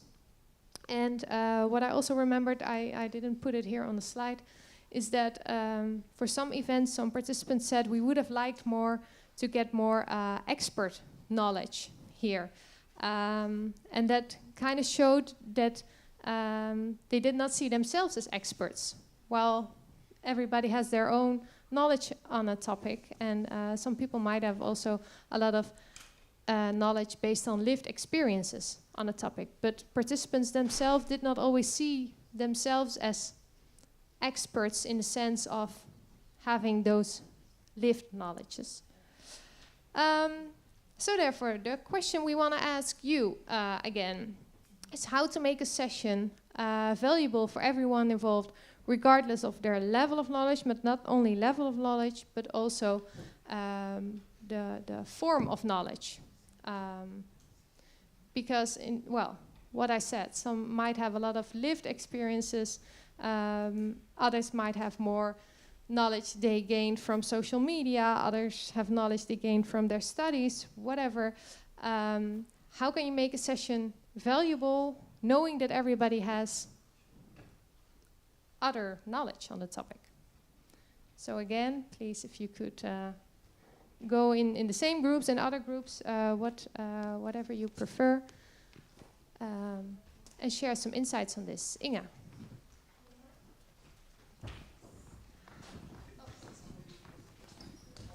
We have in our little team, we have always questions about the questions and questions about the definitions.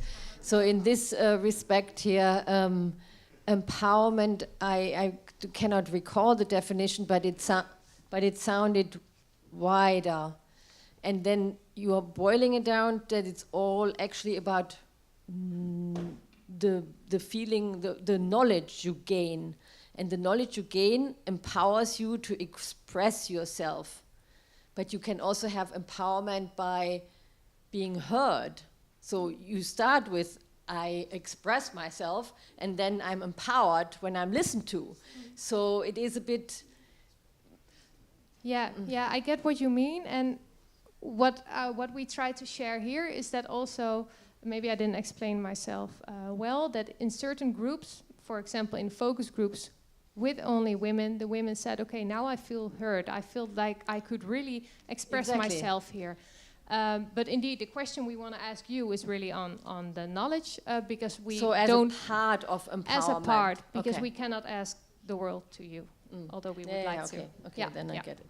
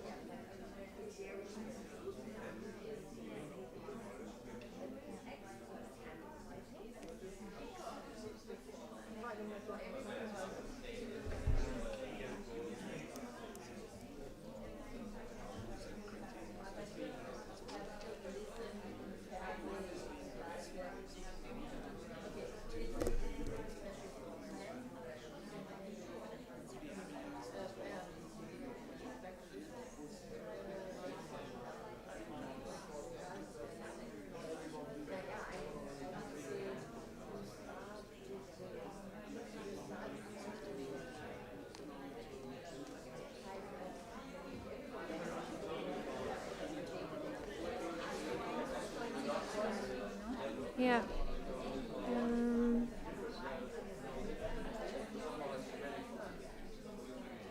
Yeah, it's quite weak. Yeah.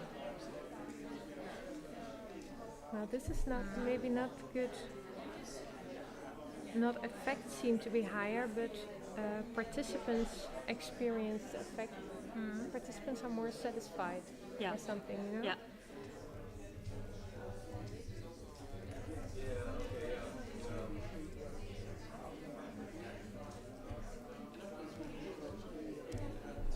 Because they get this acknowledgement, what in Poland they said yesterday. Yeah. Yeah.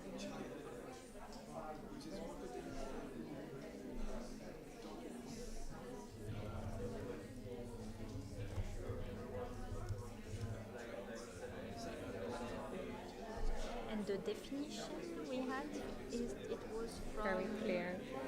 This is just what we made ourselves. We made ourselves from the but also we can always say from the literature. Yeah. Because we have this literature review. Yeah. Yeah. Yeah. I'm just thinking, like, did I tell you about what Rose told regarding this question? That Rose said, like, often participants come up with something, and it's not necessarily something policymakers can do something about. So sometimes it's a very broad topic, for example. Sometimes it's so small. Sometimes it's in a completely different language. Yeah. So how to make sure that it fits, that it. Yeah. That was with Rose, and I thought Okay. that was quite Okay. interesting. Yeah. Yeah, because this was a bit comment on Germany. Yeah. Also they did not develop recommendation, No. But I thought that was. So that okay. it, Yeah. That it really fits that policymaker can really take this up. and that the recommendations are not like major on global level, you know, when you're talking about the city or on. Or to granular level. Like that, I'm just going to start the presentation again because I now changed this. So.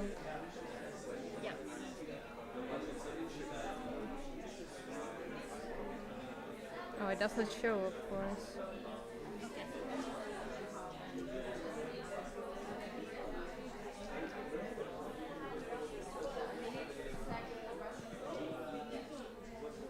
Yeah, I think now we have it. Yeah.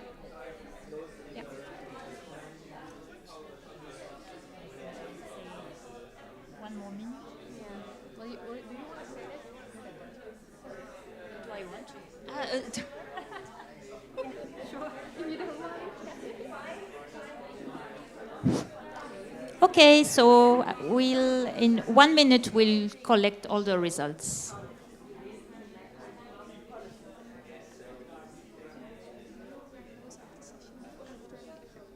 Yeah, of course. But I think this is the closing criteria. On the synthesis.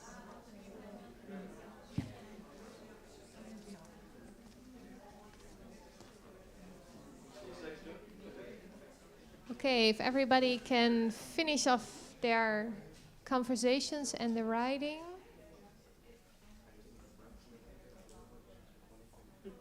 Also the group in the back, please. Okay, thanks a lot everybody again.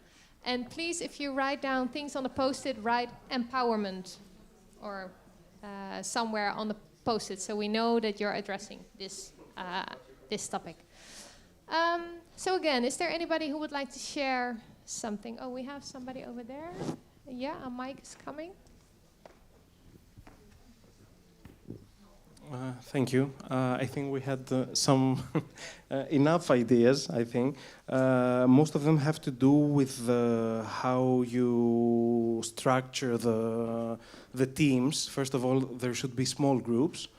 Also, you should include not only speaking, but also other forms of expression that someone could be able to express themselves better writing, let's say. So have different formats. Also, budget time for all participants of the group equally distributed, but maybe they don't use all the time. But for example, if there's a group of 10 people, let's say budget 10 minutes, one for each person, and they decide if they use it or not.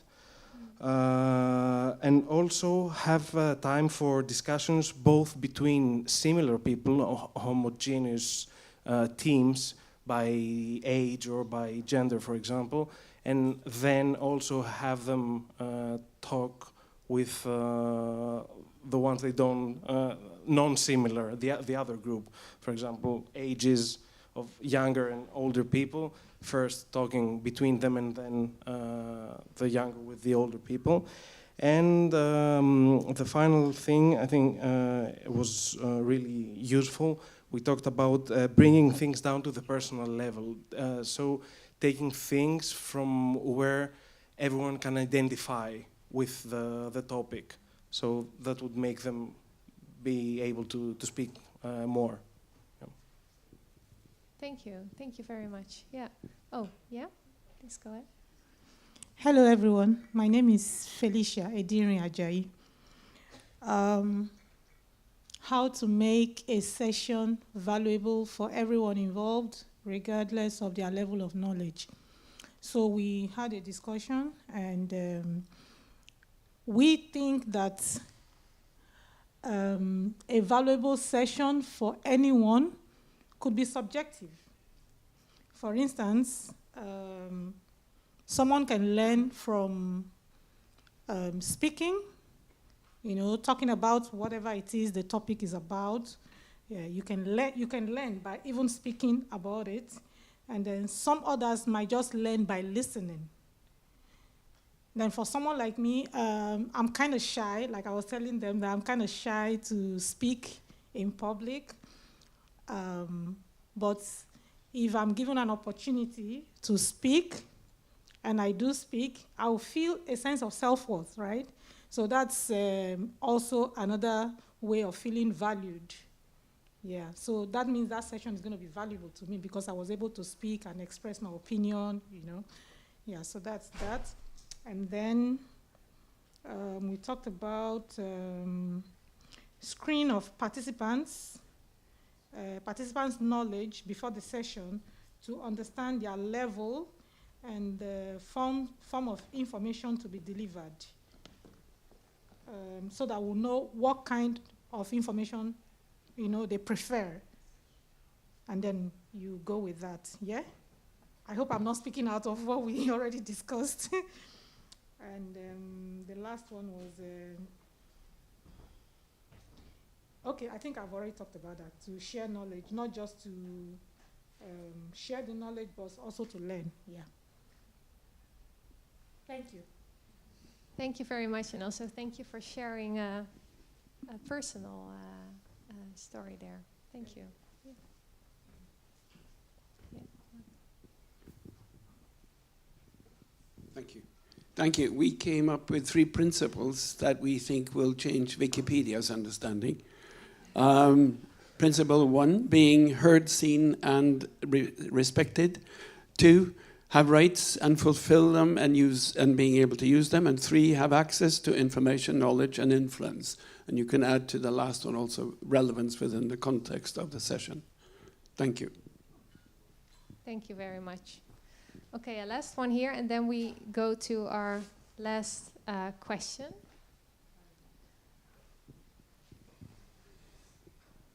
Hi, again. So we took this way.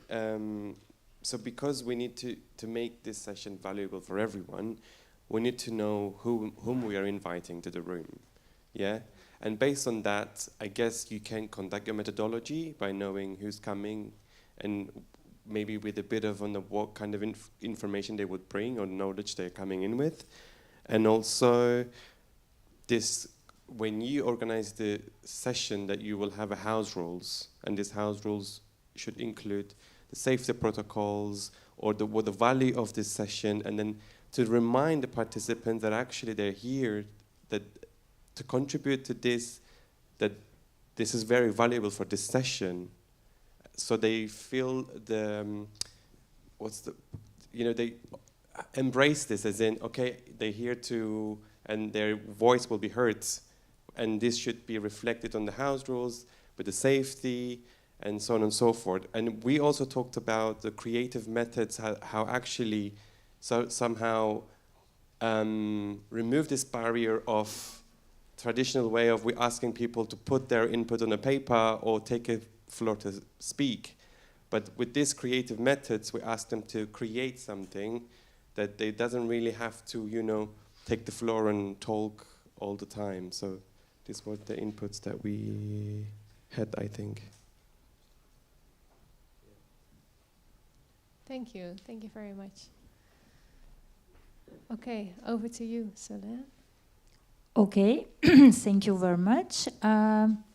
We'll move now, to our, last but not least, last criteria for today, because we'll also close this session on this policy-making aspect.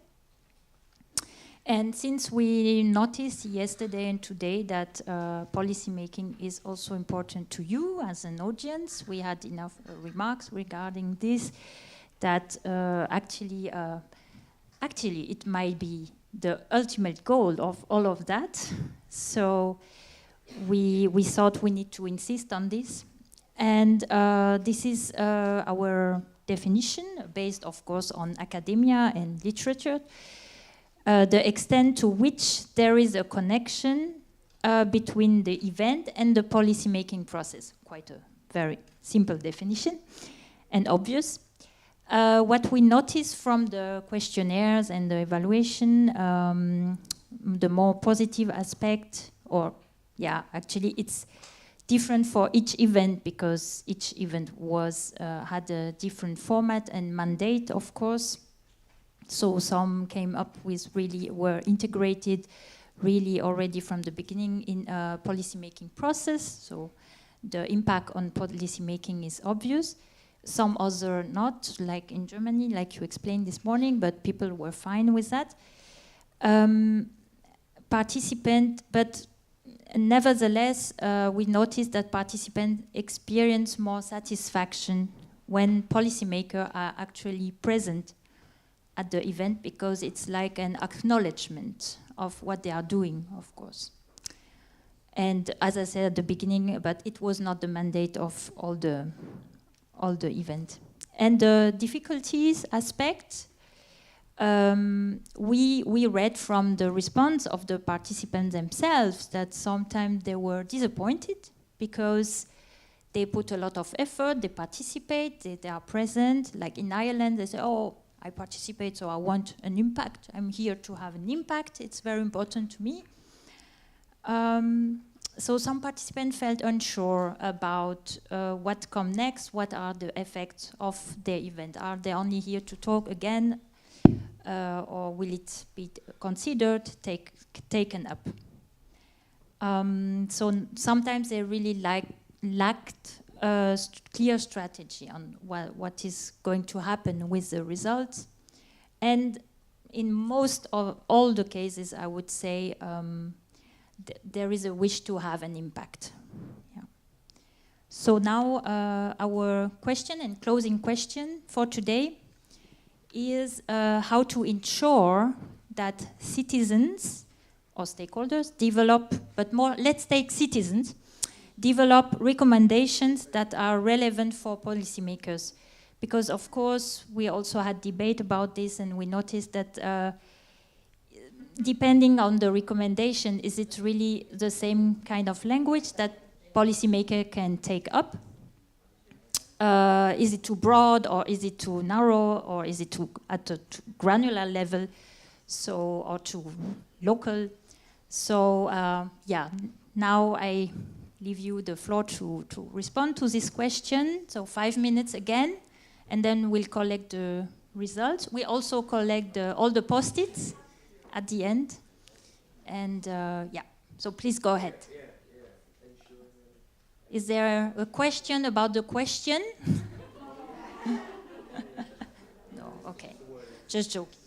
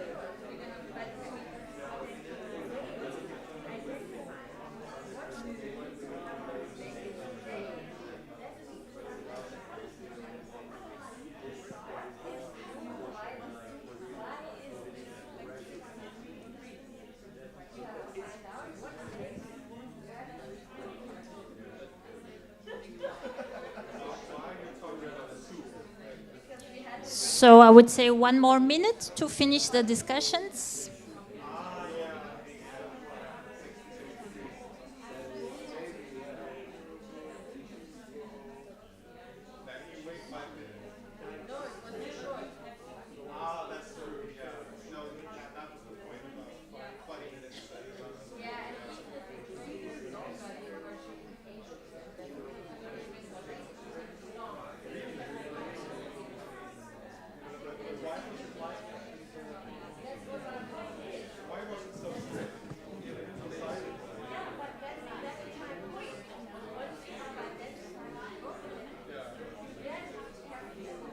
Okay, so let's start again because we just have a few minutes left before the coffee break. Coffee break, always important. Yeah. So, yeah, please, what are your suggestions? Yes, please. Hello? Yeah, thank you very much. It was for us a kind of difficult questions, also because policymakers is not one group. You have different policymakers with different interests, with different agendas. So what is relevant for one might be not relevant for the second, and might be misused actually against you by the third, because you open up, you tell your view, and the policymaker can adjust his actions according to that, because he might hear some trouble coming his direction. I think also what is very important to know before answering the question, is there a commitment? So if you have like a deliberation where, take it or leave it, or where you hope they find the time to read your paper, mostly they don't, is really a difference from having a situation where there's a kind of obligation of the policymaker to discuss it, where something can be presented in the plenary, etc. So therefore, it's not so easy to find one answer to the question. However, taking that aside, I think from my own experience, I have 15 years organized the United Nations Environment Assembly. I was the interface between civil society and all governments of the world. And I can tell you, input from citizens or civil society are most likely to be heard if they bring up something new, if they bring a point of view which policymakers have not taken into account, and where policymakers feel, we didn't think about that, and if good that we know it, because we might make a wrong decision, because we didn't think about that effect of our decision. So very important is also that you come up with recommendations which bring something new, a new perspective, or a perspective which has been forgotten to the table. But there's of course more. So these are just some spotlights from our short discussions. Thank you very much. So 3 aspects: misuse, binding, if it's binding or not, and the last aspect on innovation or bringing something new. Thank you very much. Do you have something to add about it? Inge, you were reacting. Yes, along these lines, what makes something relevant for policymakers? It can only be the problem, which was not considered before. Like the example in Hungary with this too hot soup. And that's too hot soup or too short break in schools. It was actually a picture book case of a multi-level situation. You are on the ground and you identify the problem, and only in such a setting, and then comes actually the need for a full-fledged policy analysis. Why is that so? Is that just a habit, or is it a rule? My guess was it was probably a hygiene rule or so, probably a national level rule. And that's why this was so smart, with their local level and then a national stakeholder roundtable, and in between then the policy work. But such a thing might be complex and you cannot do in a citizen assembly. Or maybe that would be also funny then to go really this step as well. Would be a nice test run. Pete, what do you say? Full-fledged policy analysis. Why is this soup hot? What? Sorry? What? What? Why is it? We haven't heard. No, it's okay. Okay. Okay. Okay, thank you very much. Very valid point. Other aspects, other Yes, please. Yeah, go ahead. Thanks. First, I would say would be like the simplifying the procedures, because most of the citizens don't understand the procedures. Like, it's a lot of legal explanation that they don't get it. And the second way could be also including of CSOs. I can give an example what my organization do. We are a network of 141 organizations, so we try our members, because they're like more in a local level, so they know the citizens' needs more than we do, so like they can explain to them how to develop the recommendations, also why it's important to take part in these recommendations, and then we can send those as a united network of 141 organizations, the recommendations, so it does give more power to what we are saying. Yeah, thank you very much for the also networking aspect, umbrella organization and multiplicators, etc. Yeah, and I think we will have to close. Maybe I take Alessia and then we'll oh, sorry. Okay, very brief. I can give the floor to who didn't speak. So yeah. Oh, yeah. But if it's short, it's okay. Okay, but it's very short. If you have a short. Okay. Just like short comment. This question is incredibly important because communicating in an effective manner and concisely and precisely is always good, like with the implementing side. But we also just need to be mindful that, like, we shouldn't let policymakers use this as an excuse not to act, that the recommendations are somehow fluffy or too precise. Like, we should exert ourselves in making these recommendations as good as possible, but we shouldn't let policymakers use it as an excuse either. So it goes both ways. And I think that's a very good conclusion. I'm sorry, we need to go to the coffee break. Sorry about the questions that haven't been addressed. I would take everything, but yeah, sorry, we are limited in time. Thank you so much for, thank you, Elsa, thank you, Cecile, who was taking notes, so thank you. And please, we need your post-its.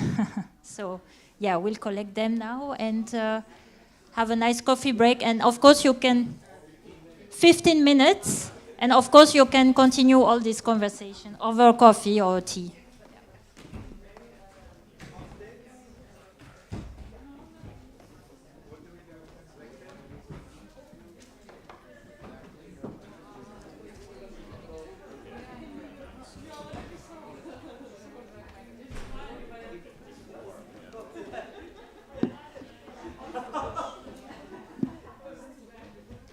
Okay, we will start promptly at 3:54. 15 minutes exactly. 3:54 in here, yes, in here.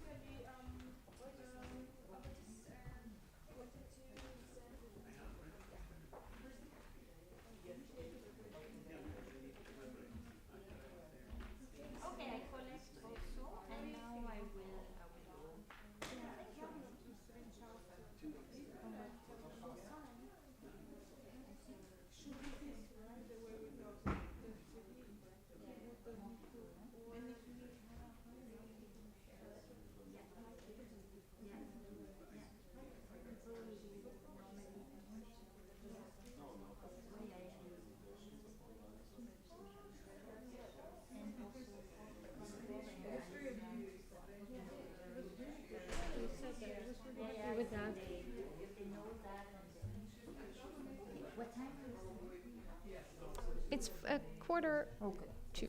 Maybe I can have a coffee. Oh yeah, good. But thank you so much. Yeah, it was very nice working with you. It was really nice. Yeah. It was good to see you again, finally.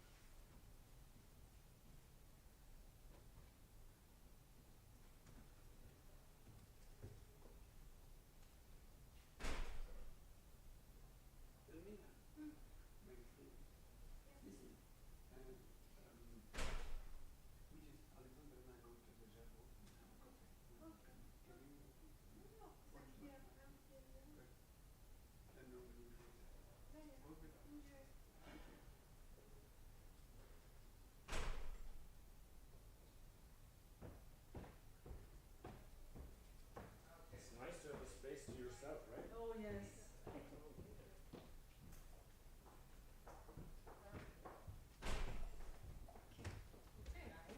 We have 3 participants. Yeah. Okay, I will be there in a minute. That's what they all say. Yeah. I trust that you will show up. Yeah, yeah.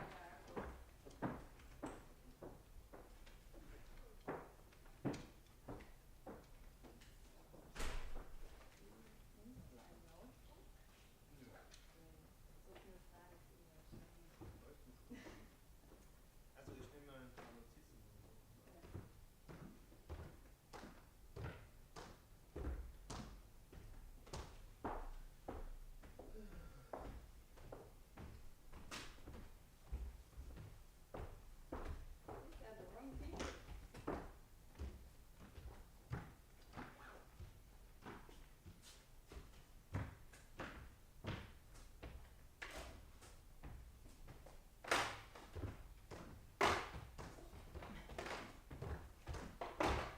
Und was war in der vorherigen Position? Was war in der vorherigen Position? Was war da vorher? Ja. War gut, oder? Okay. Aber gut. Okay, okay. Aber deshalb darf ich dann vielleicht. Before was quite long, so I think someone take a bit longer break. Okay. But I think they're gonna come back. Yeah, let's see, maybe people will come at 4. Yeah, maybe. Wait, let me check how this works. Do you also send a presentation? No, I will just Speak. I will just show some sites. Okay. I would like to put here. Schreib's jetzt like it's. Du hast alles aufgeschrieben. Yeah, it helps me. I have to write everything down and then it's in my head. I think this works too. So.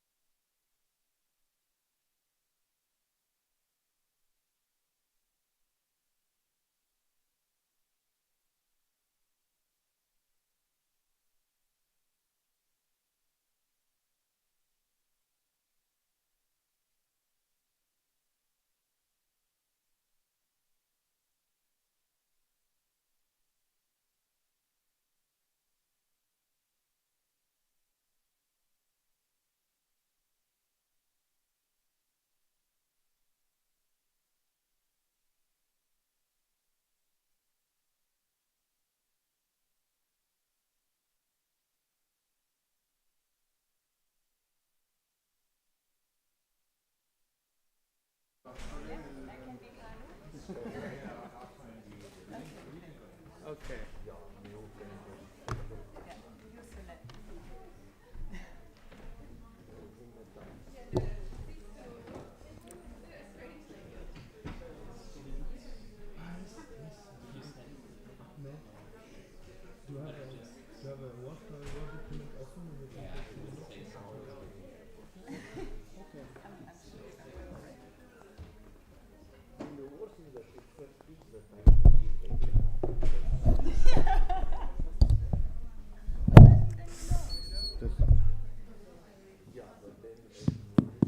Hello, can you hear me? Does it work?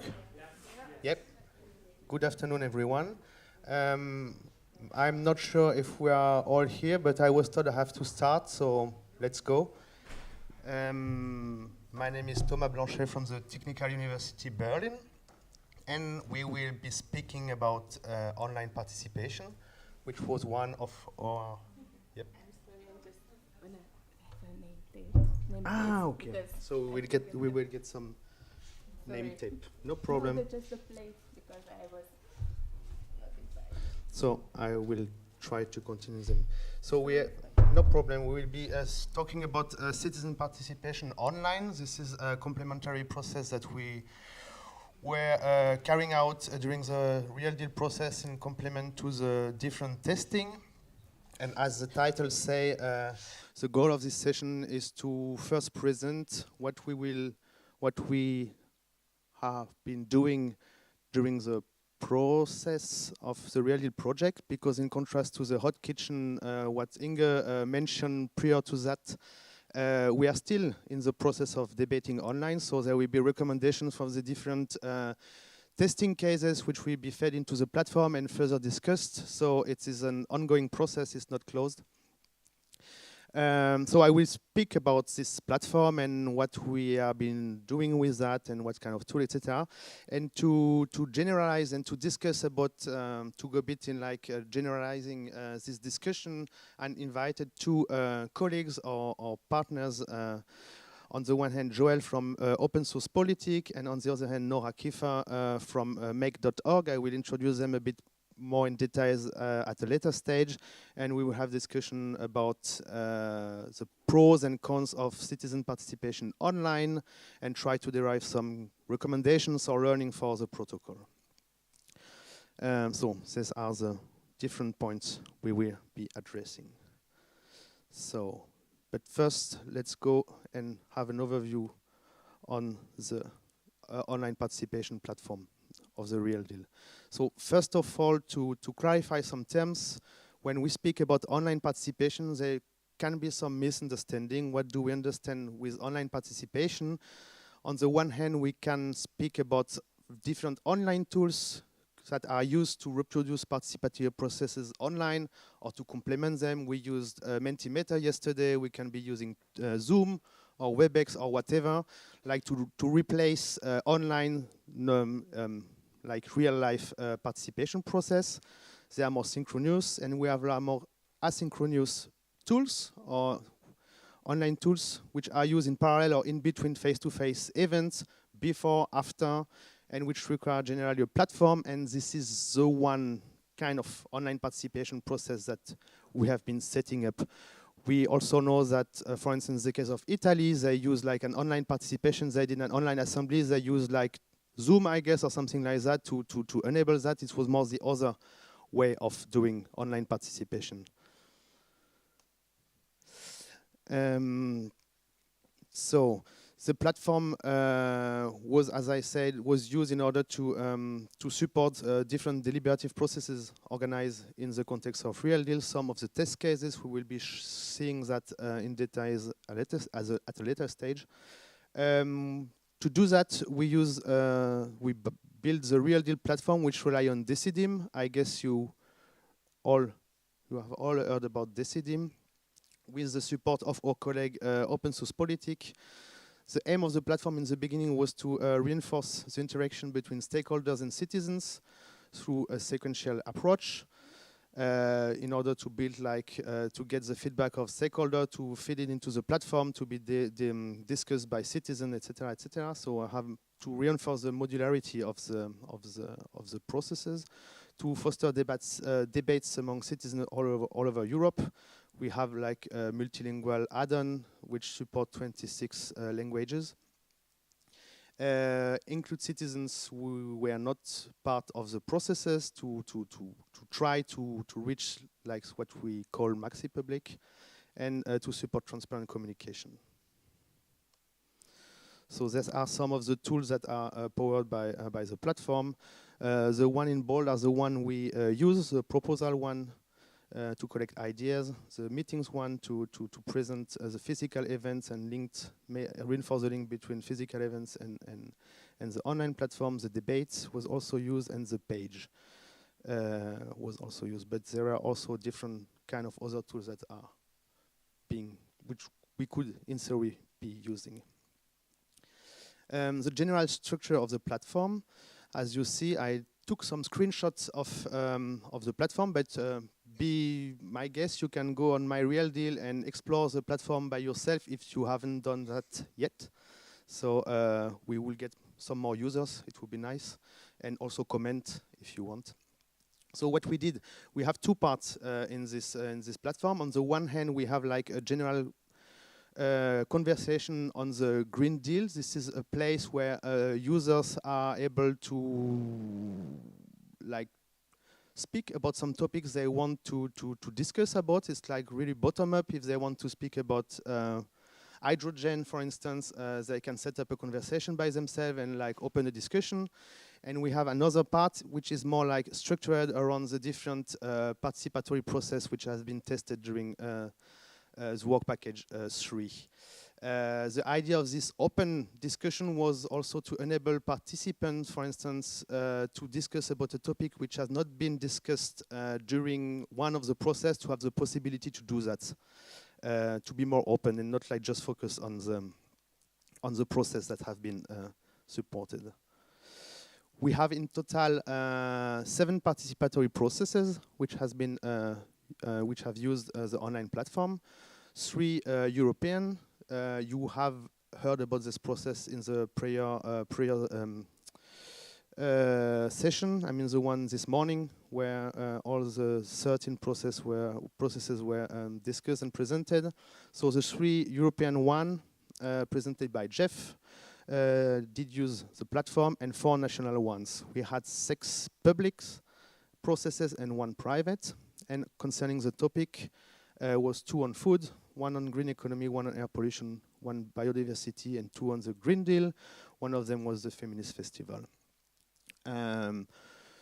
To avoid some question why the 7 process, it was more like basically people who were interested in using the platform get in touch with me and with Joel, and we set up together a design to integrate online tools within the processes.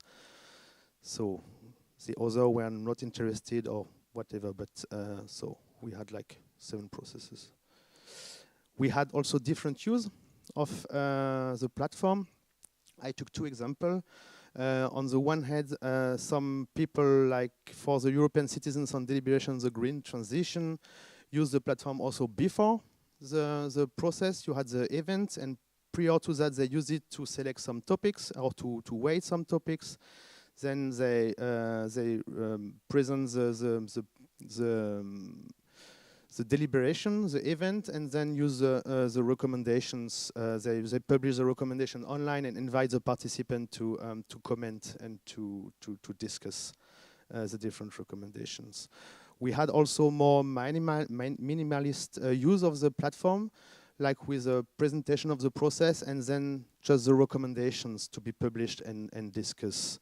So there was the possibility through the different modules to adapt based on the need what you wanted to do with it.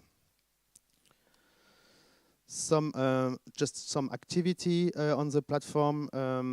We reached like almost 400 users. We had like 66 proposals and 287 contributions on the platform, like especially votes, which is a big, I mean, this is like the less difficult to do. You don't need to write, you just have to wait and to make a click. So it makes sense that this is the most used way of contributing, but still I think there's 66 proposals and discussions.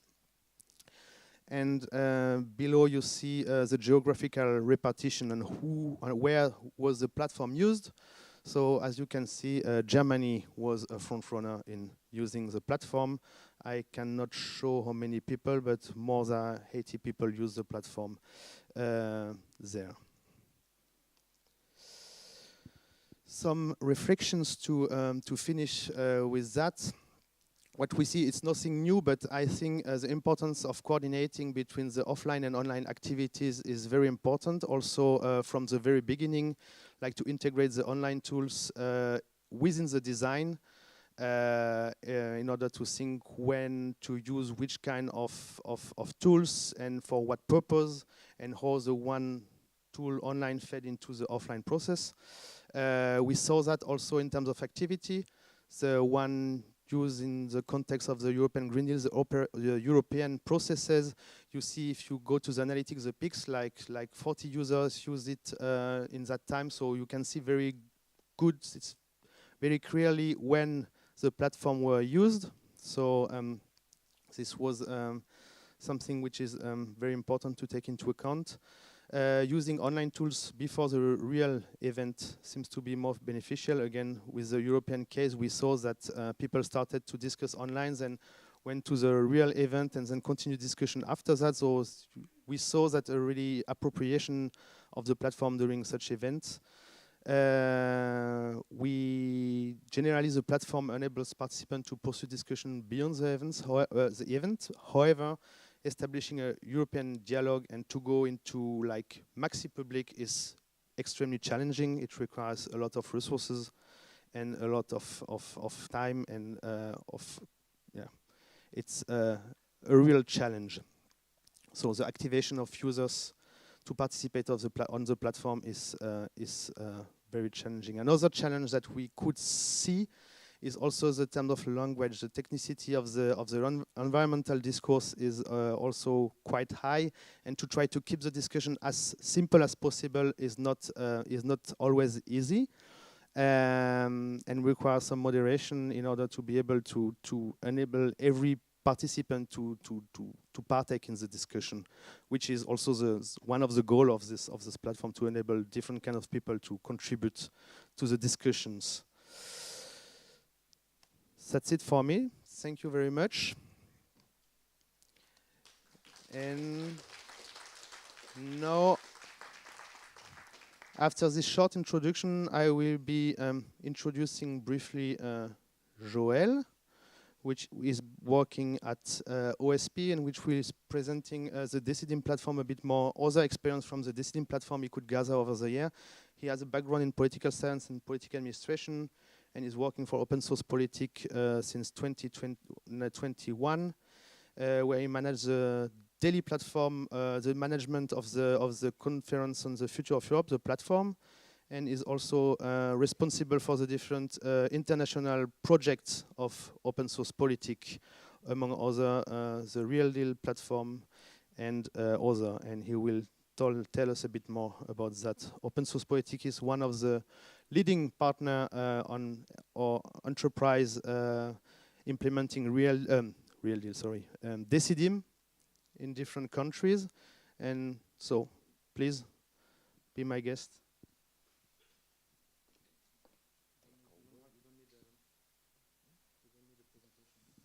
No, but I will share like some websites.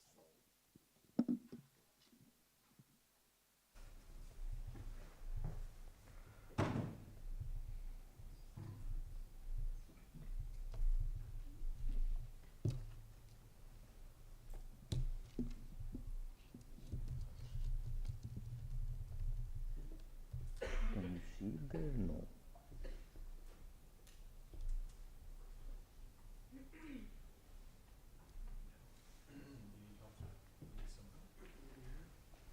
Yeah, how can I share like just the browser, you know? It shows, oh wait, maybe in private? I don't really know. Yeah, can I? Didn't you already send your your No, presentation in I have no advance? presentation. I told her I want just to browse a internet. bit. Oh, I don't know. But I mean, it says that in private, so maybe if I close this. To leave Nora first and. Yeah, why don't you do Yeah, that? And maybe. I can Or find out if they can do it.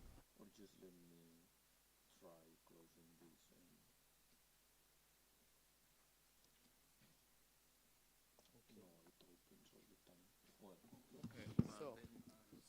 Okay, so we will switch because of technical problems. We will have the speech of Nora Kiefer first. Nora is working at make.org. She has a background in economic psychology, peace building, and political sciences. He's an expert in participatory processes, and at make.org, she's working for the platform. Like, they use 3 different kinds of platform: one dialogue platform, one consultation platform, and one new platform using artificial intelligence. I'm curious to see what it is. And they have another kind of model that we use for Decidim, so more based on mass participation and trying to reach a broad range of people through also engagement strategies and data analytics. So this is the reason why I invite her as well, is like to have different kinds of models, how we can design online participation. And please, Nora, you can start then.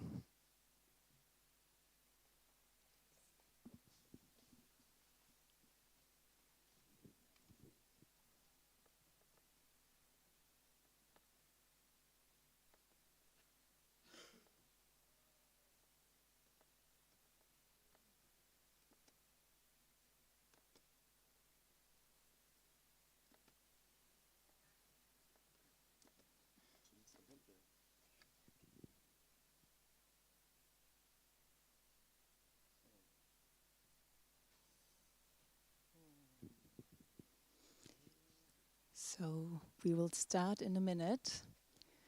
Perfect. I hope you all can see the presentation. And thank you very much, Thomas, for the warm welcome. My name is Nora Kiefer, and I work as a project lead and an engagement expert for the civic tech organization make.org. We are located in Brussels and Paris, and I'm from Berlin.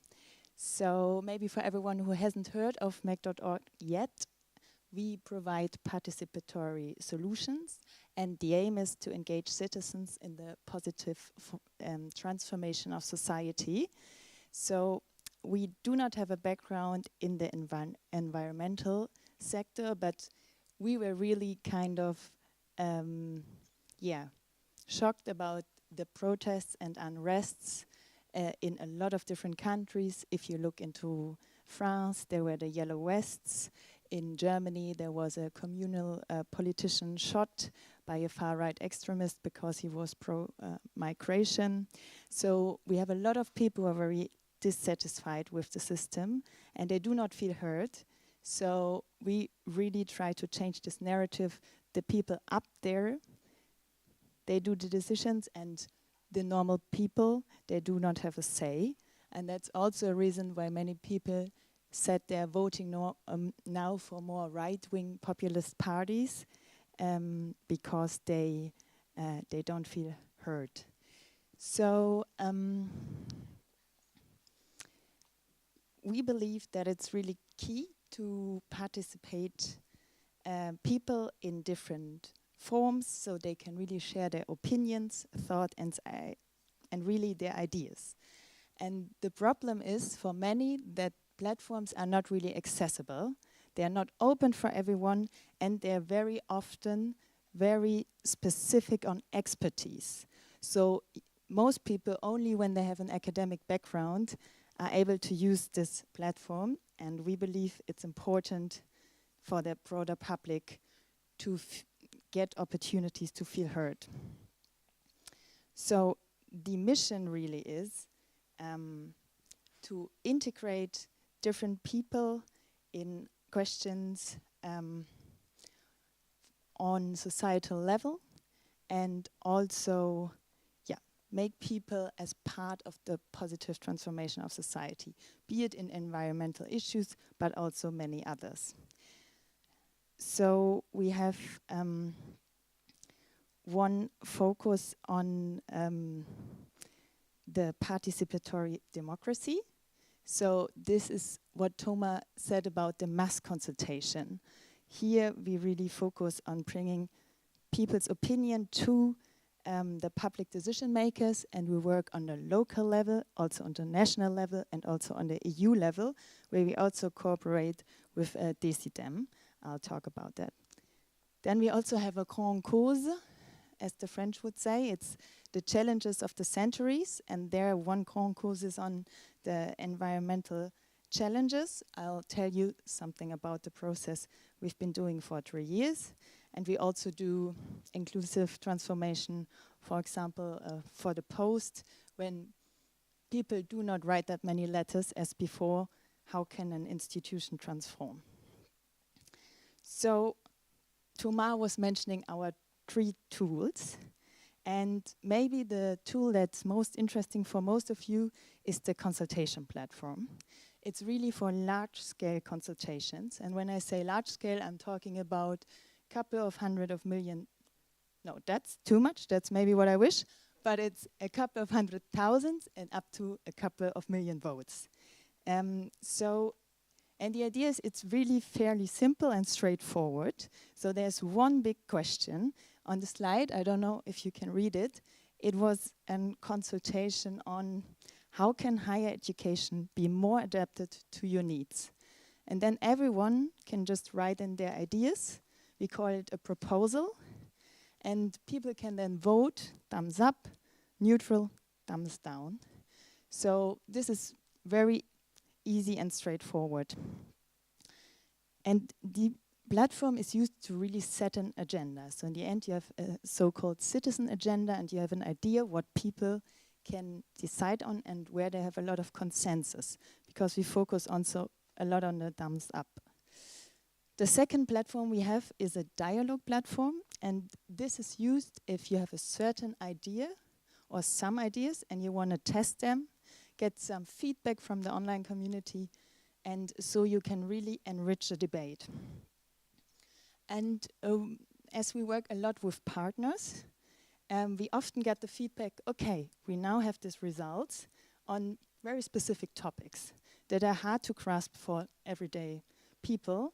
So how can we make them easy to understand? And that's why we programmed called Panoramic. And I call it, you can maybe imagine this as a safe chat GPT. So you can inform yourself on a topic. For example, the council in Paris is using it. So people in Paris can inform themselves on the debates, on a language that is interesting or understandable, and also the topics that are interesting for them. And if you look into the future, tools like Panoramic can be interesting to really communicate something complex as the real deal or environmental issues for everyone to understand on a level and on an interaction with a chatbot that everyone can use regardless their education, their age, or their political opinion. So, as I explained, we aim to really include the broad public with massive and diverse participation. And therefore, really crucial is the easy access. So it's really easy to vote, and our voting sequences are in kind of designed to maximize participation. So really to reach a lot of people and get a lot of words. And over the years, we built an expertise in acquiring participants.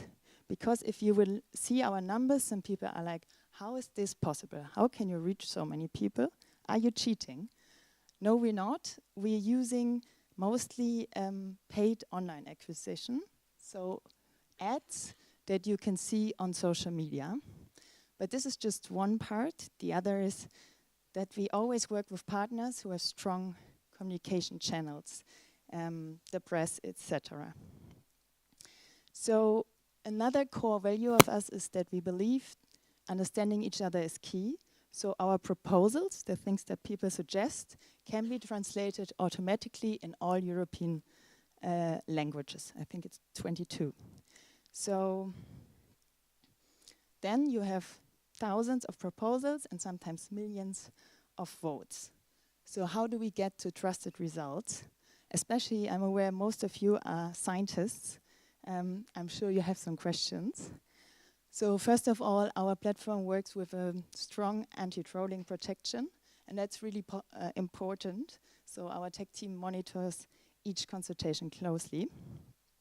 Then we have a voting sequence reduce bias, so the algorithm makes sure that the order of proposals is always altered to not bias the participants. Then this is also very crucial. Online, it's not just fun and playground. So there's also people who come on the platform and they're just writing what they are angry about, and it's really off topic. So we use human moderation to make sure the debates are really on the topic and they don't go anywhere or are insulting people or minorities. So we also have a team of data scientists and sociologists. So the idea is really, with all the proposals you have at hand, to find consensus in ideas. And we say a proposal is consensual if more than 60% of all people put their thumbs up, so they agree on it. So we really focus on these proposals, and we also focus on the proposals that have a lot of thumbs down, that are controversive. So we have always consensual and controversive ideas. So you might ask, when is online participation successful? So as I explained, we believe accessibility is key. People have to know about the participation, have to be able to use it despite their background.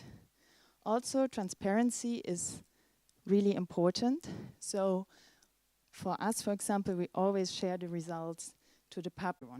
So we would have limits to do a consultation in a village with less than 100,000 inhabitants, because we would not reach enough people online to have robust results. And fourth, you see it really bold there. An online consultation shouldn't just be words, because then you frustrate the people even more. It's always important that you take the findings and you put them really into action. So it has to have some kind of impact. Sometimes people ask, why do we need online participation? We have a lot of offline offers. And we believe that the combination of online and offline is really beneficial for both systems, because we see them as complementary. In an offline participation, as a citizen assembly, you really have a representative set of citizens. And in the online consultation, you have really a lot of opinions. So we call it a butterfly. You get a lot of ideas, so we set a citizen agenda. This citizen agenda goes to the citizen assembly, so they have ideas what the public is talking about. They form recommendations, and these recommendations are being discussed online with the dialogue platform. So we really believe online and offline are complementary in that sense, and the mini and maxi public benefit from each other. At the moment in Germany, I lead a project. It's called Forum Against Fakes. It's an initiative against disinformation, where we do exactly that. We had an online participation with a massive participation with 350,000 people now over we have, and over 1.3 million votes. And these ideas were discussed in a citizen assembly, and they're being enriched in a dialogue phase. And at the moment, we're in the third phase, where we try to find the best recommendations. So if you speak online, you can go and vote, because the best recommendations are going to put into a citizen briefing, and is going to go to the German government, and they're going to do a policy on disinformation, a new strategy. So it really has impact. I heard we all met Jeff this morning. We also had a big consultation with them where we asked young Europeans, what are your ideas for building together a Europe that can respond to future challenges? And we raised over 1.5 million votes and also gained a lot of ideas, where we created the so-called Agenda of Hope with 15 consensual ideas.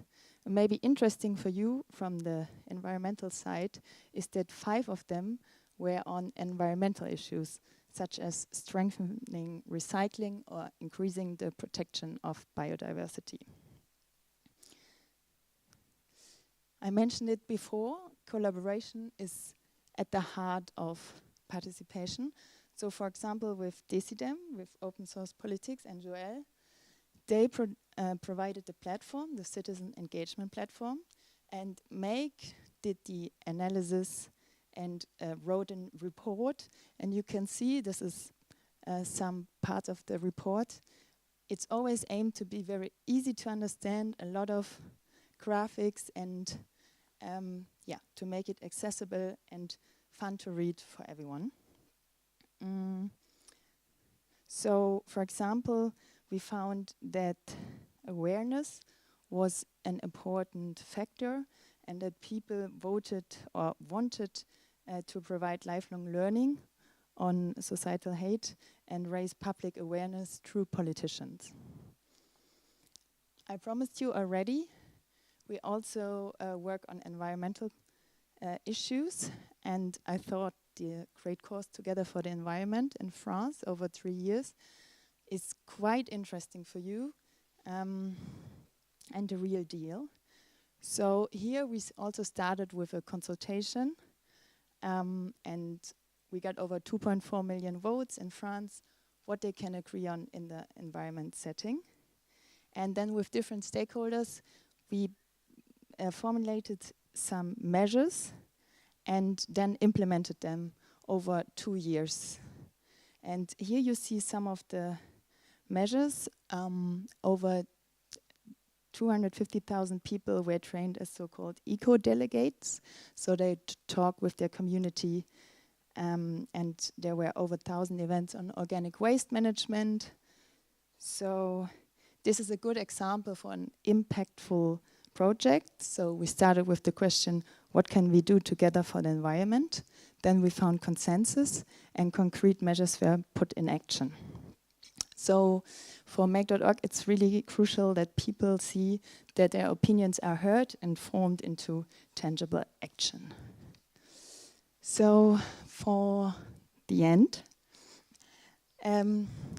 I just wanted to shortly share with you our recent project, because AI is everywhere and it's can be used for the good and the bad. So Make.org, coupled with leading research institutions in the US as Harvard and Yale, and in France it's Sciences Po and Sorbonne. And the idea is to really look into the bias of AI and program AI that really has no or very little bias, and then share it as a democratic common for everyone. I thought I'd just quickly share that with you, because a lot of researchers are here from other European universities, and I thought that might be interesting. So thanks so much for your attention, and I'm looking forward to the discussion with Thomas and Joël.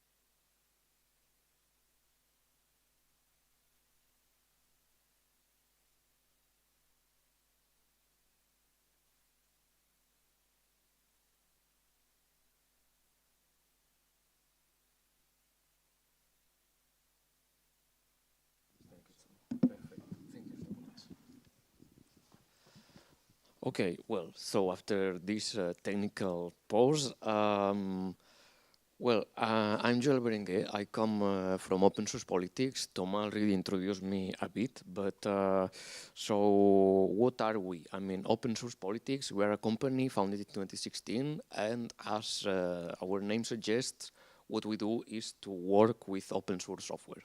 That means that the code of those softwares is open, is published, and it's a they are common goods. Everybody can profit from them. So our main activity is to deploy participatory platforms based on an open source software called Decidim that I will show you later. Well, you are already seeing a Decidim platform on the screen.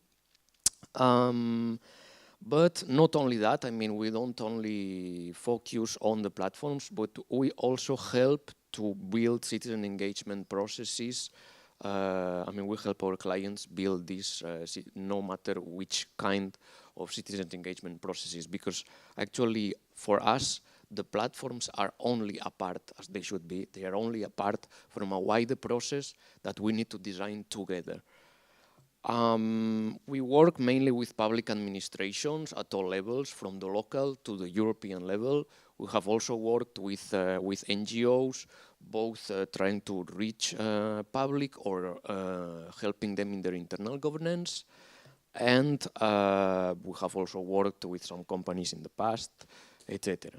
We're a team around 20 people, half in tech, half in advice. And our way of working is like we don't only search to put online beautiful or cool like participatory platforms, but we help our clients that are, as I said, they are mainly public organizations. We help them becoming autonomous in both managing the open source platform, so they don't depend, we are no gatekeepers. At the end, I mean, our goal is that they don't depend on us, that they become autonomous in both managing the platform and designing the best kind of citizen engagement processes that fit them. So, as I said, our main field of work is deploying platforms based on the Decidim. The Decidim is a software based on, I mean, it's a software that is conceived as an engine for any kind of organization, so that they can they can quickly set up any kind of online participatory space. So it's conceived not only as a platform where people can land and just suggest a very clientelar proposal and then just go away, but more of a social network of democracy. So the software is thought so it creates this habit in the people of going to the platform, reading what others have said, commenting, discussing, and then once they have seen everything that is on there, that they can do an informed or more well-thought proposal. So yeah, apart from creating this habit, of course, like the ultimate goal is that people become autonomous in organizing themselves. So the platform serves also like to connect people, to connect users between themselves. The origins of the software lay in 2016 in Barcelona, after the victory of a municipalist list in Barcelona, led by Ada Colau. I don't know, maybe some of you know. In 2015, they said, well, we have been organizing participatory processes live for a lot of years in the city. We know that we need something more. We are not touching, I mean, the people that we are touching, they are always the same. We need new ways to reach new people. And one of the dimensions, one of the intentions was creating this online platform. They tried other softwares at the time that were not modular enough. By modular, I mean that the Decidim can be kind of a sandbox or a box of tools. So as I said, any organization can adapt the software to their needs. So, well, basically they put 2 million on the table, 2 million euros on the table. They gathered professionals of participation. They gathered software developers. They gathered academicians around the same table. And around a year after, they came up with this software. It was tested in 2016 for the municipal action plan. And it worked well, and the city said, why are we keeping this to ourselves? We're opening the code, we're publishing the code, so everybody can profit from it. And this choice has been a fair success. We're still, I mean, nowadays the software is still working since 2016. And it's used all around the world, so mainly Europe, but also in America and in Africa, and also in Japan. And as I said, the code is public and anybody can profit from it. And the proof is that here we are, OSP, we're a commercial company, well, social economic company. We're profiting from it. And of course, we contribute to it. Why do I say we contribute to it? So the software was not just published like this and it's left to the avatars of life and society, or to no matter whom that could misuse it. Behind the software, I mean, all this community that was gathered at the time of the creation was organized afterwards as an association. So that association is Meta Decidim. I mean, you are seeing their own Decidim platform in the screen. So the goal of the association is to coordinate all subjects regarding the software. So coordinating all the improvements that are made by the community.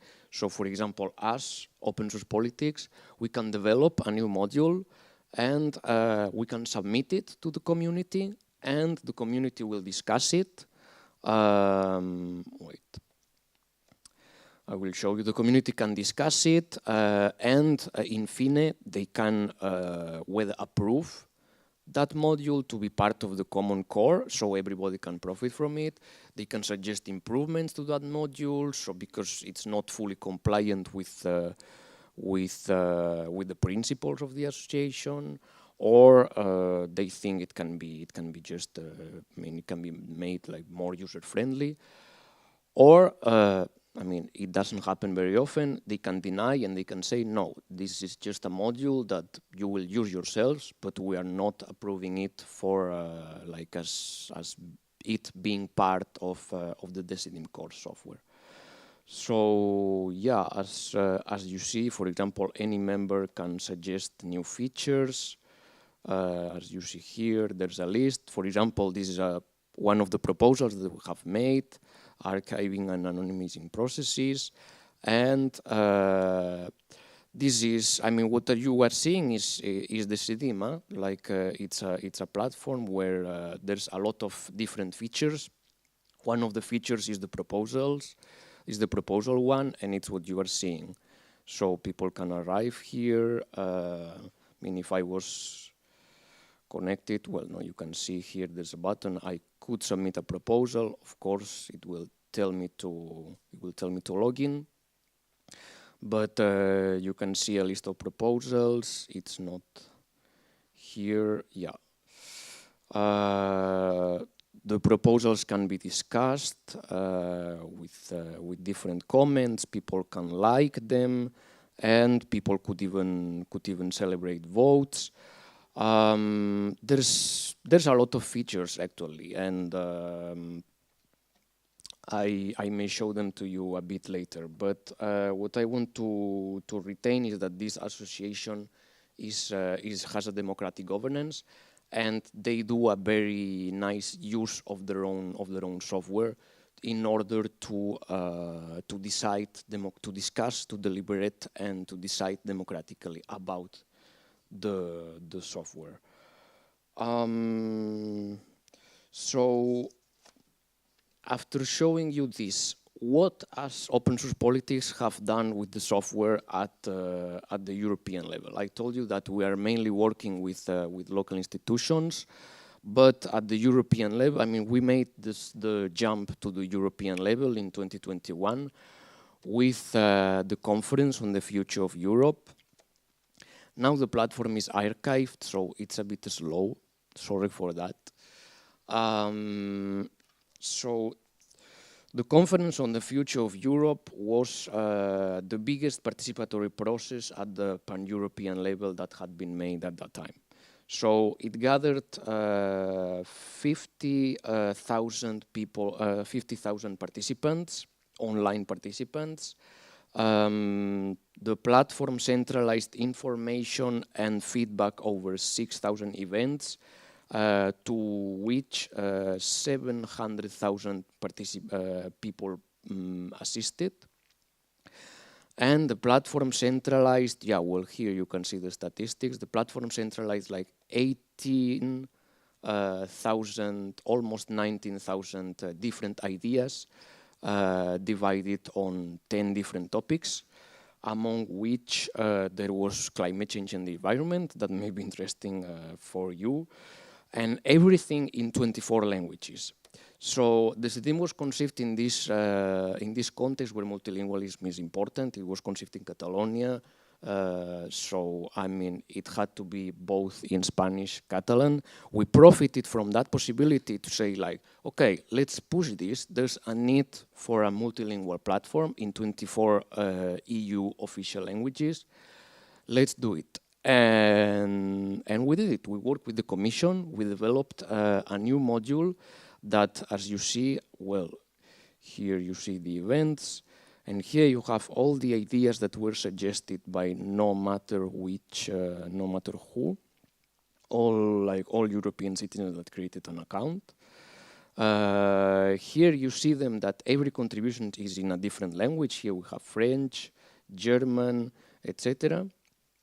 But if, I mean, I'm browsing the platform in English, and if I click on show automatically translated text, oh yeah, the translations were not archived. But I will show you this on the real deal platform, no problem. But yeah, just to finish about the conference on the future of Europe, I mean, everything was in 24 languages and about climate and environment recommendations. I mean, citizens reach conclusions like taking immediate actions about reducing emissions and accelerating the green transition, increasing the use of green energy, especially renewable one, encourage the use of alternative means of transportation, reduce waste and promote circular economy, etc., etc. So at the end, we closed the conference on the future of Europe on May 2022. But one of the mandates of the conference was to incorporate participatory and deliberative methods into the Commission's own policy pipeline. That means that the Commission was resolute to integrate some deliberative or participatory component, and that's why we come in 2023 to the Citizens Engagement Platform of the European Commission. So since late 2023, the Commission is organizing citizens panels about different topics. So we have like food waste, the metaverse. Lately we have had energy efficiency and tackling hatred in society. So there's different thematic citizens panels, and along the panels, in parallel to the panels, the Commission opens a window to normal citizens to be able to give their feedback on the topics. So with that, well, one of the last topics was energy efficiency. Just let me locate, yeah. So citizens could access a more accessible platform. Now it's a bit hidden because the panel is closed.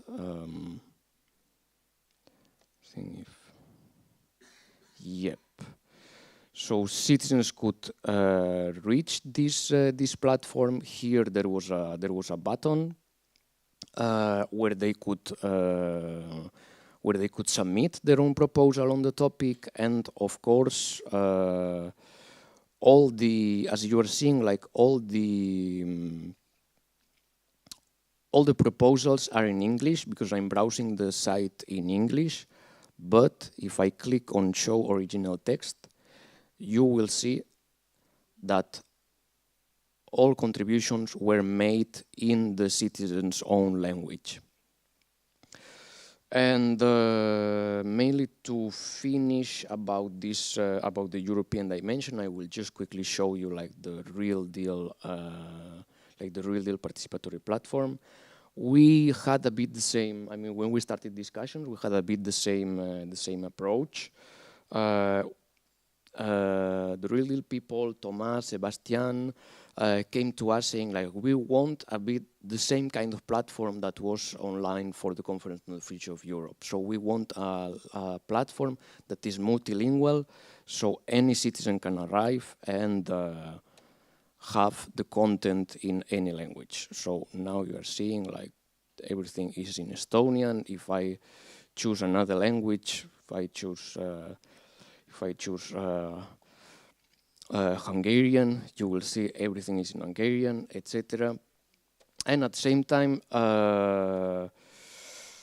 so both the text and the contributions are translated, and well, there's a lot of different options, there's a lot of different modules, there's a lot of different ways how this platform could have assisted the different processes, but I think that we can speak more now about what are the lessons learned about the different processes we made.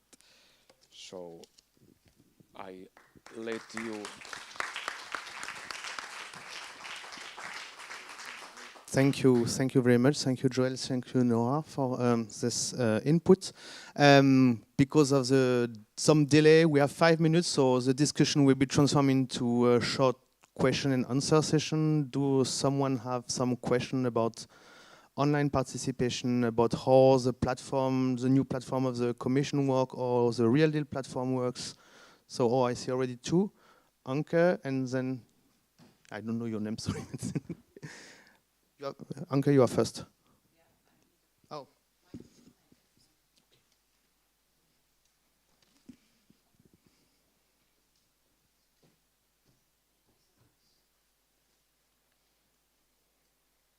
While I'm speaking, yeah, no. Thanks a lot. I thought that was 2 very interesting, or 3 very interesting presentations, but Thomas, I know more about our platform. So I just wanted to know really from Joel and Nora, I mean, we know that different genders have different tendencies to use digital tools and platforms. Do you collect data on that, or how do you take that into consideration? Because when we now think about AI-led platforms, AI is learning from the world as it is, so also, yeah, perpetuating imbalances and inequalities. So I just wonder, is that somehow, yeah, taken into account, or how is it taken into account? Thanks. Okay. Yeah, maybe very briefly, because I think Nora will have a lot of info about that. For us, as we are not doing like the outreach to people, for us, well, as I said, one of the lessons learned on all this time is that platforms are an integral part of the design of the whole process. So the best is to hybridate both online and live participation. One of the constatations that we did, for example, during the COFE, is that 70% where we collected like demographic data in a form, on the registration form, it was that 70% of people were men, and most of them were whether active, whether retired. So they were ultra overrepresented. But the thing is that this kind of, I mean, at least our platforms made by the team, you need to consider them as a window to, I don't want to say random input, but more like, yes, I mean, a part of the public that you need to reach. It's a window to a part of the public that we need to reach. And that's why you cannot conceive the process without having live events when you can control the representativity of this public. But then, of course, Nora, I think you can talk about the outreach. Yeah, it's a good and big question. What we always do is like we do tests before we launch products with men and women, and we started in Paris, and we, for example, thought, oh, German users might be similar, but it's very important to really also focus on country specifics because, for example, German and French users tend to like different things, and we work with gamification in the sense of it's fun to use it. And maybe to your point, because we do paid ads for acquisition, and the young women are always the most expensive to reach, and old men are the cheapest. So online, you really have, like not always, but in general, it's true that gender, there is this bias that it's easier to reach older men, and we really try to focus to have representative participants. Yeah, because it's definitely a topic. And then you need to take the feedback. I mean, I think that it's important that what you take from the platform, you need to give the value that it has. So depending on the public that has reached your platform, you will give a certain protagonism or not. For example, for the conference on the future of Europe, the feedback from the citizens was only part of the feedback that the citizens panels discussed, knowing that it came from a certain... Okay, thank you. We have another question here.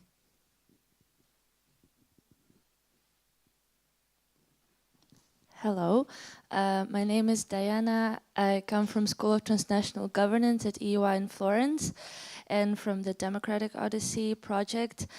And you have mentioned the platform from the European Commission that they came up with, and I was happy to be observing that last panel that was taking place in April, and I've heard the feedback from participants, and they were complaining about this platform, how it's actually not very popular, it's hard to access, it's not user-friendly.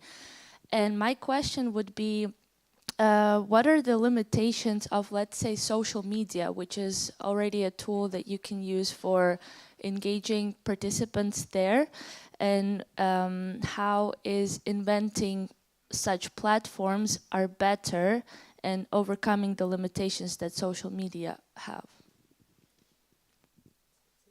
Okay, this is for you.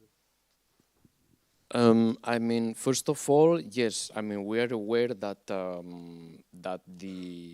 there are limitations to the platform as it is conceived by the European institutions.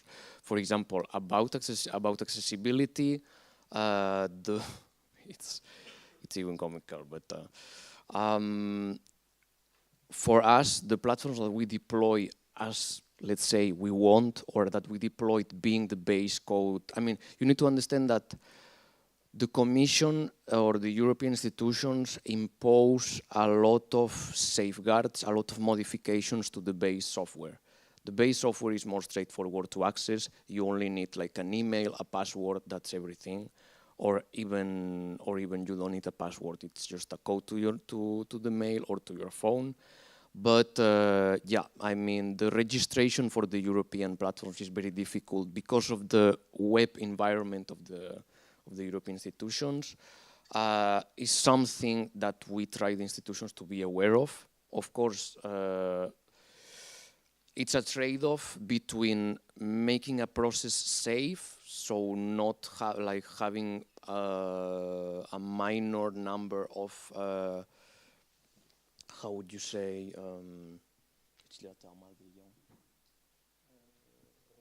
yeah, well, to simplify, trolls, etc. So difficult in nowadays is like authentifying the users may reduce like this kind of behavior, but the downturn is that the participation will be low. It's a barrier to participation. About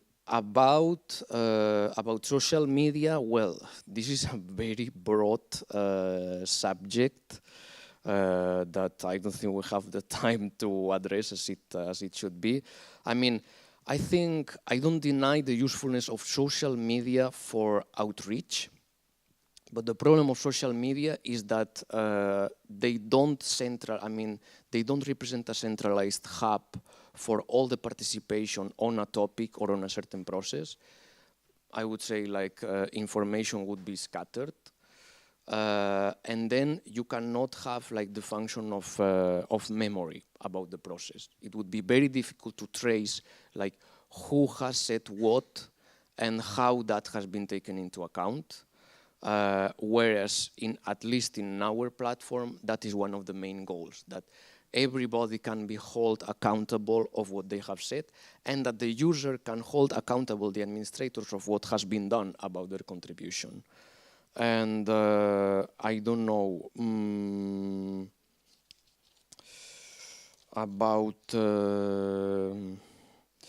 social media. The problem is also that yes, you don't control them. You are not an administrator, so you cannot control what is being said. You cannot control hate speech. And just to say an example,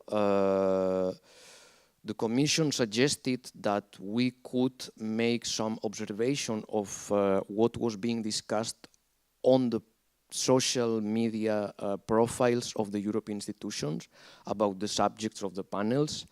And actually, we refused because it was impossible.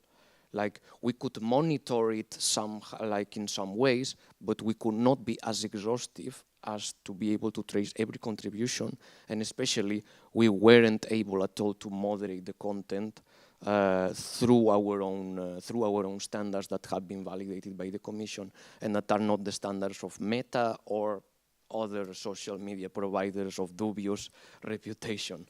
So that's the thing. And moreover, the algorithm. On platforms where you have like, for example, like 3,000 contributions, as you saw, about the topic of climate for the Conference on the Future of Europe, for example, the way they show, the order in which they show in the CEDIM is randomized. Like, the algorithm is open and we can prove that it's randomized. The algorithm of what you see on your Twitter feed or on your Facebook feed, you don't know what happens. It's a black box. It's a black box that we don't know. This may sound conspiranoic, but it's true. You don't know which are the like who has built that algorithm and with which interests.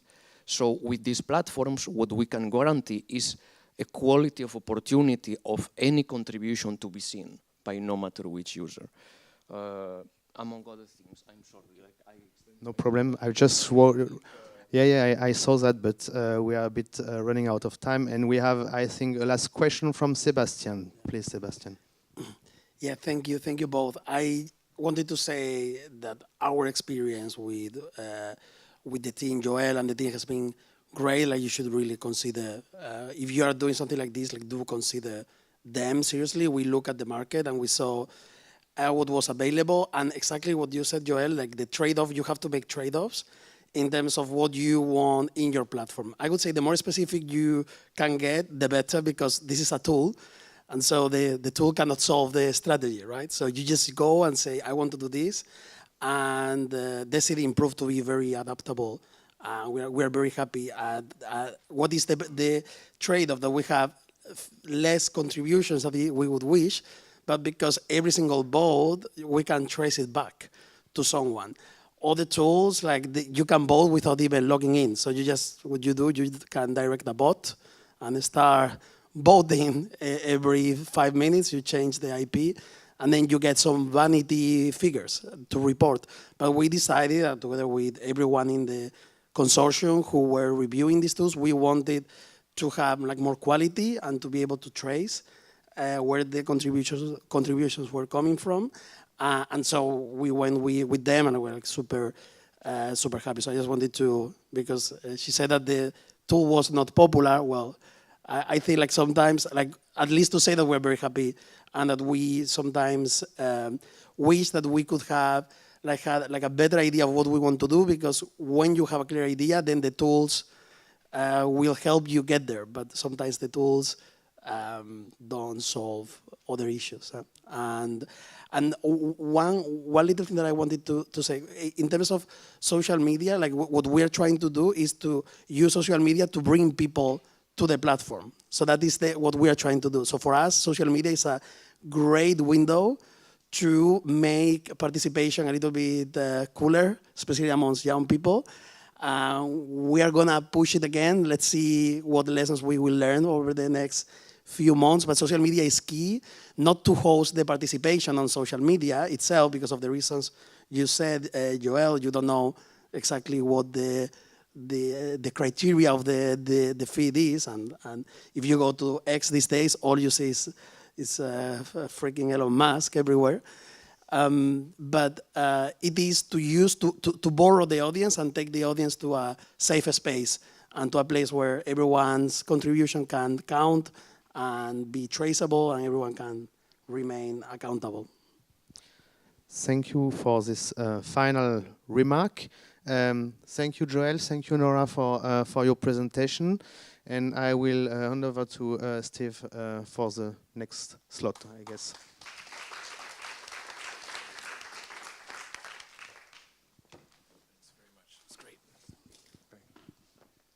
Okay. We're now going to go to the lightning round. I know it's been a long day. Fortunately, because it's so hot outside, it's a little bit cooler in here, so I hope we can keep your attention for a little bit longer. So what we're going to do now, first of all, we're going to be going to a different place. We're going to go to some small rooms, and we're going to work on the protocol that we mentioned earlier. We have 3 groups. We're going to divide everybody into 3 groups, and we're going to do things, normally probably you've done this before, but I'm going to do it slightly differently this time. We're going to count off by number, and usually we would do 1, 2, 3, 1, 2, 3, 1, 2, 3, but today we're going to do a little differently. We're going to do 4, 5, 6, 4, 5, 6, 4, 5, 6. Remember your number. Don't forget your number. So let's start. We'll start with Anka, and we'll go like this. All right. So let's start with Anka. No, you're not. You're out. Sorry. 4, 5. Say. No, they're not in either. All right. Let's start with Inga. We'll start with Inga. Okay. All right. I'm going to walk up. Okay. Right. So, 4.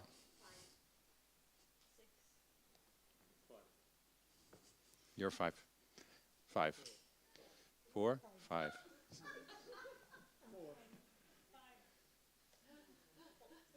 6, 4.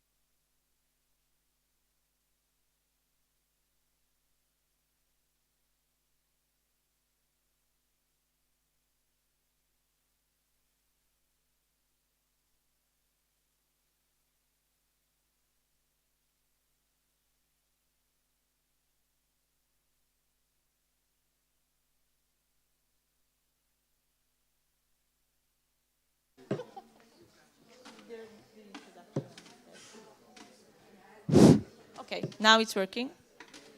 So thank you for your active participation in this workshop, which I know was really short. And these questions could be discussed for like hours and days, probably. So I just would like to ask the two groups to present, like not present, like tell a few sentences about the results. I'm sure that we can use it when we're working on the protocol.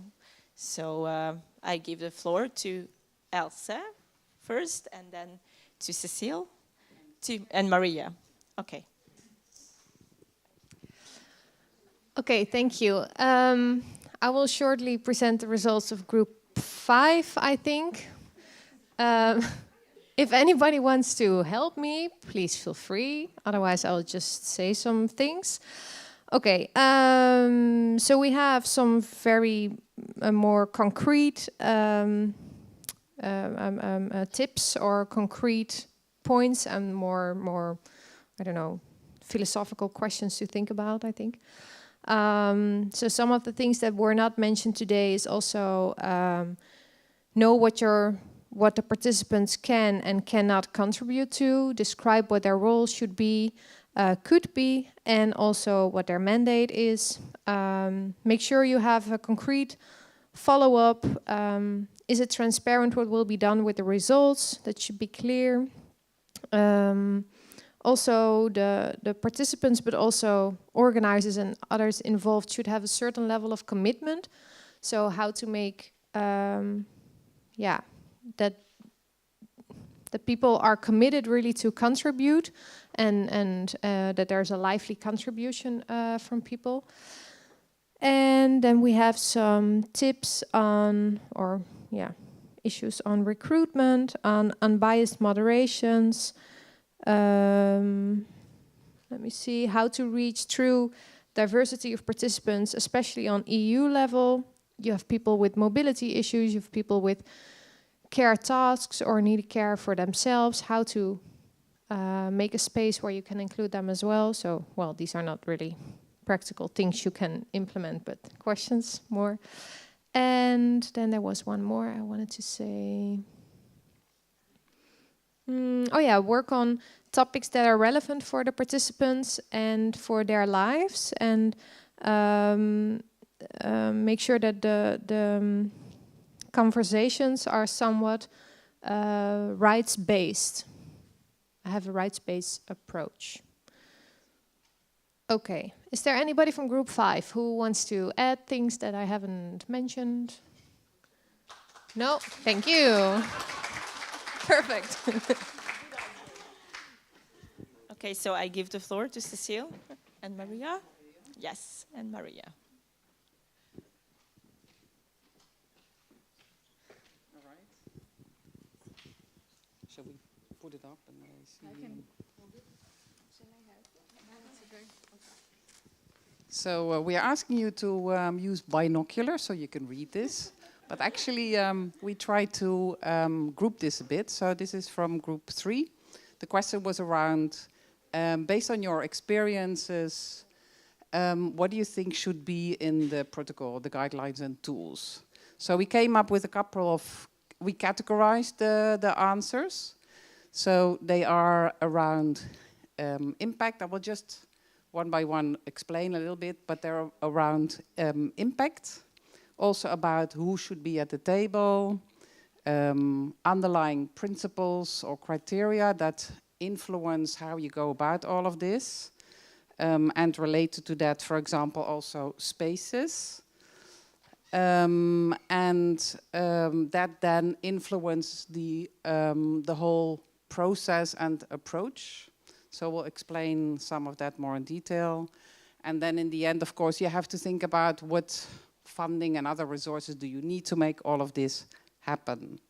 So maybe we now go into, and what people want is really step-by-step guidelines. But then based on, for example, what kind of impact do you want to contribute towards? So to really have that at the back of your mind all the time. For example, related to environmental policies. Now it's very difficult to read everything. So maybe you can give a bit of the details around the different parts. I think the main aspects that we were considering, that you have to think of the principles and then operationalize them directly into the approach. So think about specific training, like has been brought up several times, of how good is facilitation, you know, providing the time and spaces for this, for training those facilitators. Making the events fun was also quite important and underlined, so it's not necessarily as well for learning, but also making it fun. One of the suggestions are about spaces. As I mentioned yesterday, spaces are not neutral, so how do you create space that allows good discussion, so discover different and variety of participation to enable voices and allow this kind of good discussion. Have a better, prioritize different type of engagement. Accessibility protocol as also part of the good spaces.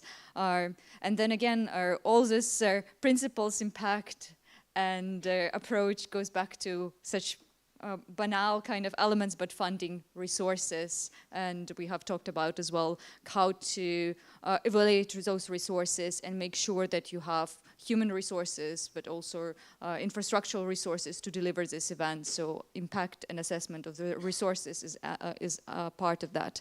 And finally is when you're designing the event, is thinking more strategically what kind of impact you want to achieve with that event. So if you want to create the impact at the policy level, how do you integrate it already at the level of planning, and then coming back to evaluation and thinking about whether you have achieved those goals or not. So maybe one more addition that comes to my mind in terms of the process and approach. What people said is also when you evaluate, make sure that you provide feedback on what comes out of the evaluation results. And it's not just the external evaluation like we've done here, I guess, a little bit within the program, but also within the setting itself, and I'm sure you've done that in your settings, that you think of different creative methodologies to get people engaged in the evaluation of the event during the process, so that it can also be adapted as you go along. So people were talking about self-evaluation and stuff like that. Yeah? Thank you so much.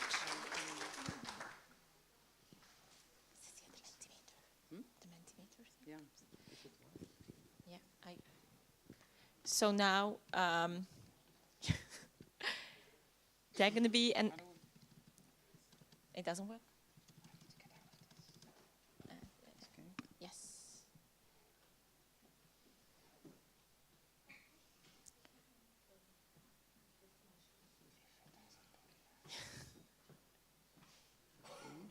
So we're going to have, if it works, we ask you to contribute to an evaluation session, a short one. But I prepared it, but it's gone, so I need to log in again. So can you keep people talking, or? Okay, let's talk. Something interactive. Okay, so then just one important details that Carlo should start. Or I just wanted to say about the dinner, just an information that we will meet at, we're supposed to leave CEU at 6:45. So hopefully we will be ready by then. And now, how it is? Yeah. Yes, so we are there. So I give the mic to Cecile. I'm still logging in, you have to keep talking. Okay, I'm still. Okay. In the meantime, I was thinking, why don't you think about how you feel at this moment? And then think about a pose, because we're going to do a little bit of movement. You feel tired or powerful, whatever. Just think of a pose and we'll do them all at once. So think about that.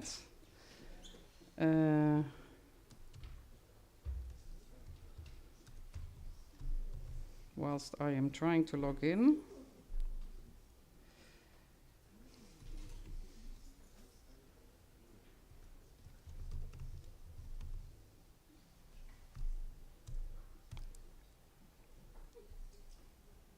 Yay.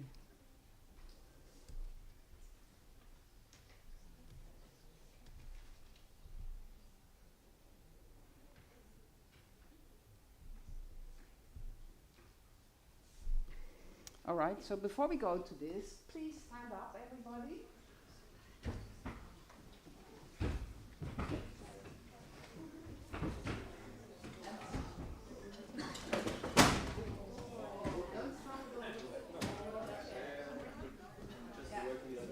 So everybody, please get up. So before we do the poll, also the people at the back who are hiding behind the other people. So first, we want to get loose a little bit. So we're going to write coconut. Yes? Coconut. Coconut. C O C O. And I don't know exactly how to do it, but it's something like that. And then the U and the T. Great, and now fast. C O N U T. Great. And now I would like to see your. No, you cannot sit yet. Okay. No. Please, everybody, get your neighbor to stand up if you see your neighbor is sitting. Everybody. Yes. I would like to see your pose, how you feel about the summit so far. Or like, or whatever. So in three, I count to three and then I want to see your pose. Yes? 1, 2, 3. Okay.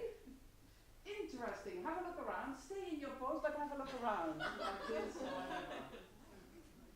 Interesting. Yes, something like that. Also like, Interesting. Great. Well done. Thank you. Okay, so now, I know everybody likes their phone. Pick your phone. Pick your phone. If you have a phone, you don't have a phone, you can take your laptop, but use your phone. I think many of you know this tool, Mentimeter. So I'm just going to ask you some questions. So it's the end of the day, so I would like to do some reflection after all of these sessions where you've really listened. So you can also process some of your learning. So please, yes, some people are already, so you can scan the code or go to menti.com and then you can enter the code that is written up there. So 45747478. And 16 people are there, but there's more people in the room. So we quickly count.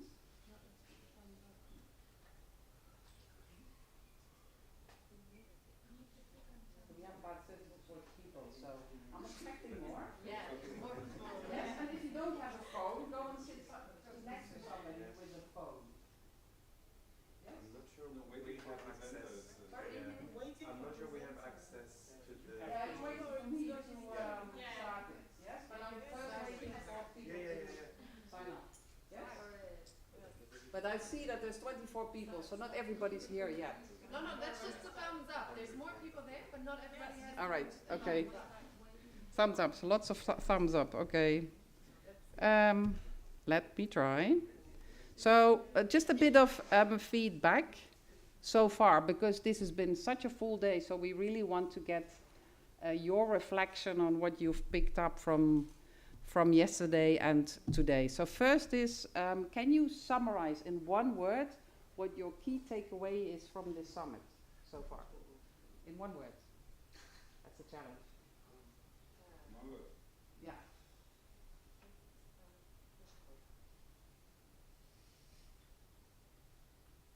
And don't look at the screen and copy, just use your own word.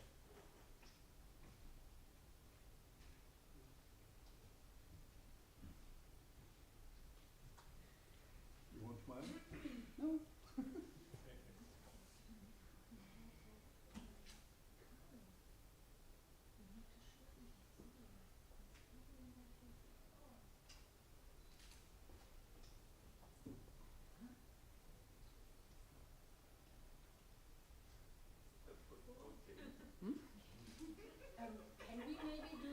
tomorrow because we have we have to leave and we want to give Carlo half an hour the floor. This is. We can do it tomorrow. Let's just go through this fast then. Yeah. Yeah. Then we have to leave later for the dinner. I would like to check whether we can work it later. Okay. No worries. It'll be fine. Okay, so if we look at this, diversity is top, what I see now. Timing, learning, inspiration, and collaboration. I'm not going to look at all the others, you can do that. And some of them might be similar, so it depends on how often exactly the same word is written. Okay, so that is what for you is the key takeaway for the summit. Then I'm going to go to the next question. And we're focusing a little bit on those different formats that have been used in the real deal. So can you please explain, and here you don't need to use one word, but you can use a sentence.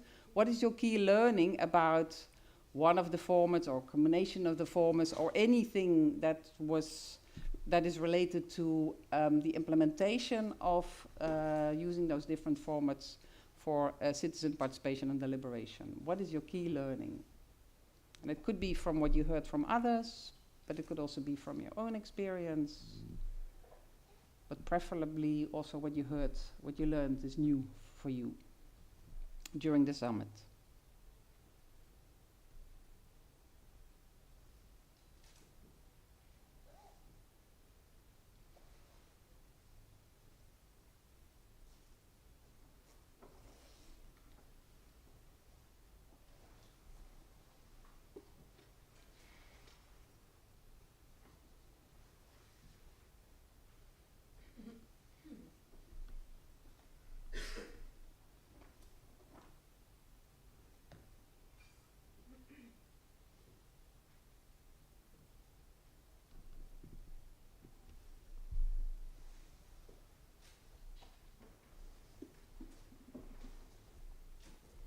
Yeah, the ones that I've entered, you can also have a look at what is there, but I'm not going to mention all of them. Yeah, and you'll get a copy of this Mentimeter later on. But I can see that there's different things coming up. So please finish your sentence.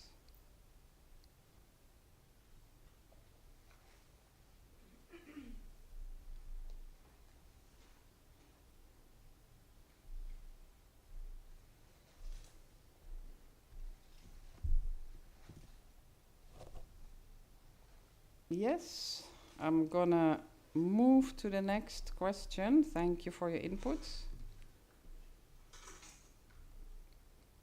So you learned a lot, but then what practical suggestions do you have to the use of these formats?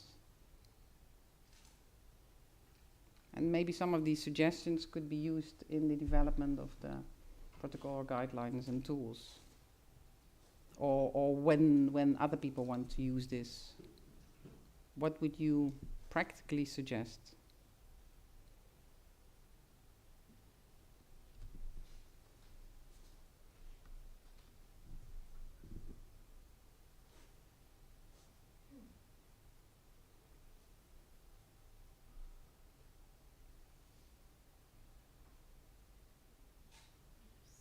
Just one key suggestion is good enough.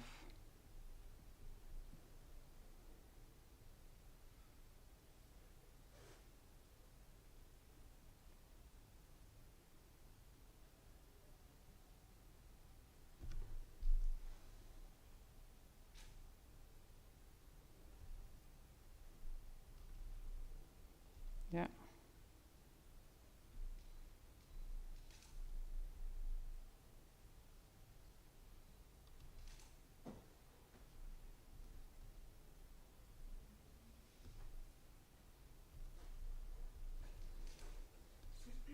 All right, so please finish your sentence if you haven't done so yet.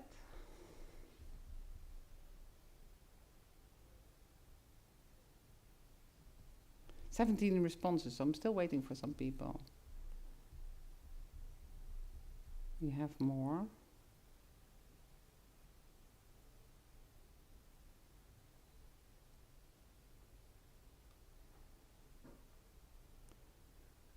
Okay. Can I continue? Right. Then what suggestions do you have? And this is actually one of the research questions. But what suggestions do you have in terms of using democratic methods and staying within planetary boundaries? So the balance. What are your suggestions about this one? Hmm? How long? How many questions? In total I have 6 or 7, so I think this is the 3rd or 4th. Yeah.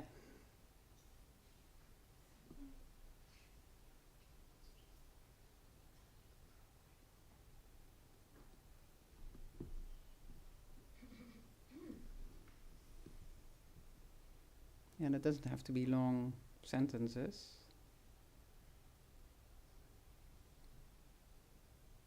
But sometimes we get lost in the methodologies and we forget about why we do all of this. So how do we keep that balance?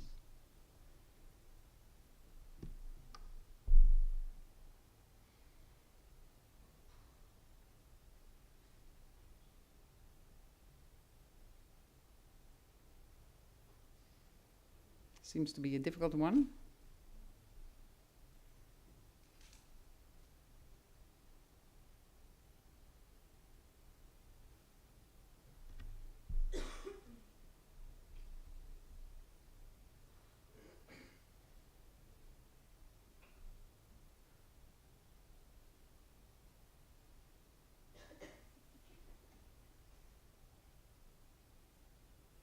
So please finish your sentence because I'm going to go to the next one.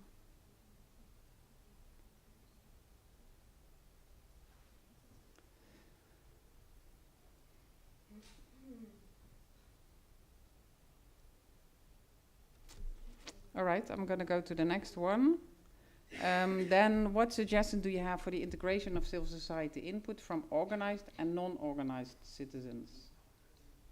So how do we make sure that not just the organized people are on board, but also those that are not organized, which is more difficult?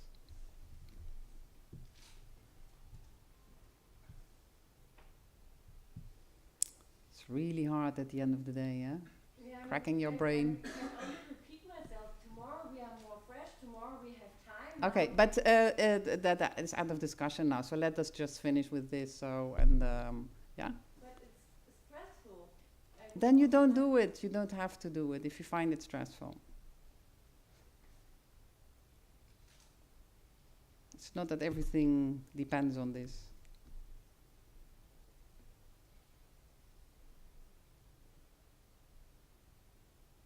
It's just trying to capture some learning that you have during the day. It doesn't need to be, it's not a scientific method that we're using here.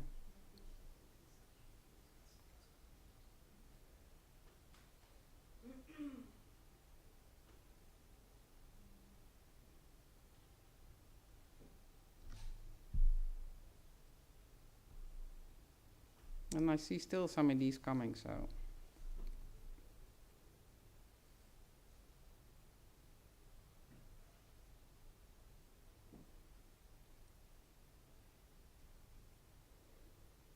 Yes? Oh, great. Thank you. So there are lots of these. Very good.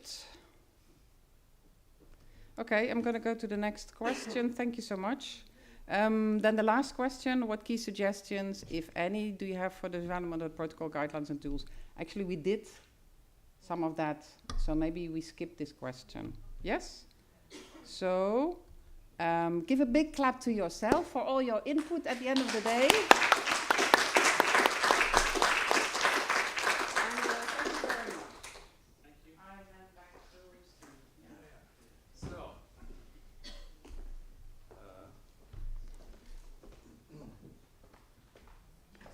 I just need to, yeah, you'll do that on the presentation. Okay. So, you know, we're about to have dinner, but before we have dinner, we're going to have a little dessert. So we have Carlo Jaeger here. Carlo had quite an adventure getting here. He was on an airplane where It had a flat tire, and first they gave people the option of staying or going, and eventually he decided to leave. But he made it here finally through planes, trains, and automobiles, I believe. So Carlo is going to talk about interactive modeling, and I will give you the floor. This is, I think this is going to be a nice, let's say, cap to our day, and it's our last part of the day, and I know it's been a very long day, and then we'll have a nice dinner together, not very far away. Do you want to make an announcement about that? Okay. Do you want to say the name of the place so that... The name of the place is Wageningen, but I sent it in an email, I think to all of you. It's called Wageningen. I can show it later, but also we can live together from the... Yeah, so we can walk together, but if anyone gets lost, it's called Wageningen, and it's on the Vigadot there. Yeah, Vigadot is just 10 minutes from here. Okay, Vigadot Square, Vigadot Square. Carlo, please. Anything else? Thank you. Thanks all of you. As you mentioned, I could be dead by now because of this plane. I'm not, and I'm grateful not to be dead. I hope everybody is who is not dead. That said, I want to start with the movements that we have done together, and I want you to understand why. So the title of what I want to share with you, I promise not to talk longer than half an hour, and if I mishandle the microphone, keep telling me. Anyway, the opportunity of interactive modeling, I hope after 10 minutes it will be a bit clearer what this could be about. And, in brackets, after the EU elections of June 2024. These two things are related. That's what I want to share with you. And the fact that we did move ourselves physically whilst thinking about important, difficult problems that are close, I guess, to our hearts, is directly related. I hope at the end it will be clear to what I'm trying to share with you now. For the moment, if you just move to the next little picture. Take your time, don't worry. Oh, okay. Like that one? Yeah, but I don't know how to move it. Is this? Into the full screen? Yeah, with the full screen one. Is that correct? No, don't worry. it should be the I see it here. Yeah, yeah. But I and also look. done, if somebody, here is our saver. No, I think I have. Okay. There's a software with which you can make models of large numbers of people. Large numbers can be millions, actually billions, but then you need a big machine. But that's not so important for what I want to say today. However, if you look at human beings, it is essential for human beings that we have social relations. We don't exist in isolation. Otherwise, there would be no language for a start. And you can make models of people that are connected physically because they live close to each other, because they live in the same country and the same city, things like that. But that also splits things. So if there is, in this particular diagram, the black points are human beings, and because they live in the same country, they have certain kinds of social relations. Because they don't live in the same country like some other people, there the connections are weaker. That's something that can be done. People are working on it, and by now, and that's important, really important, because of migration, it is possible to make such models so that you can try to make some rough guess about how things will develop over the coming years and perhaps even decades. I'm not going into that. I just want to share this as an example of what a model is when we're talking about human beings.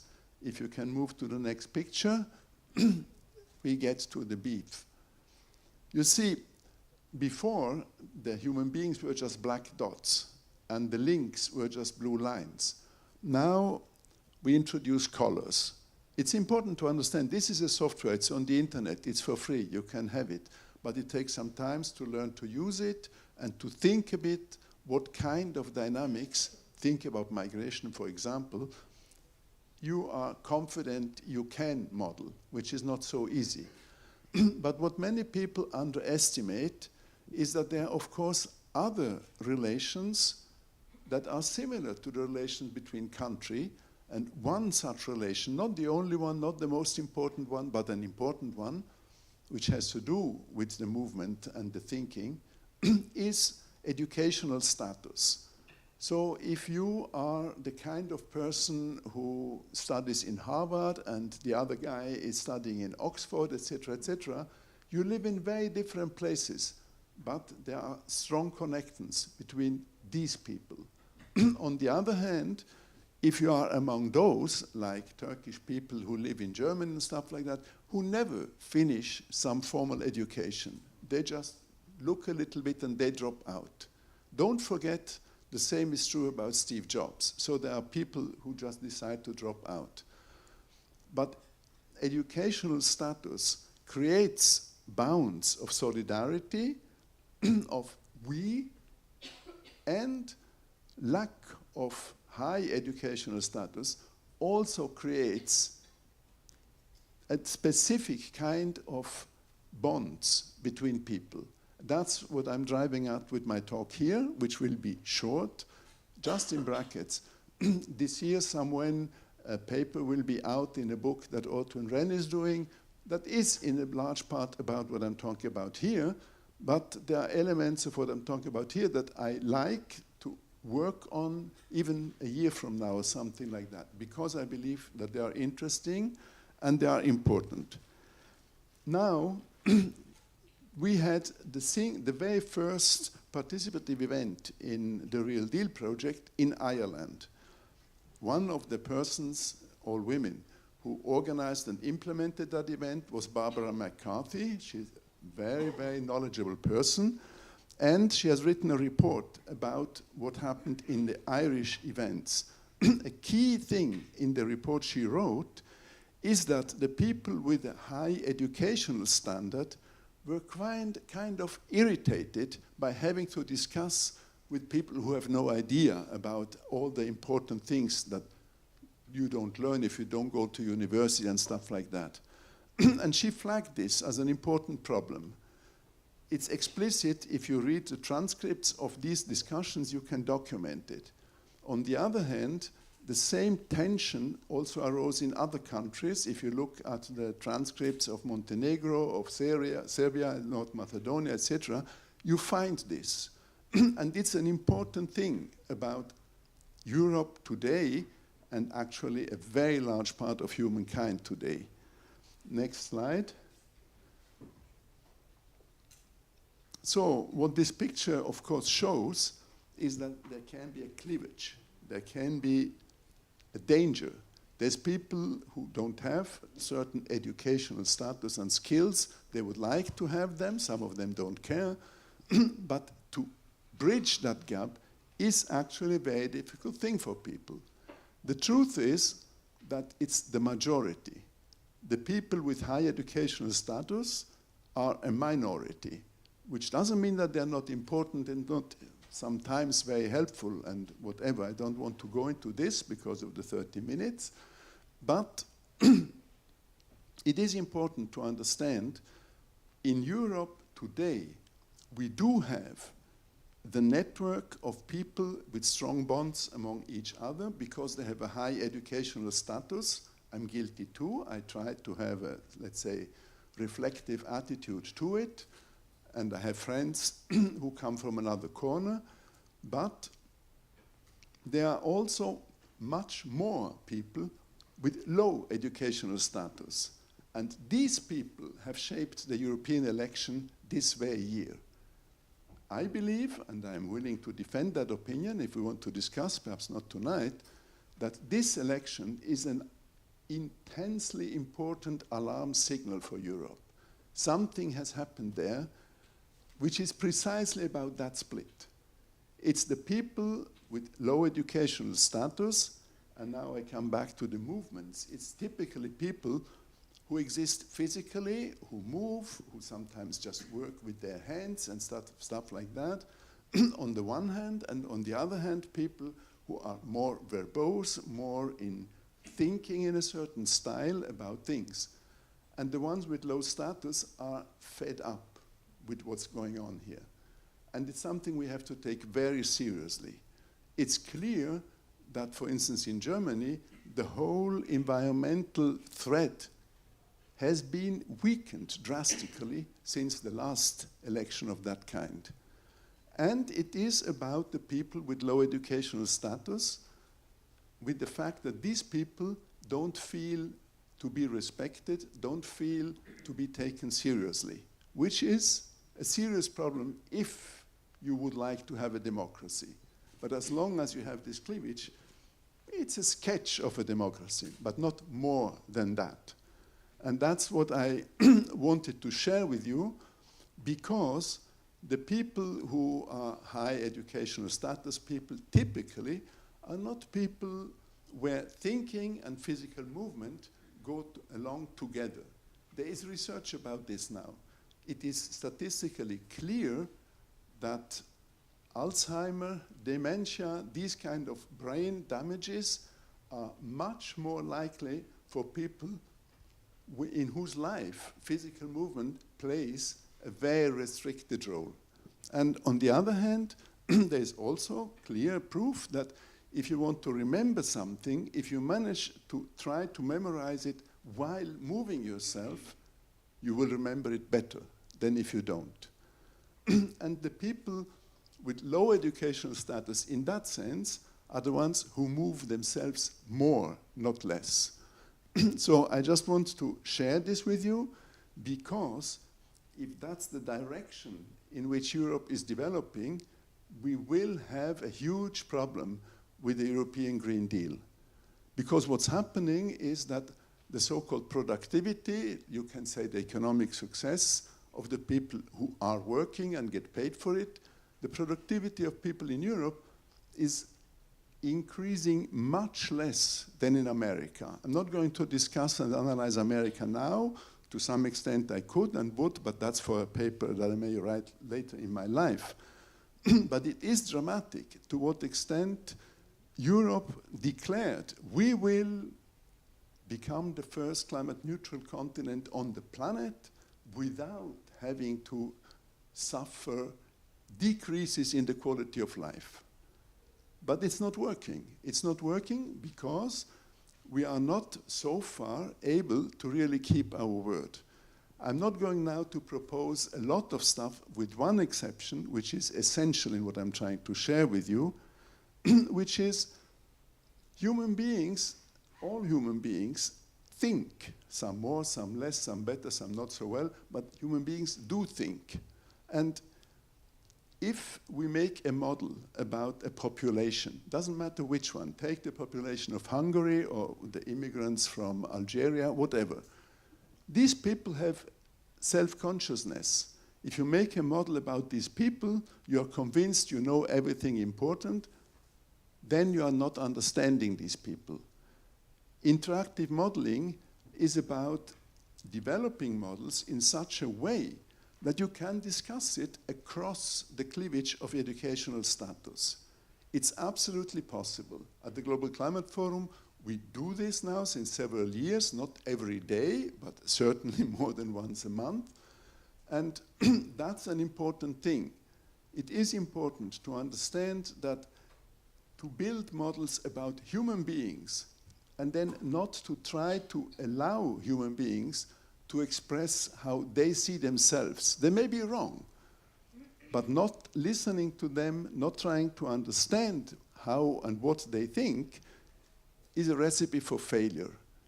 And what we should do, if we don't want to have a repetition of the EU election that we had just a couple of days ago, we better learn to do this.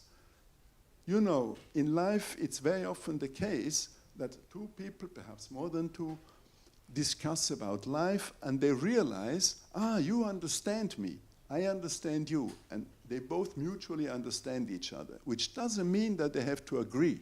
One can understand somebody with whom one disagrees. But if we make models about, for instance, gasoline prices, it's important to listen how people see this. And with this, I will now end, if you give me the last one. You see, in 2018, Emmanuel Macron thought, because he wanted to do something that would be a flagship signal about climate policy, he decided to drastically increase the price of gasoline. The model behind this decision is a standard model in economics. The model says if something gets more expensive, people will buy less of it. So if the gasoline price increases, they will burn less gasoline, so there will be less carbon emissions. End of story. It turned out that this was the wrong model. A very large part of the French population did not react by saying, okay, I will use less gasoline. They reacted by getting very deeply angry and also afraid. And it was then a protest movement that was so strong that Macron has to withdraw his decision. It's a strong example of a decision maker. It's not him alone, it's a group of decision makers, but not a huge group, who are not trying to understand the people, and it was the people with low educational status who started this rebellion. And they forced the government to change what the government had intended. Interactive modeling is about creating situations where you try to understand each other. There is a real problem with academics in today's life, particularly economists, but not only. There's a real problem with academics who believe they totally understand how human beings work, where they will do the next step, etc., etc., etc. And that's dangerous. It is crucial.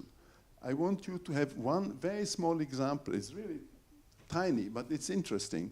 We had a discussion with a model about mobility by cars and trains and whatever, and there were different measures, policy measures, that were discussed.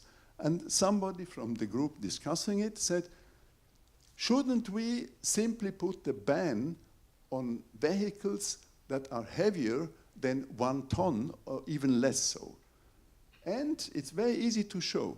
If you would introduce such a ban, you do reduce emissions, and you don't get the people with low educational status totally angry so that they block the process.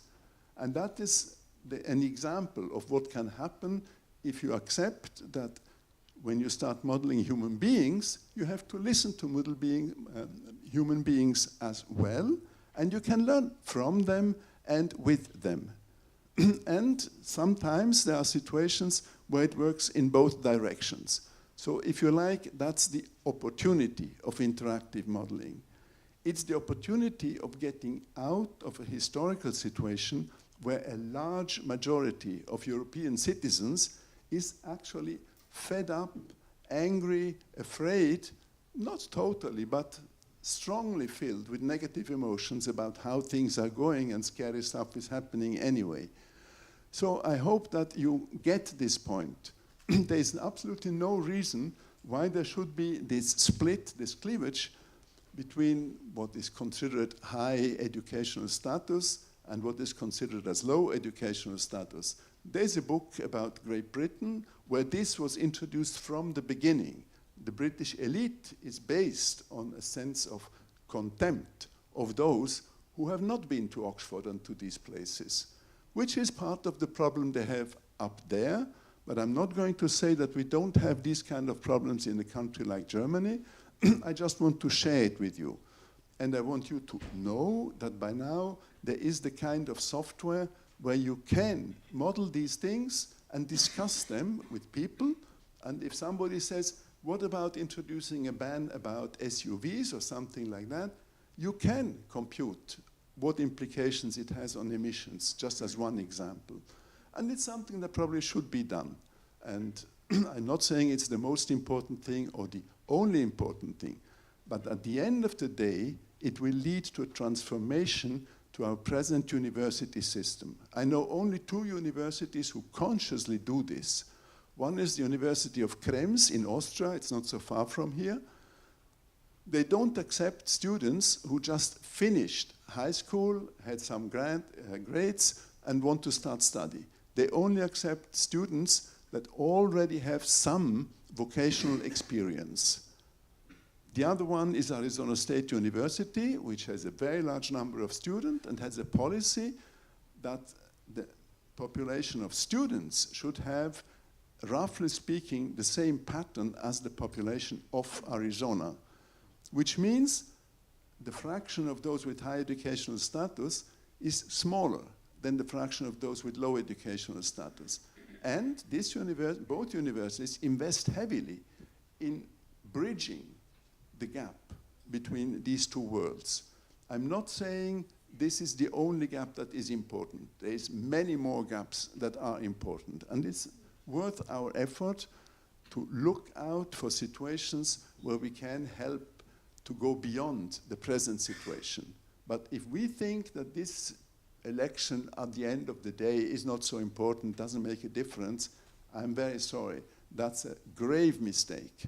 This election was a signal that has to be taken seriously, and in the Real Deal project, it seems to me we have material to say useful things about it, including the transcript from Ireland, the transcripts from Montenegro, etc., which is one reason why I like this project and why, as was mentioned, with considerable difficulties. I slept 2 hours last night, but I wanted to be here.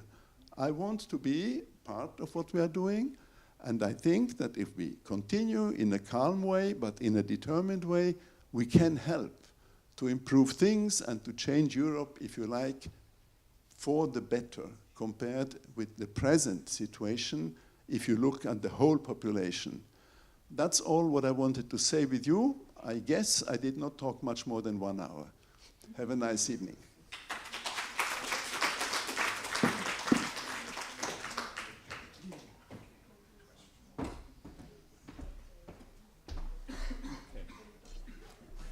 Thank you very much, Carlo. So questions?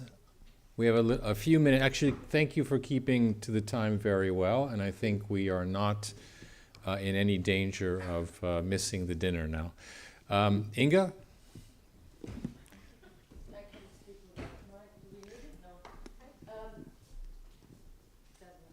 Thank you very much for the enthusiasm and the political messages. But could you just, because we are not neither economists or natural scientists, so I think I don't, and I think many people in the room do not have an idea what you mean when you use the word model. What kind of a model is a huge term? So let us get an idea of what you mean when you speak about a model. Can you describe this? And can you describe the functioning of interactive modeling? How does that then look like, this interaction with a model? I think this is what I roughly imagine. So we need to imagine this in order to understand the potentials of having this, developing it, using it for the purposes you described. Thank you, Inge. I wanted to throw some stones into the pond, and as I said, I keep working not alone, with others about these things. The world model by now is really in a dire situation. A map, any map, is of course a model if you are a bit reasonable about what it's about. So it's interesting to think about navigation system in cars. These are also models. And it's interesting that Google, I'm not a friend of Google, but they are useful sometimes, they want our feedback as drivers. They ask, was it good, was it okay, and stuff like that. And they work on adjusting things that turn out not to have been very helpful and stuff like that. There are other kinds of models, which is like what you do in architecture. You make small houses, you look at them, you try to figure out what's happening and stuff like that. So I think it is important to accept that we as human beings are able to build models of many things. Small children play with little children from their point of view, and the little girl is the mother of the even littler girl. These are models in that sense. And to say interactive now means not to assume that you, because, and I'm sorry to talk like that, but not to talk as if you are such a great scientist that what you say is the final truth and the rest of the world has to believe it, end of story. The COVID pandemic was a very, very painful example of where this leads. The extent to which illusion of certainty was projected in TV and in other media, etc., was dangerous. People have died before it, because of it. So the interactive part means that as a modeler, when distinguishing now, if you are modeling, say, glaciers, it's not so reasonable to say, well, every day I talk with my glacier and that's interactive. Nothing against people talking with glaciers. But about human beings, I think one has to be strict. So if people make models about human beings, but do not interact with these human beings, I think something fishy is happening. And the example of the SUV was just one of many. I could give many such examples. But people may say, I just don't believe this. They may be wrong, but listen to them first. And when the people in France said, we absolutely don't believe that this high gasoline price is going to help us in our life, that was an interaction.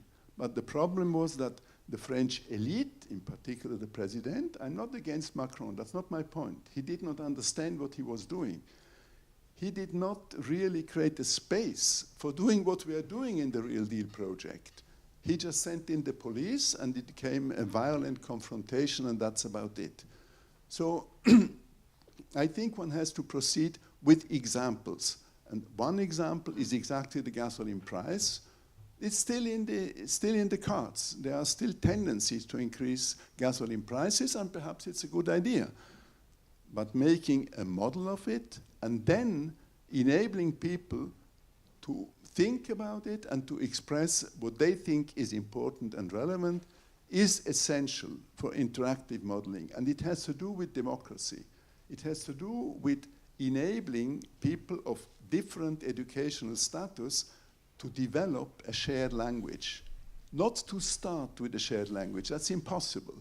If you talk with a computer scientist from MIT, but you have never finished high school and stuff like that, it's usually a bit difficult to have a shared language. But if you start working together and you take each other seriously, a new language does develop. And Steve Jobs is really an amazing example of somebody who did this. He never stopped thinking and listening to people. He was at the very beginning of the opinion, and a friend of mine who knew him told me, Steve would say, I want to build computers that every grandma in America can use and enjoy. And the computer guys thought, this man is crazy. That's not how it works. The grandma cannot understand the computer and stuff like that. So in that sense, I'm not saying a model is necessarily a computational model. A map of a city is not a computational thing. It's lines and colors and stuff like that. And in the same sense, what they do in architecture when they build models of some, I don't know, building, bridge, whatever, again, it's something you can and sometimes should do in an interactive mode. What most people have not yet seen are examples of when a model has become better, has improved, because there was this space of discussion. And I certainly think that if we want to have deliberative democracy in a world where you do need models, we cannot continue to live in our civilization with our weather forecasts. You do need certain economic forecasts. I'm not a great fan of economics, but it's still important. So these things matter. But to open them up, to let them become a part of the social life in a democracy, that's what I mean by interactive. And I have to express a warning. If you go on the internet and you just make a search for interactive modeling, something that I find ridiculous happens. You find lots of entries where somebody says, we are teaching kids by letting them expressing their views and playing around with some model. That's not reducing the cleavage between the two worlds that tried to describe in my, I hope, short talk right now. And I think that your point, Inge, is absolutely crucial, and it will take time. So I know about the people in Brussels who do work with models, with computer models. So far, they don't have an understanding of these things. And in the pandemic, there was absolutely no serious effort to enable people to think and express what they think in the pandemic. So I don't think there's a simple, clear answer, definition, 5 words and stuff like that. But there is examples, and the examples matter. I hope that we will be able, out of the Real Deal project, to strengthen these efforts. We are not the only ones. There's a Max Planck Institute in Jena who does exactly this kind of stuff. There's the people I mentioned in Krems, Austria, in Phoenix, Arizona. So it's not like just a will of the wisp thing. No, no, there's something developing, happening there. And if, and I think we can, at the end of the project, have a series of documents, publications, events, whatever, that foster this kind of learn process, then I think we are really worth our money. And as I said, I'm not trying now to finalize. You're asking a question which is essential, but it's a big one. And I was asked not to talk for 2 hours, but I'm willing to talk for months, including over dinner. Okay. You go. Yeah, but you also have a question. I just want to have a little elevator pitch because... Okay, great. It would be great to get a little elevator pitch, so now we got a bit narrower to computer modeling, and that let's maybe stick with one example and not the wider picture of maps and architecture models, but I think we are talking here about using models in decision making or in deliberations. Our framing is citizen deliberation for the European Green Deal. So we, or I, try to imagine how we use models in citizen deliberation, or the other way around, as I now heard it, that citizen deliberation or citizens would be given input to the model developing. Maybe it is to be imagined in 2 ways, but that would be already great to understand. So, Carla, let's hear. I think there are a couple of other people who want to. We'll hear from everyone, and then you can respond to everyone at one time. Jan in the back. Different approach to what I got from you. Are you telling us that we need to change the narrative of environmental issues and give it a more solution-oriented and positive uplift? If you look at the climate message, often is read the climate message and go and hang yourself. That's not getting people into actions. Is that what you're trying to tell us? Change your narrative, be positive, and talk to people. Thank you. That's excellent. Thank you. If you have a moment after this here comes to an end, perhaps we can just invest a few minutes. As I said, I'm working on these things. It's not like a hobby for the weekend. And I would be grateful if you would have a moment just to see where this can lead. Do we have any, just to be clear, Inge's question is still outstanding. Are there any other interventions, any other requests? Okay. Perhaps you could address Inge's last question, and then we will depart for the dinner. Carlo. Well, from my side, I want to say thank you. These things only develop in conversations, in dialogue, in exchanges. And again, I don't believe that consensus is the best thing in the world. You can have consensus among criminals and stuff like that. Having respectful disagreements, understand each other in the disagreement, that's something which I think is at the core of what deserves the label democracy. So I'm grateful for this opportunity to listen and also to relate it to things we have done together, moving, and to also look at the transcripts of participative moments that we in the Real Deal project have produced. Not all of them, unfortunately, but many of them are incredibly interesting. And as I said, are directly relevant for the problem of the split between the two levels of educational status. I think I should not now also go for length. I'm here, I'm not running away. And I am grateful and happy if we can think together about these things. And I'm not forgetting, Inge, your insistence on what you're saying. And I believe that it takes examples, and you want to see them. And I understand that. But I will not go into this now. I'm very happy to go into this for months and perhaps years. We'll see where that leads. For the moment, if it's okay with you people, I would suggest we call it a day. But me, I'm available. I'm not going to run away. And I'm interested in having exchanges about many of these things. Don't get me wrong. If we wouldn't have the election that we had at the European scale, I would have given a very different talk. It was really critical for me to take seriously how a very large part of, there is no European demos, but there is a European population. A very large part of this population is absolutely not enthusiastic about how things are developing between Brussels and various other institutions and stuff like that. And this is destabilizing things, and we should pay attention to it, and we should respect the people who are fed up. I'm not respecting somebody who says Meloni is the greatest politician there is on the world. It's not how I see it.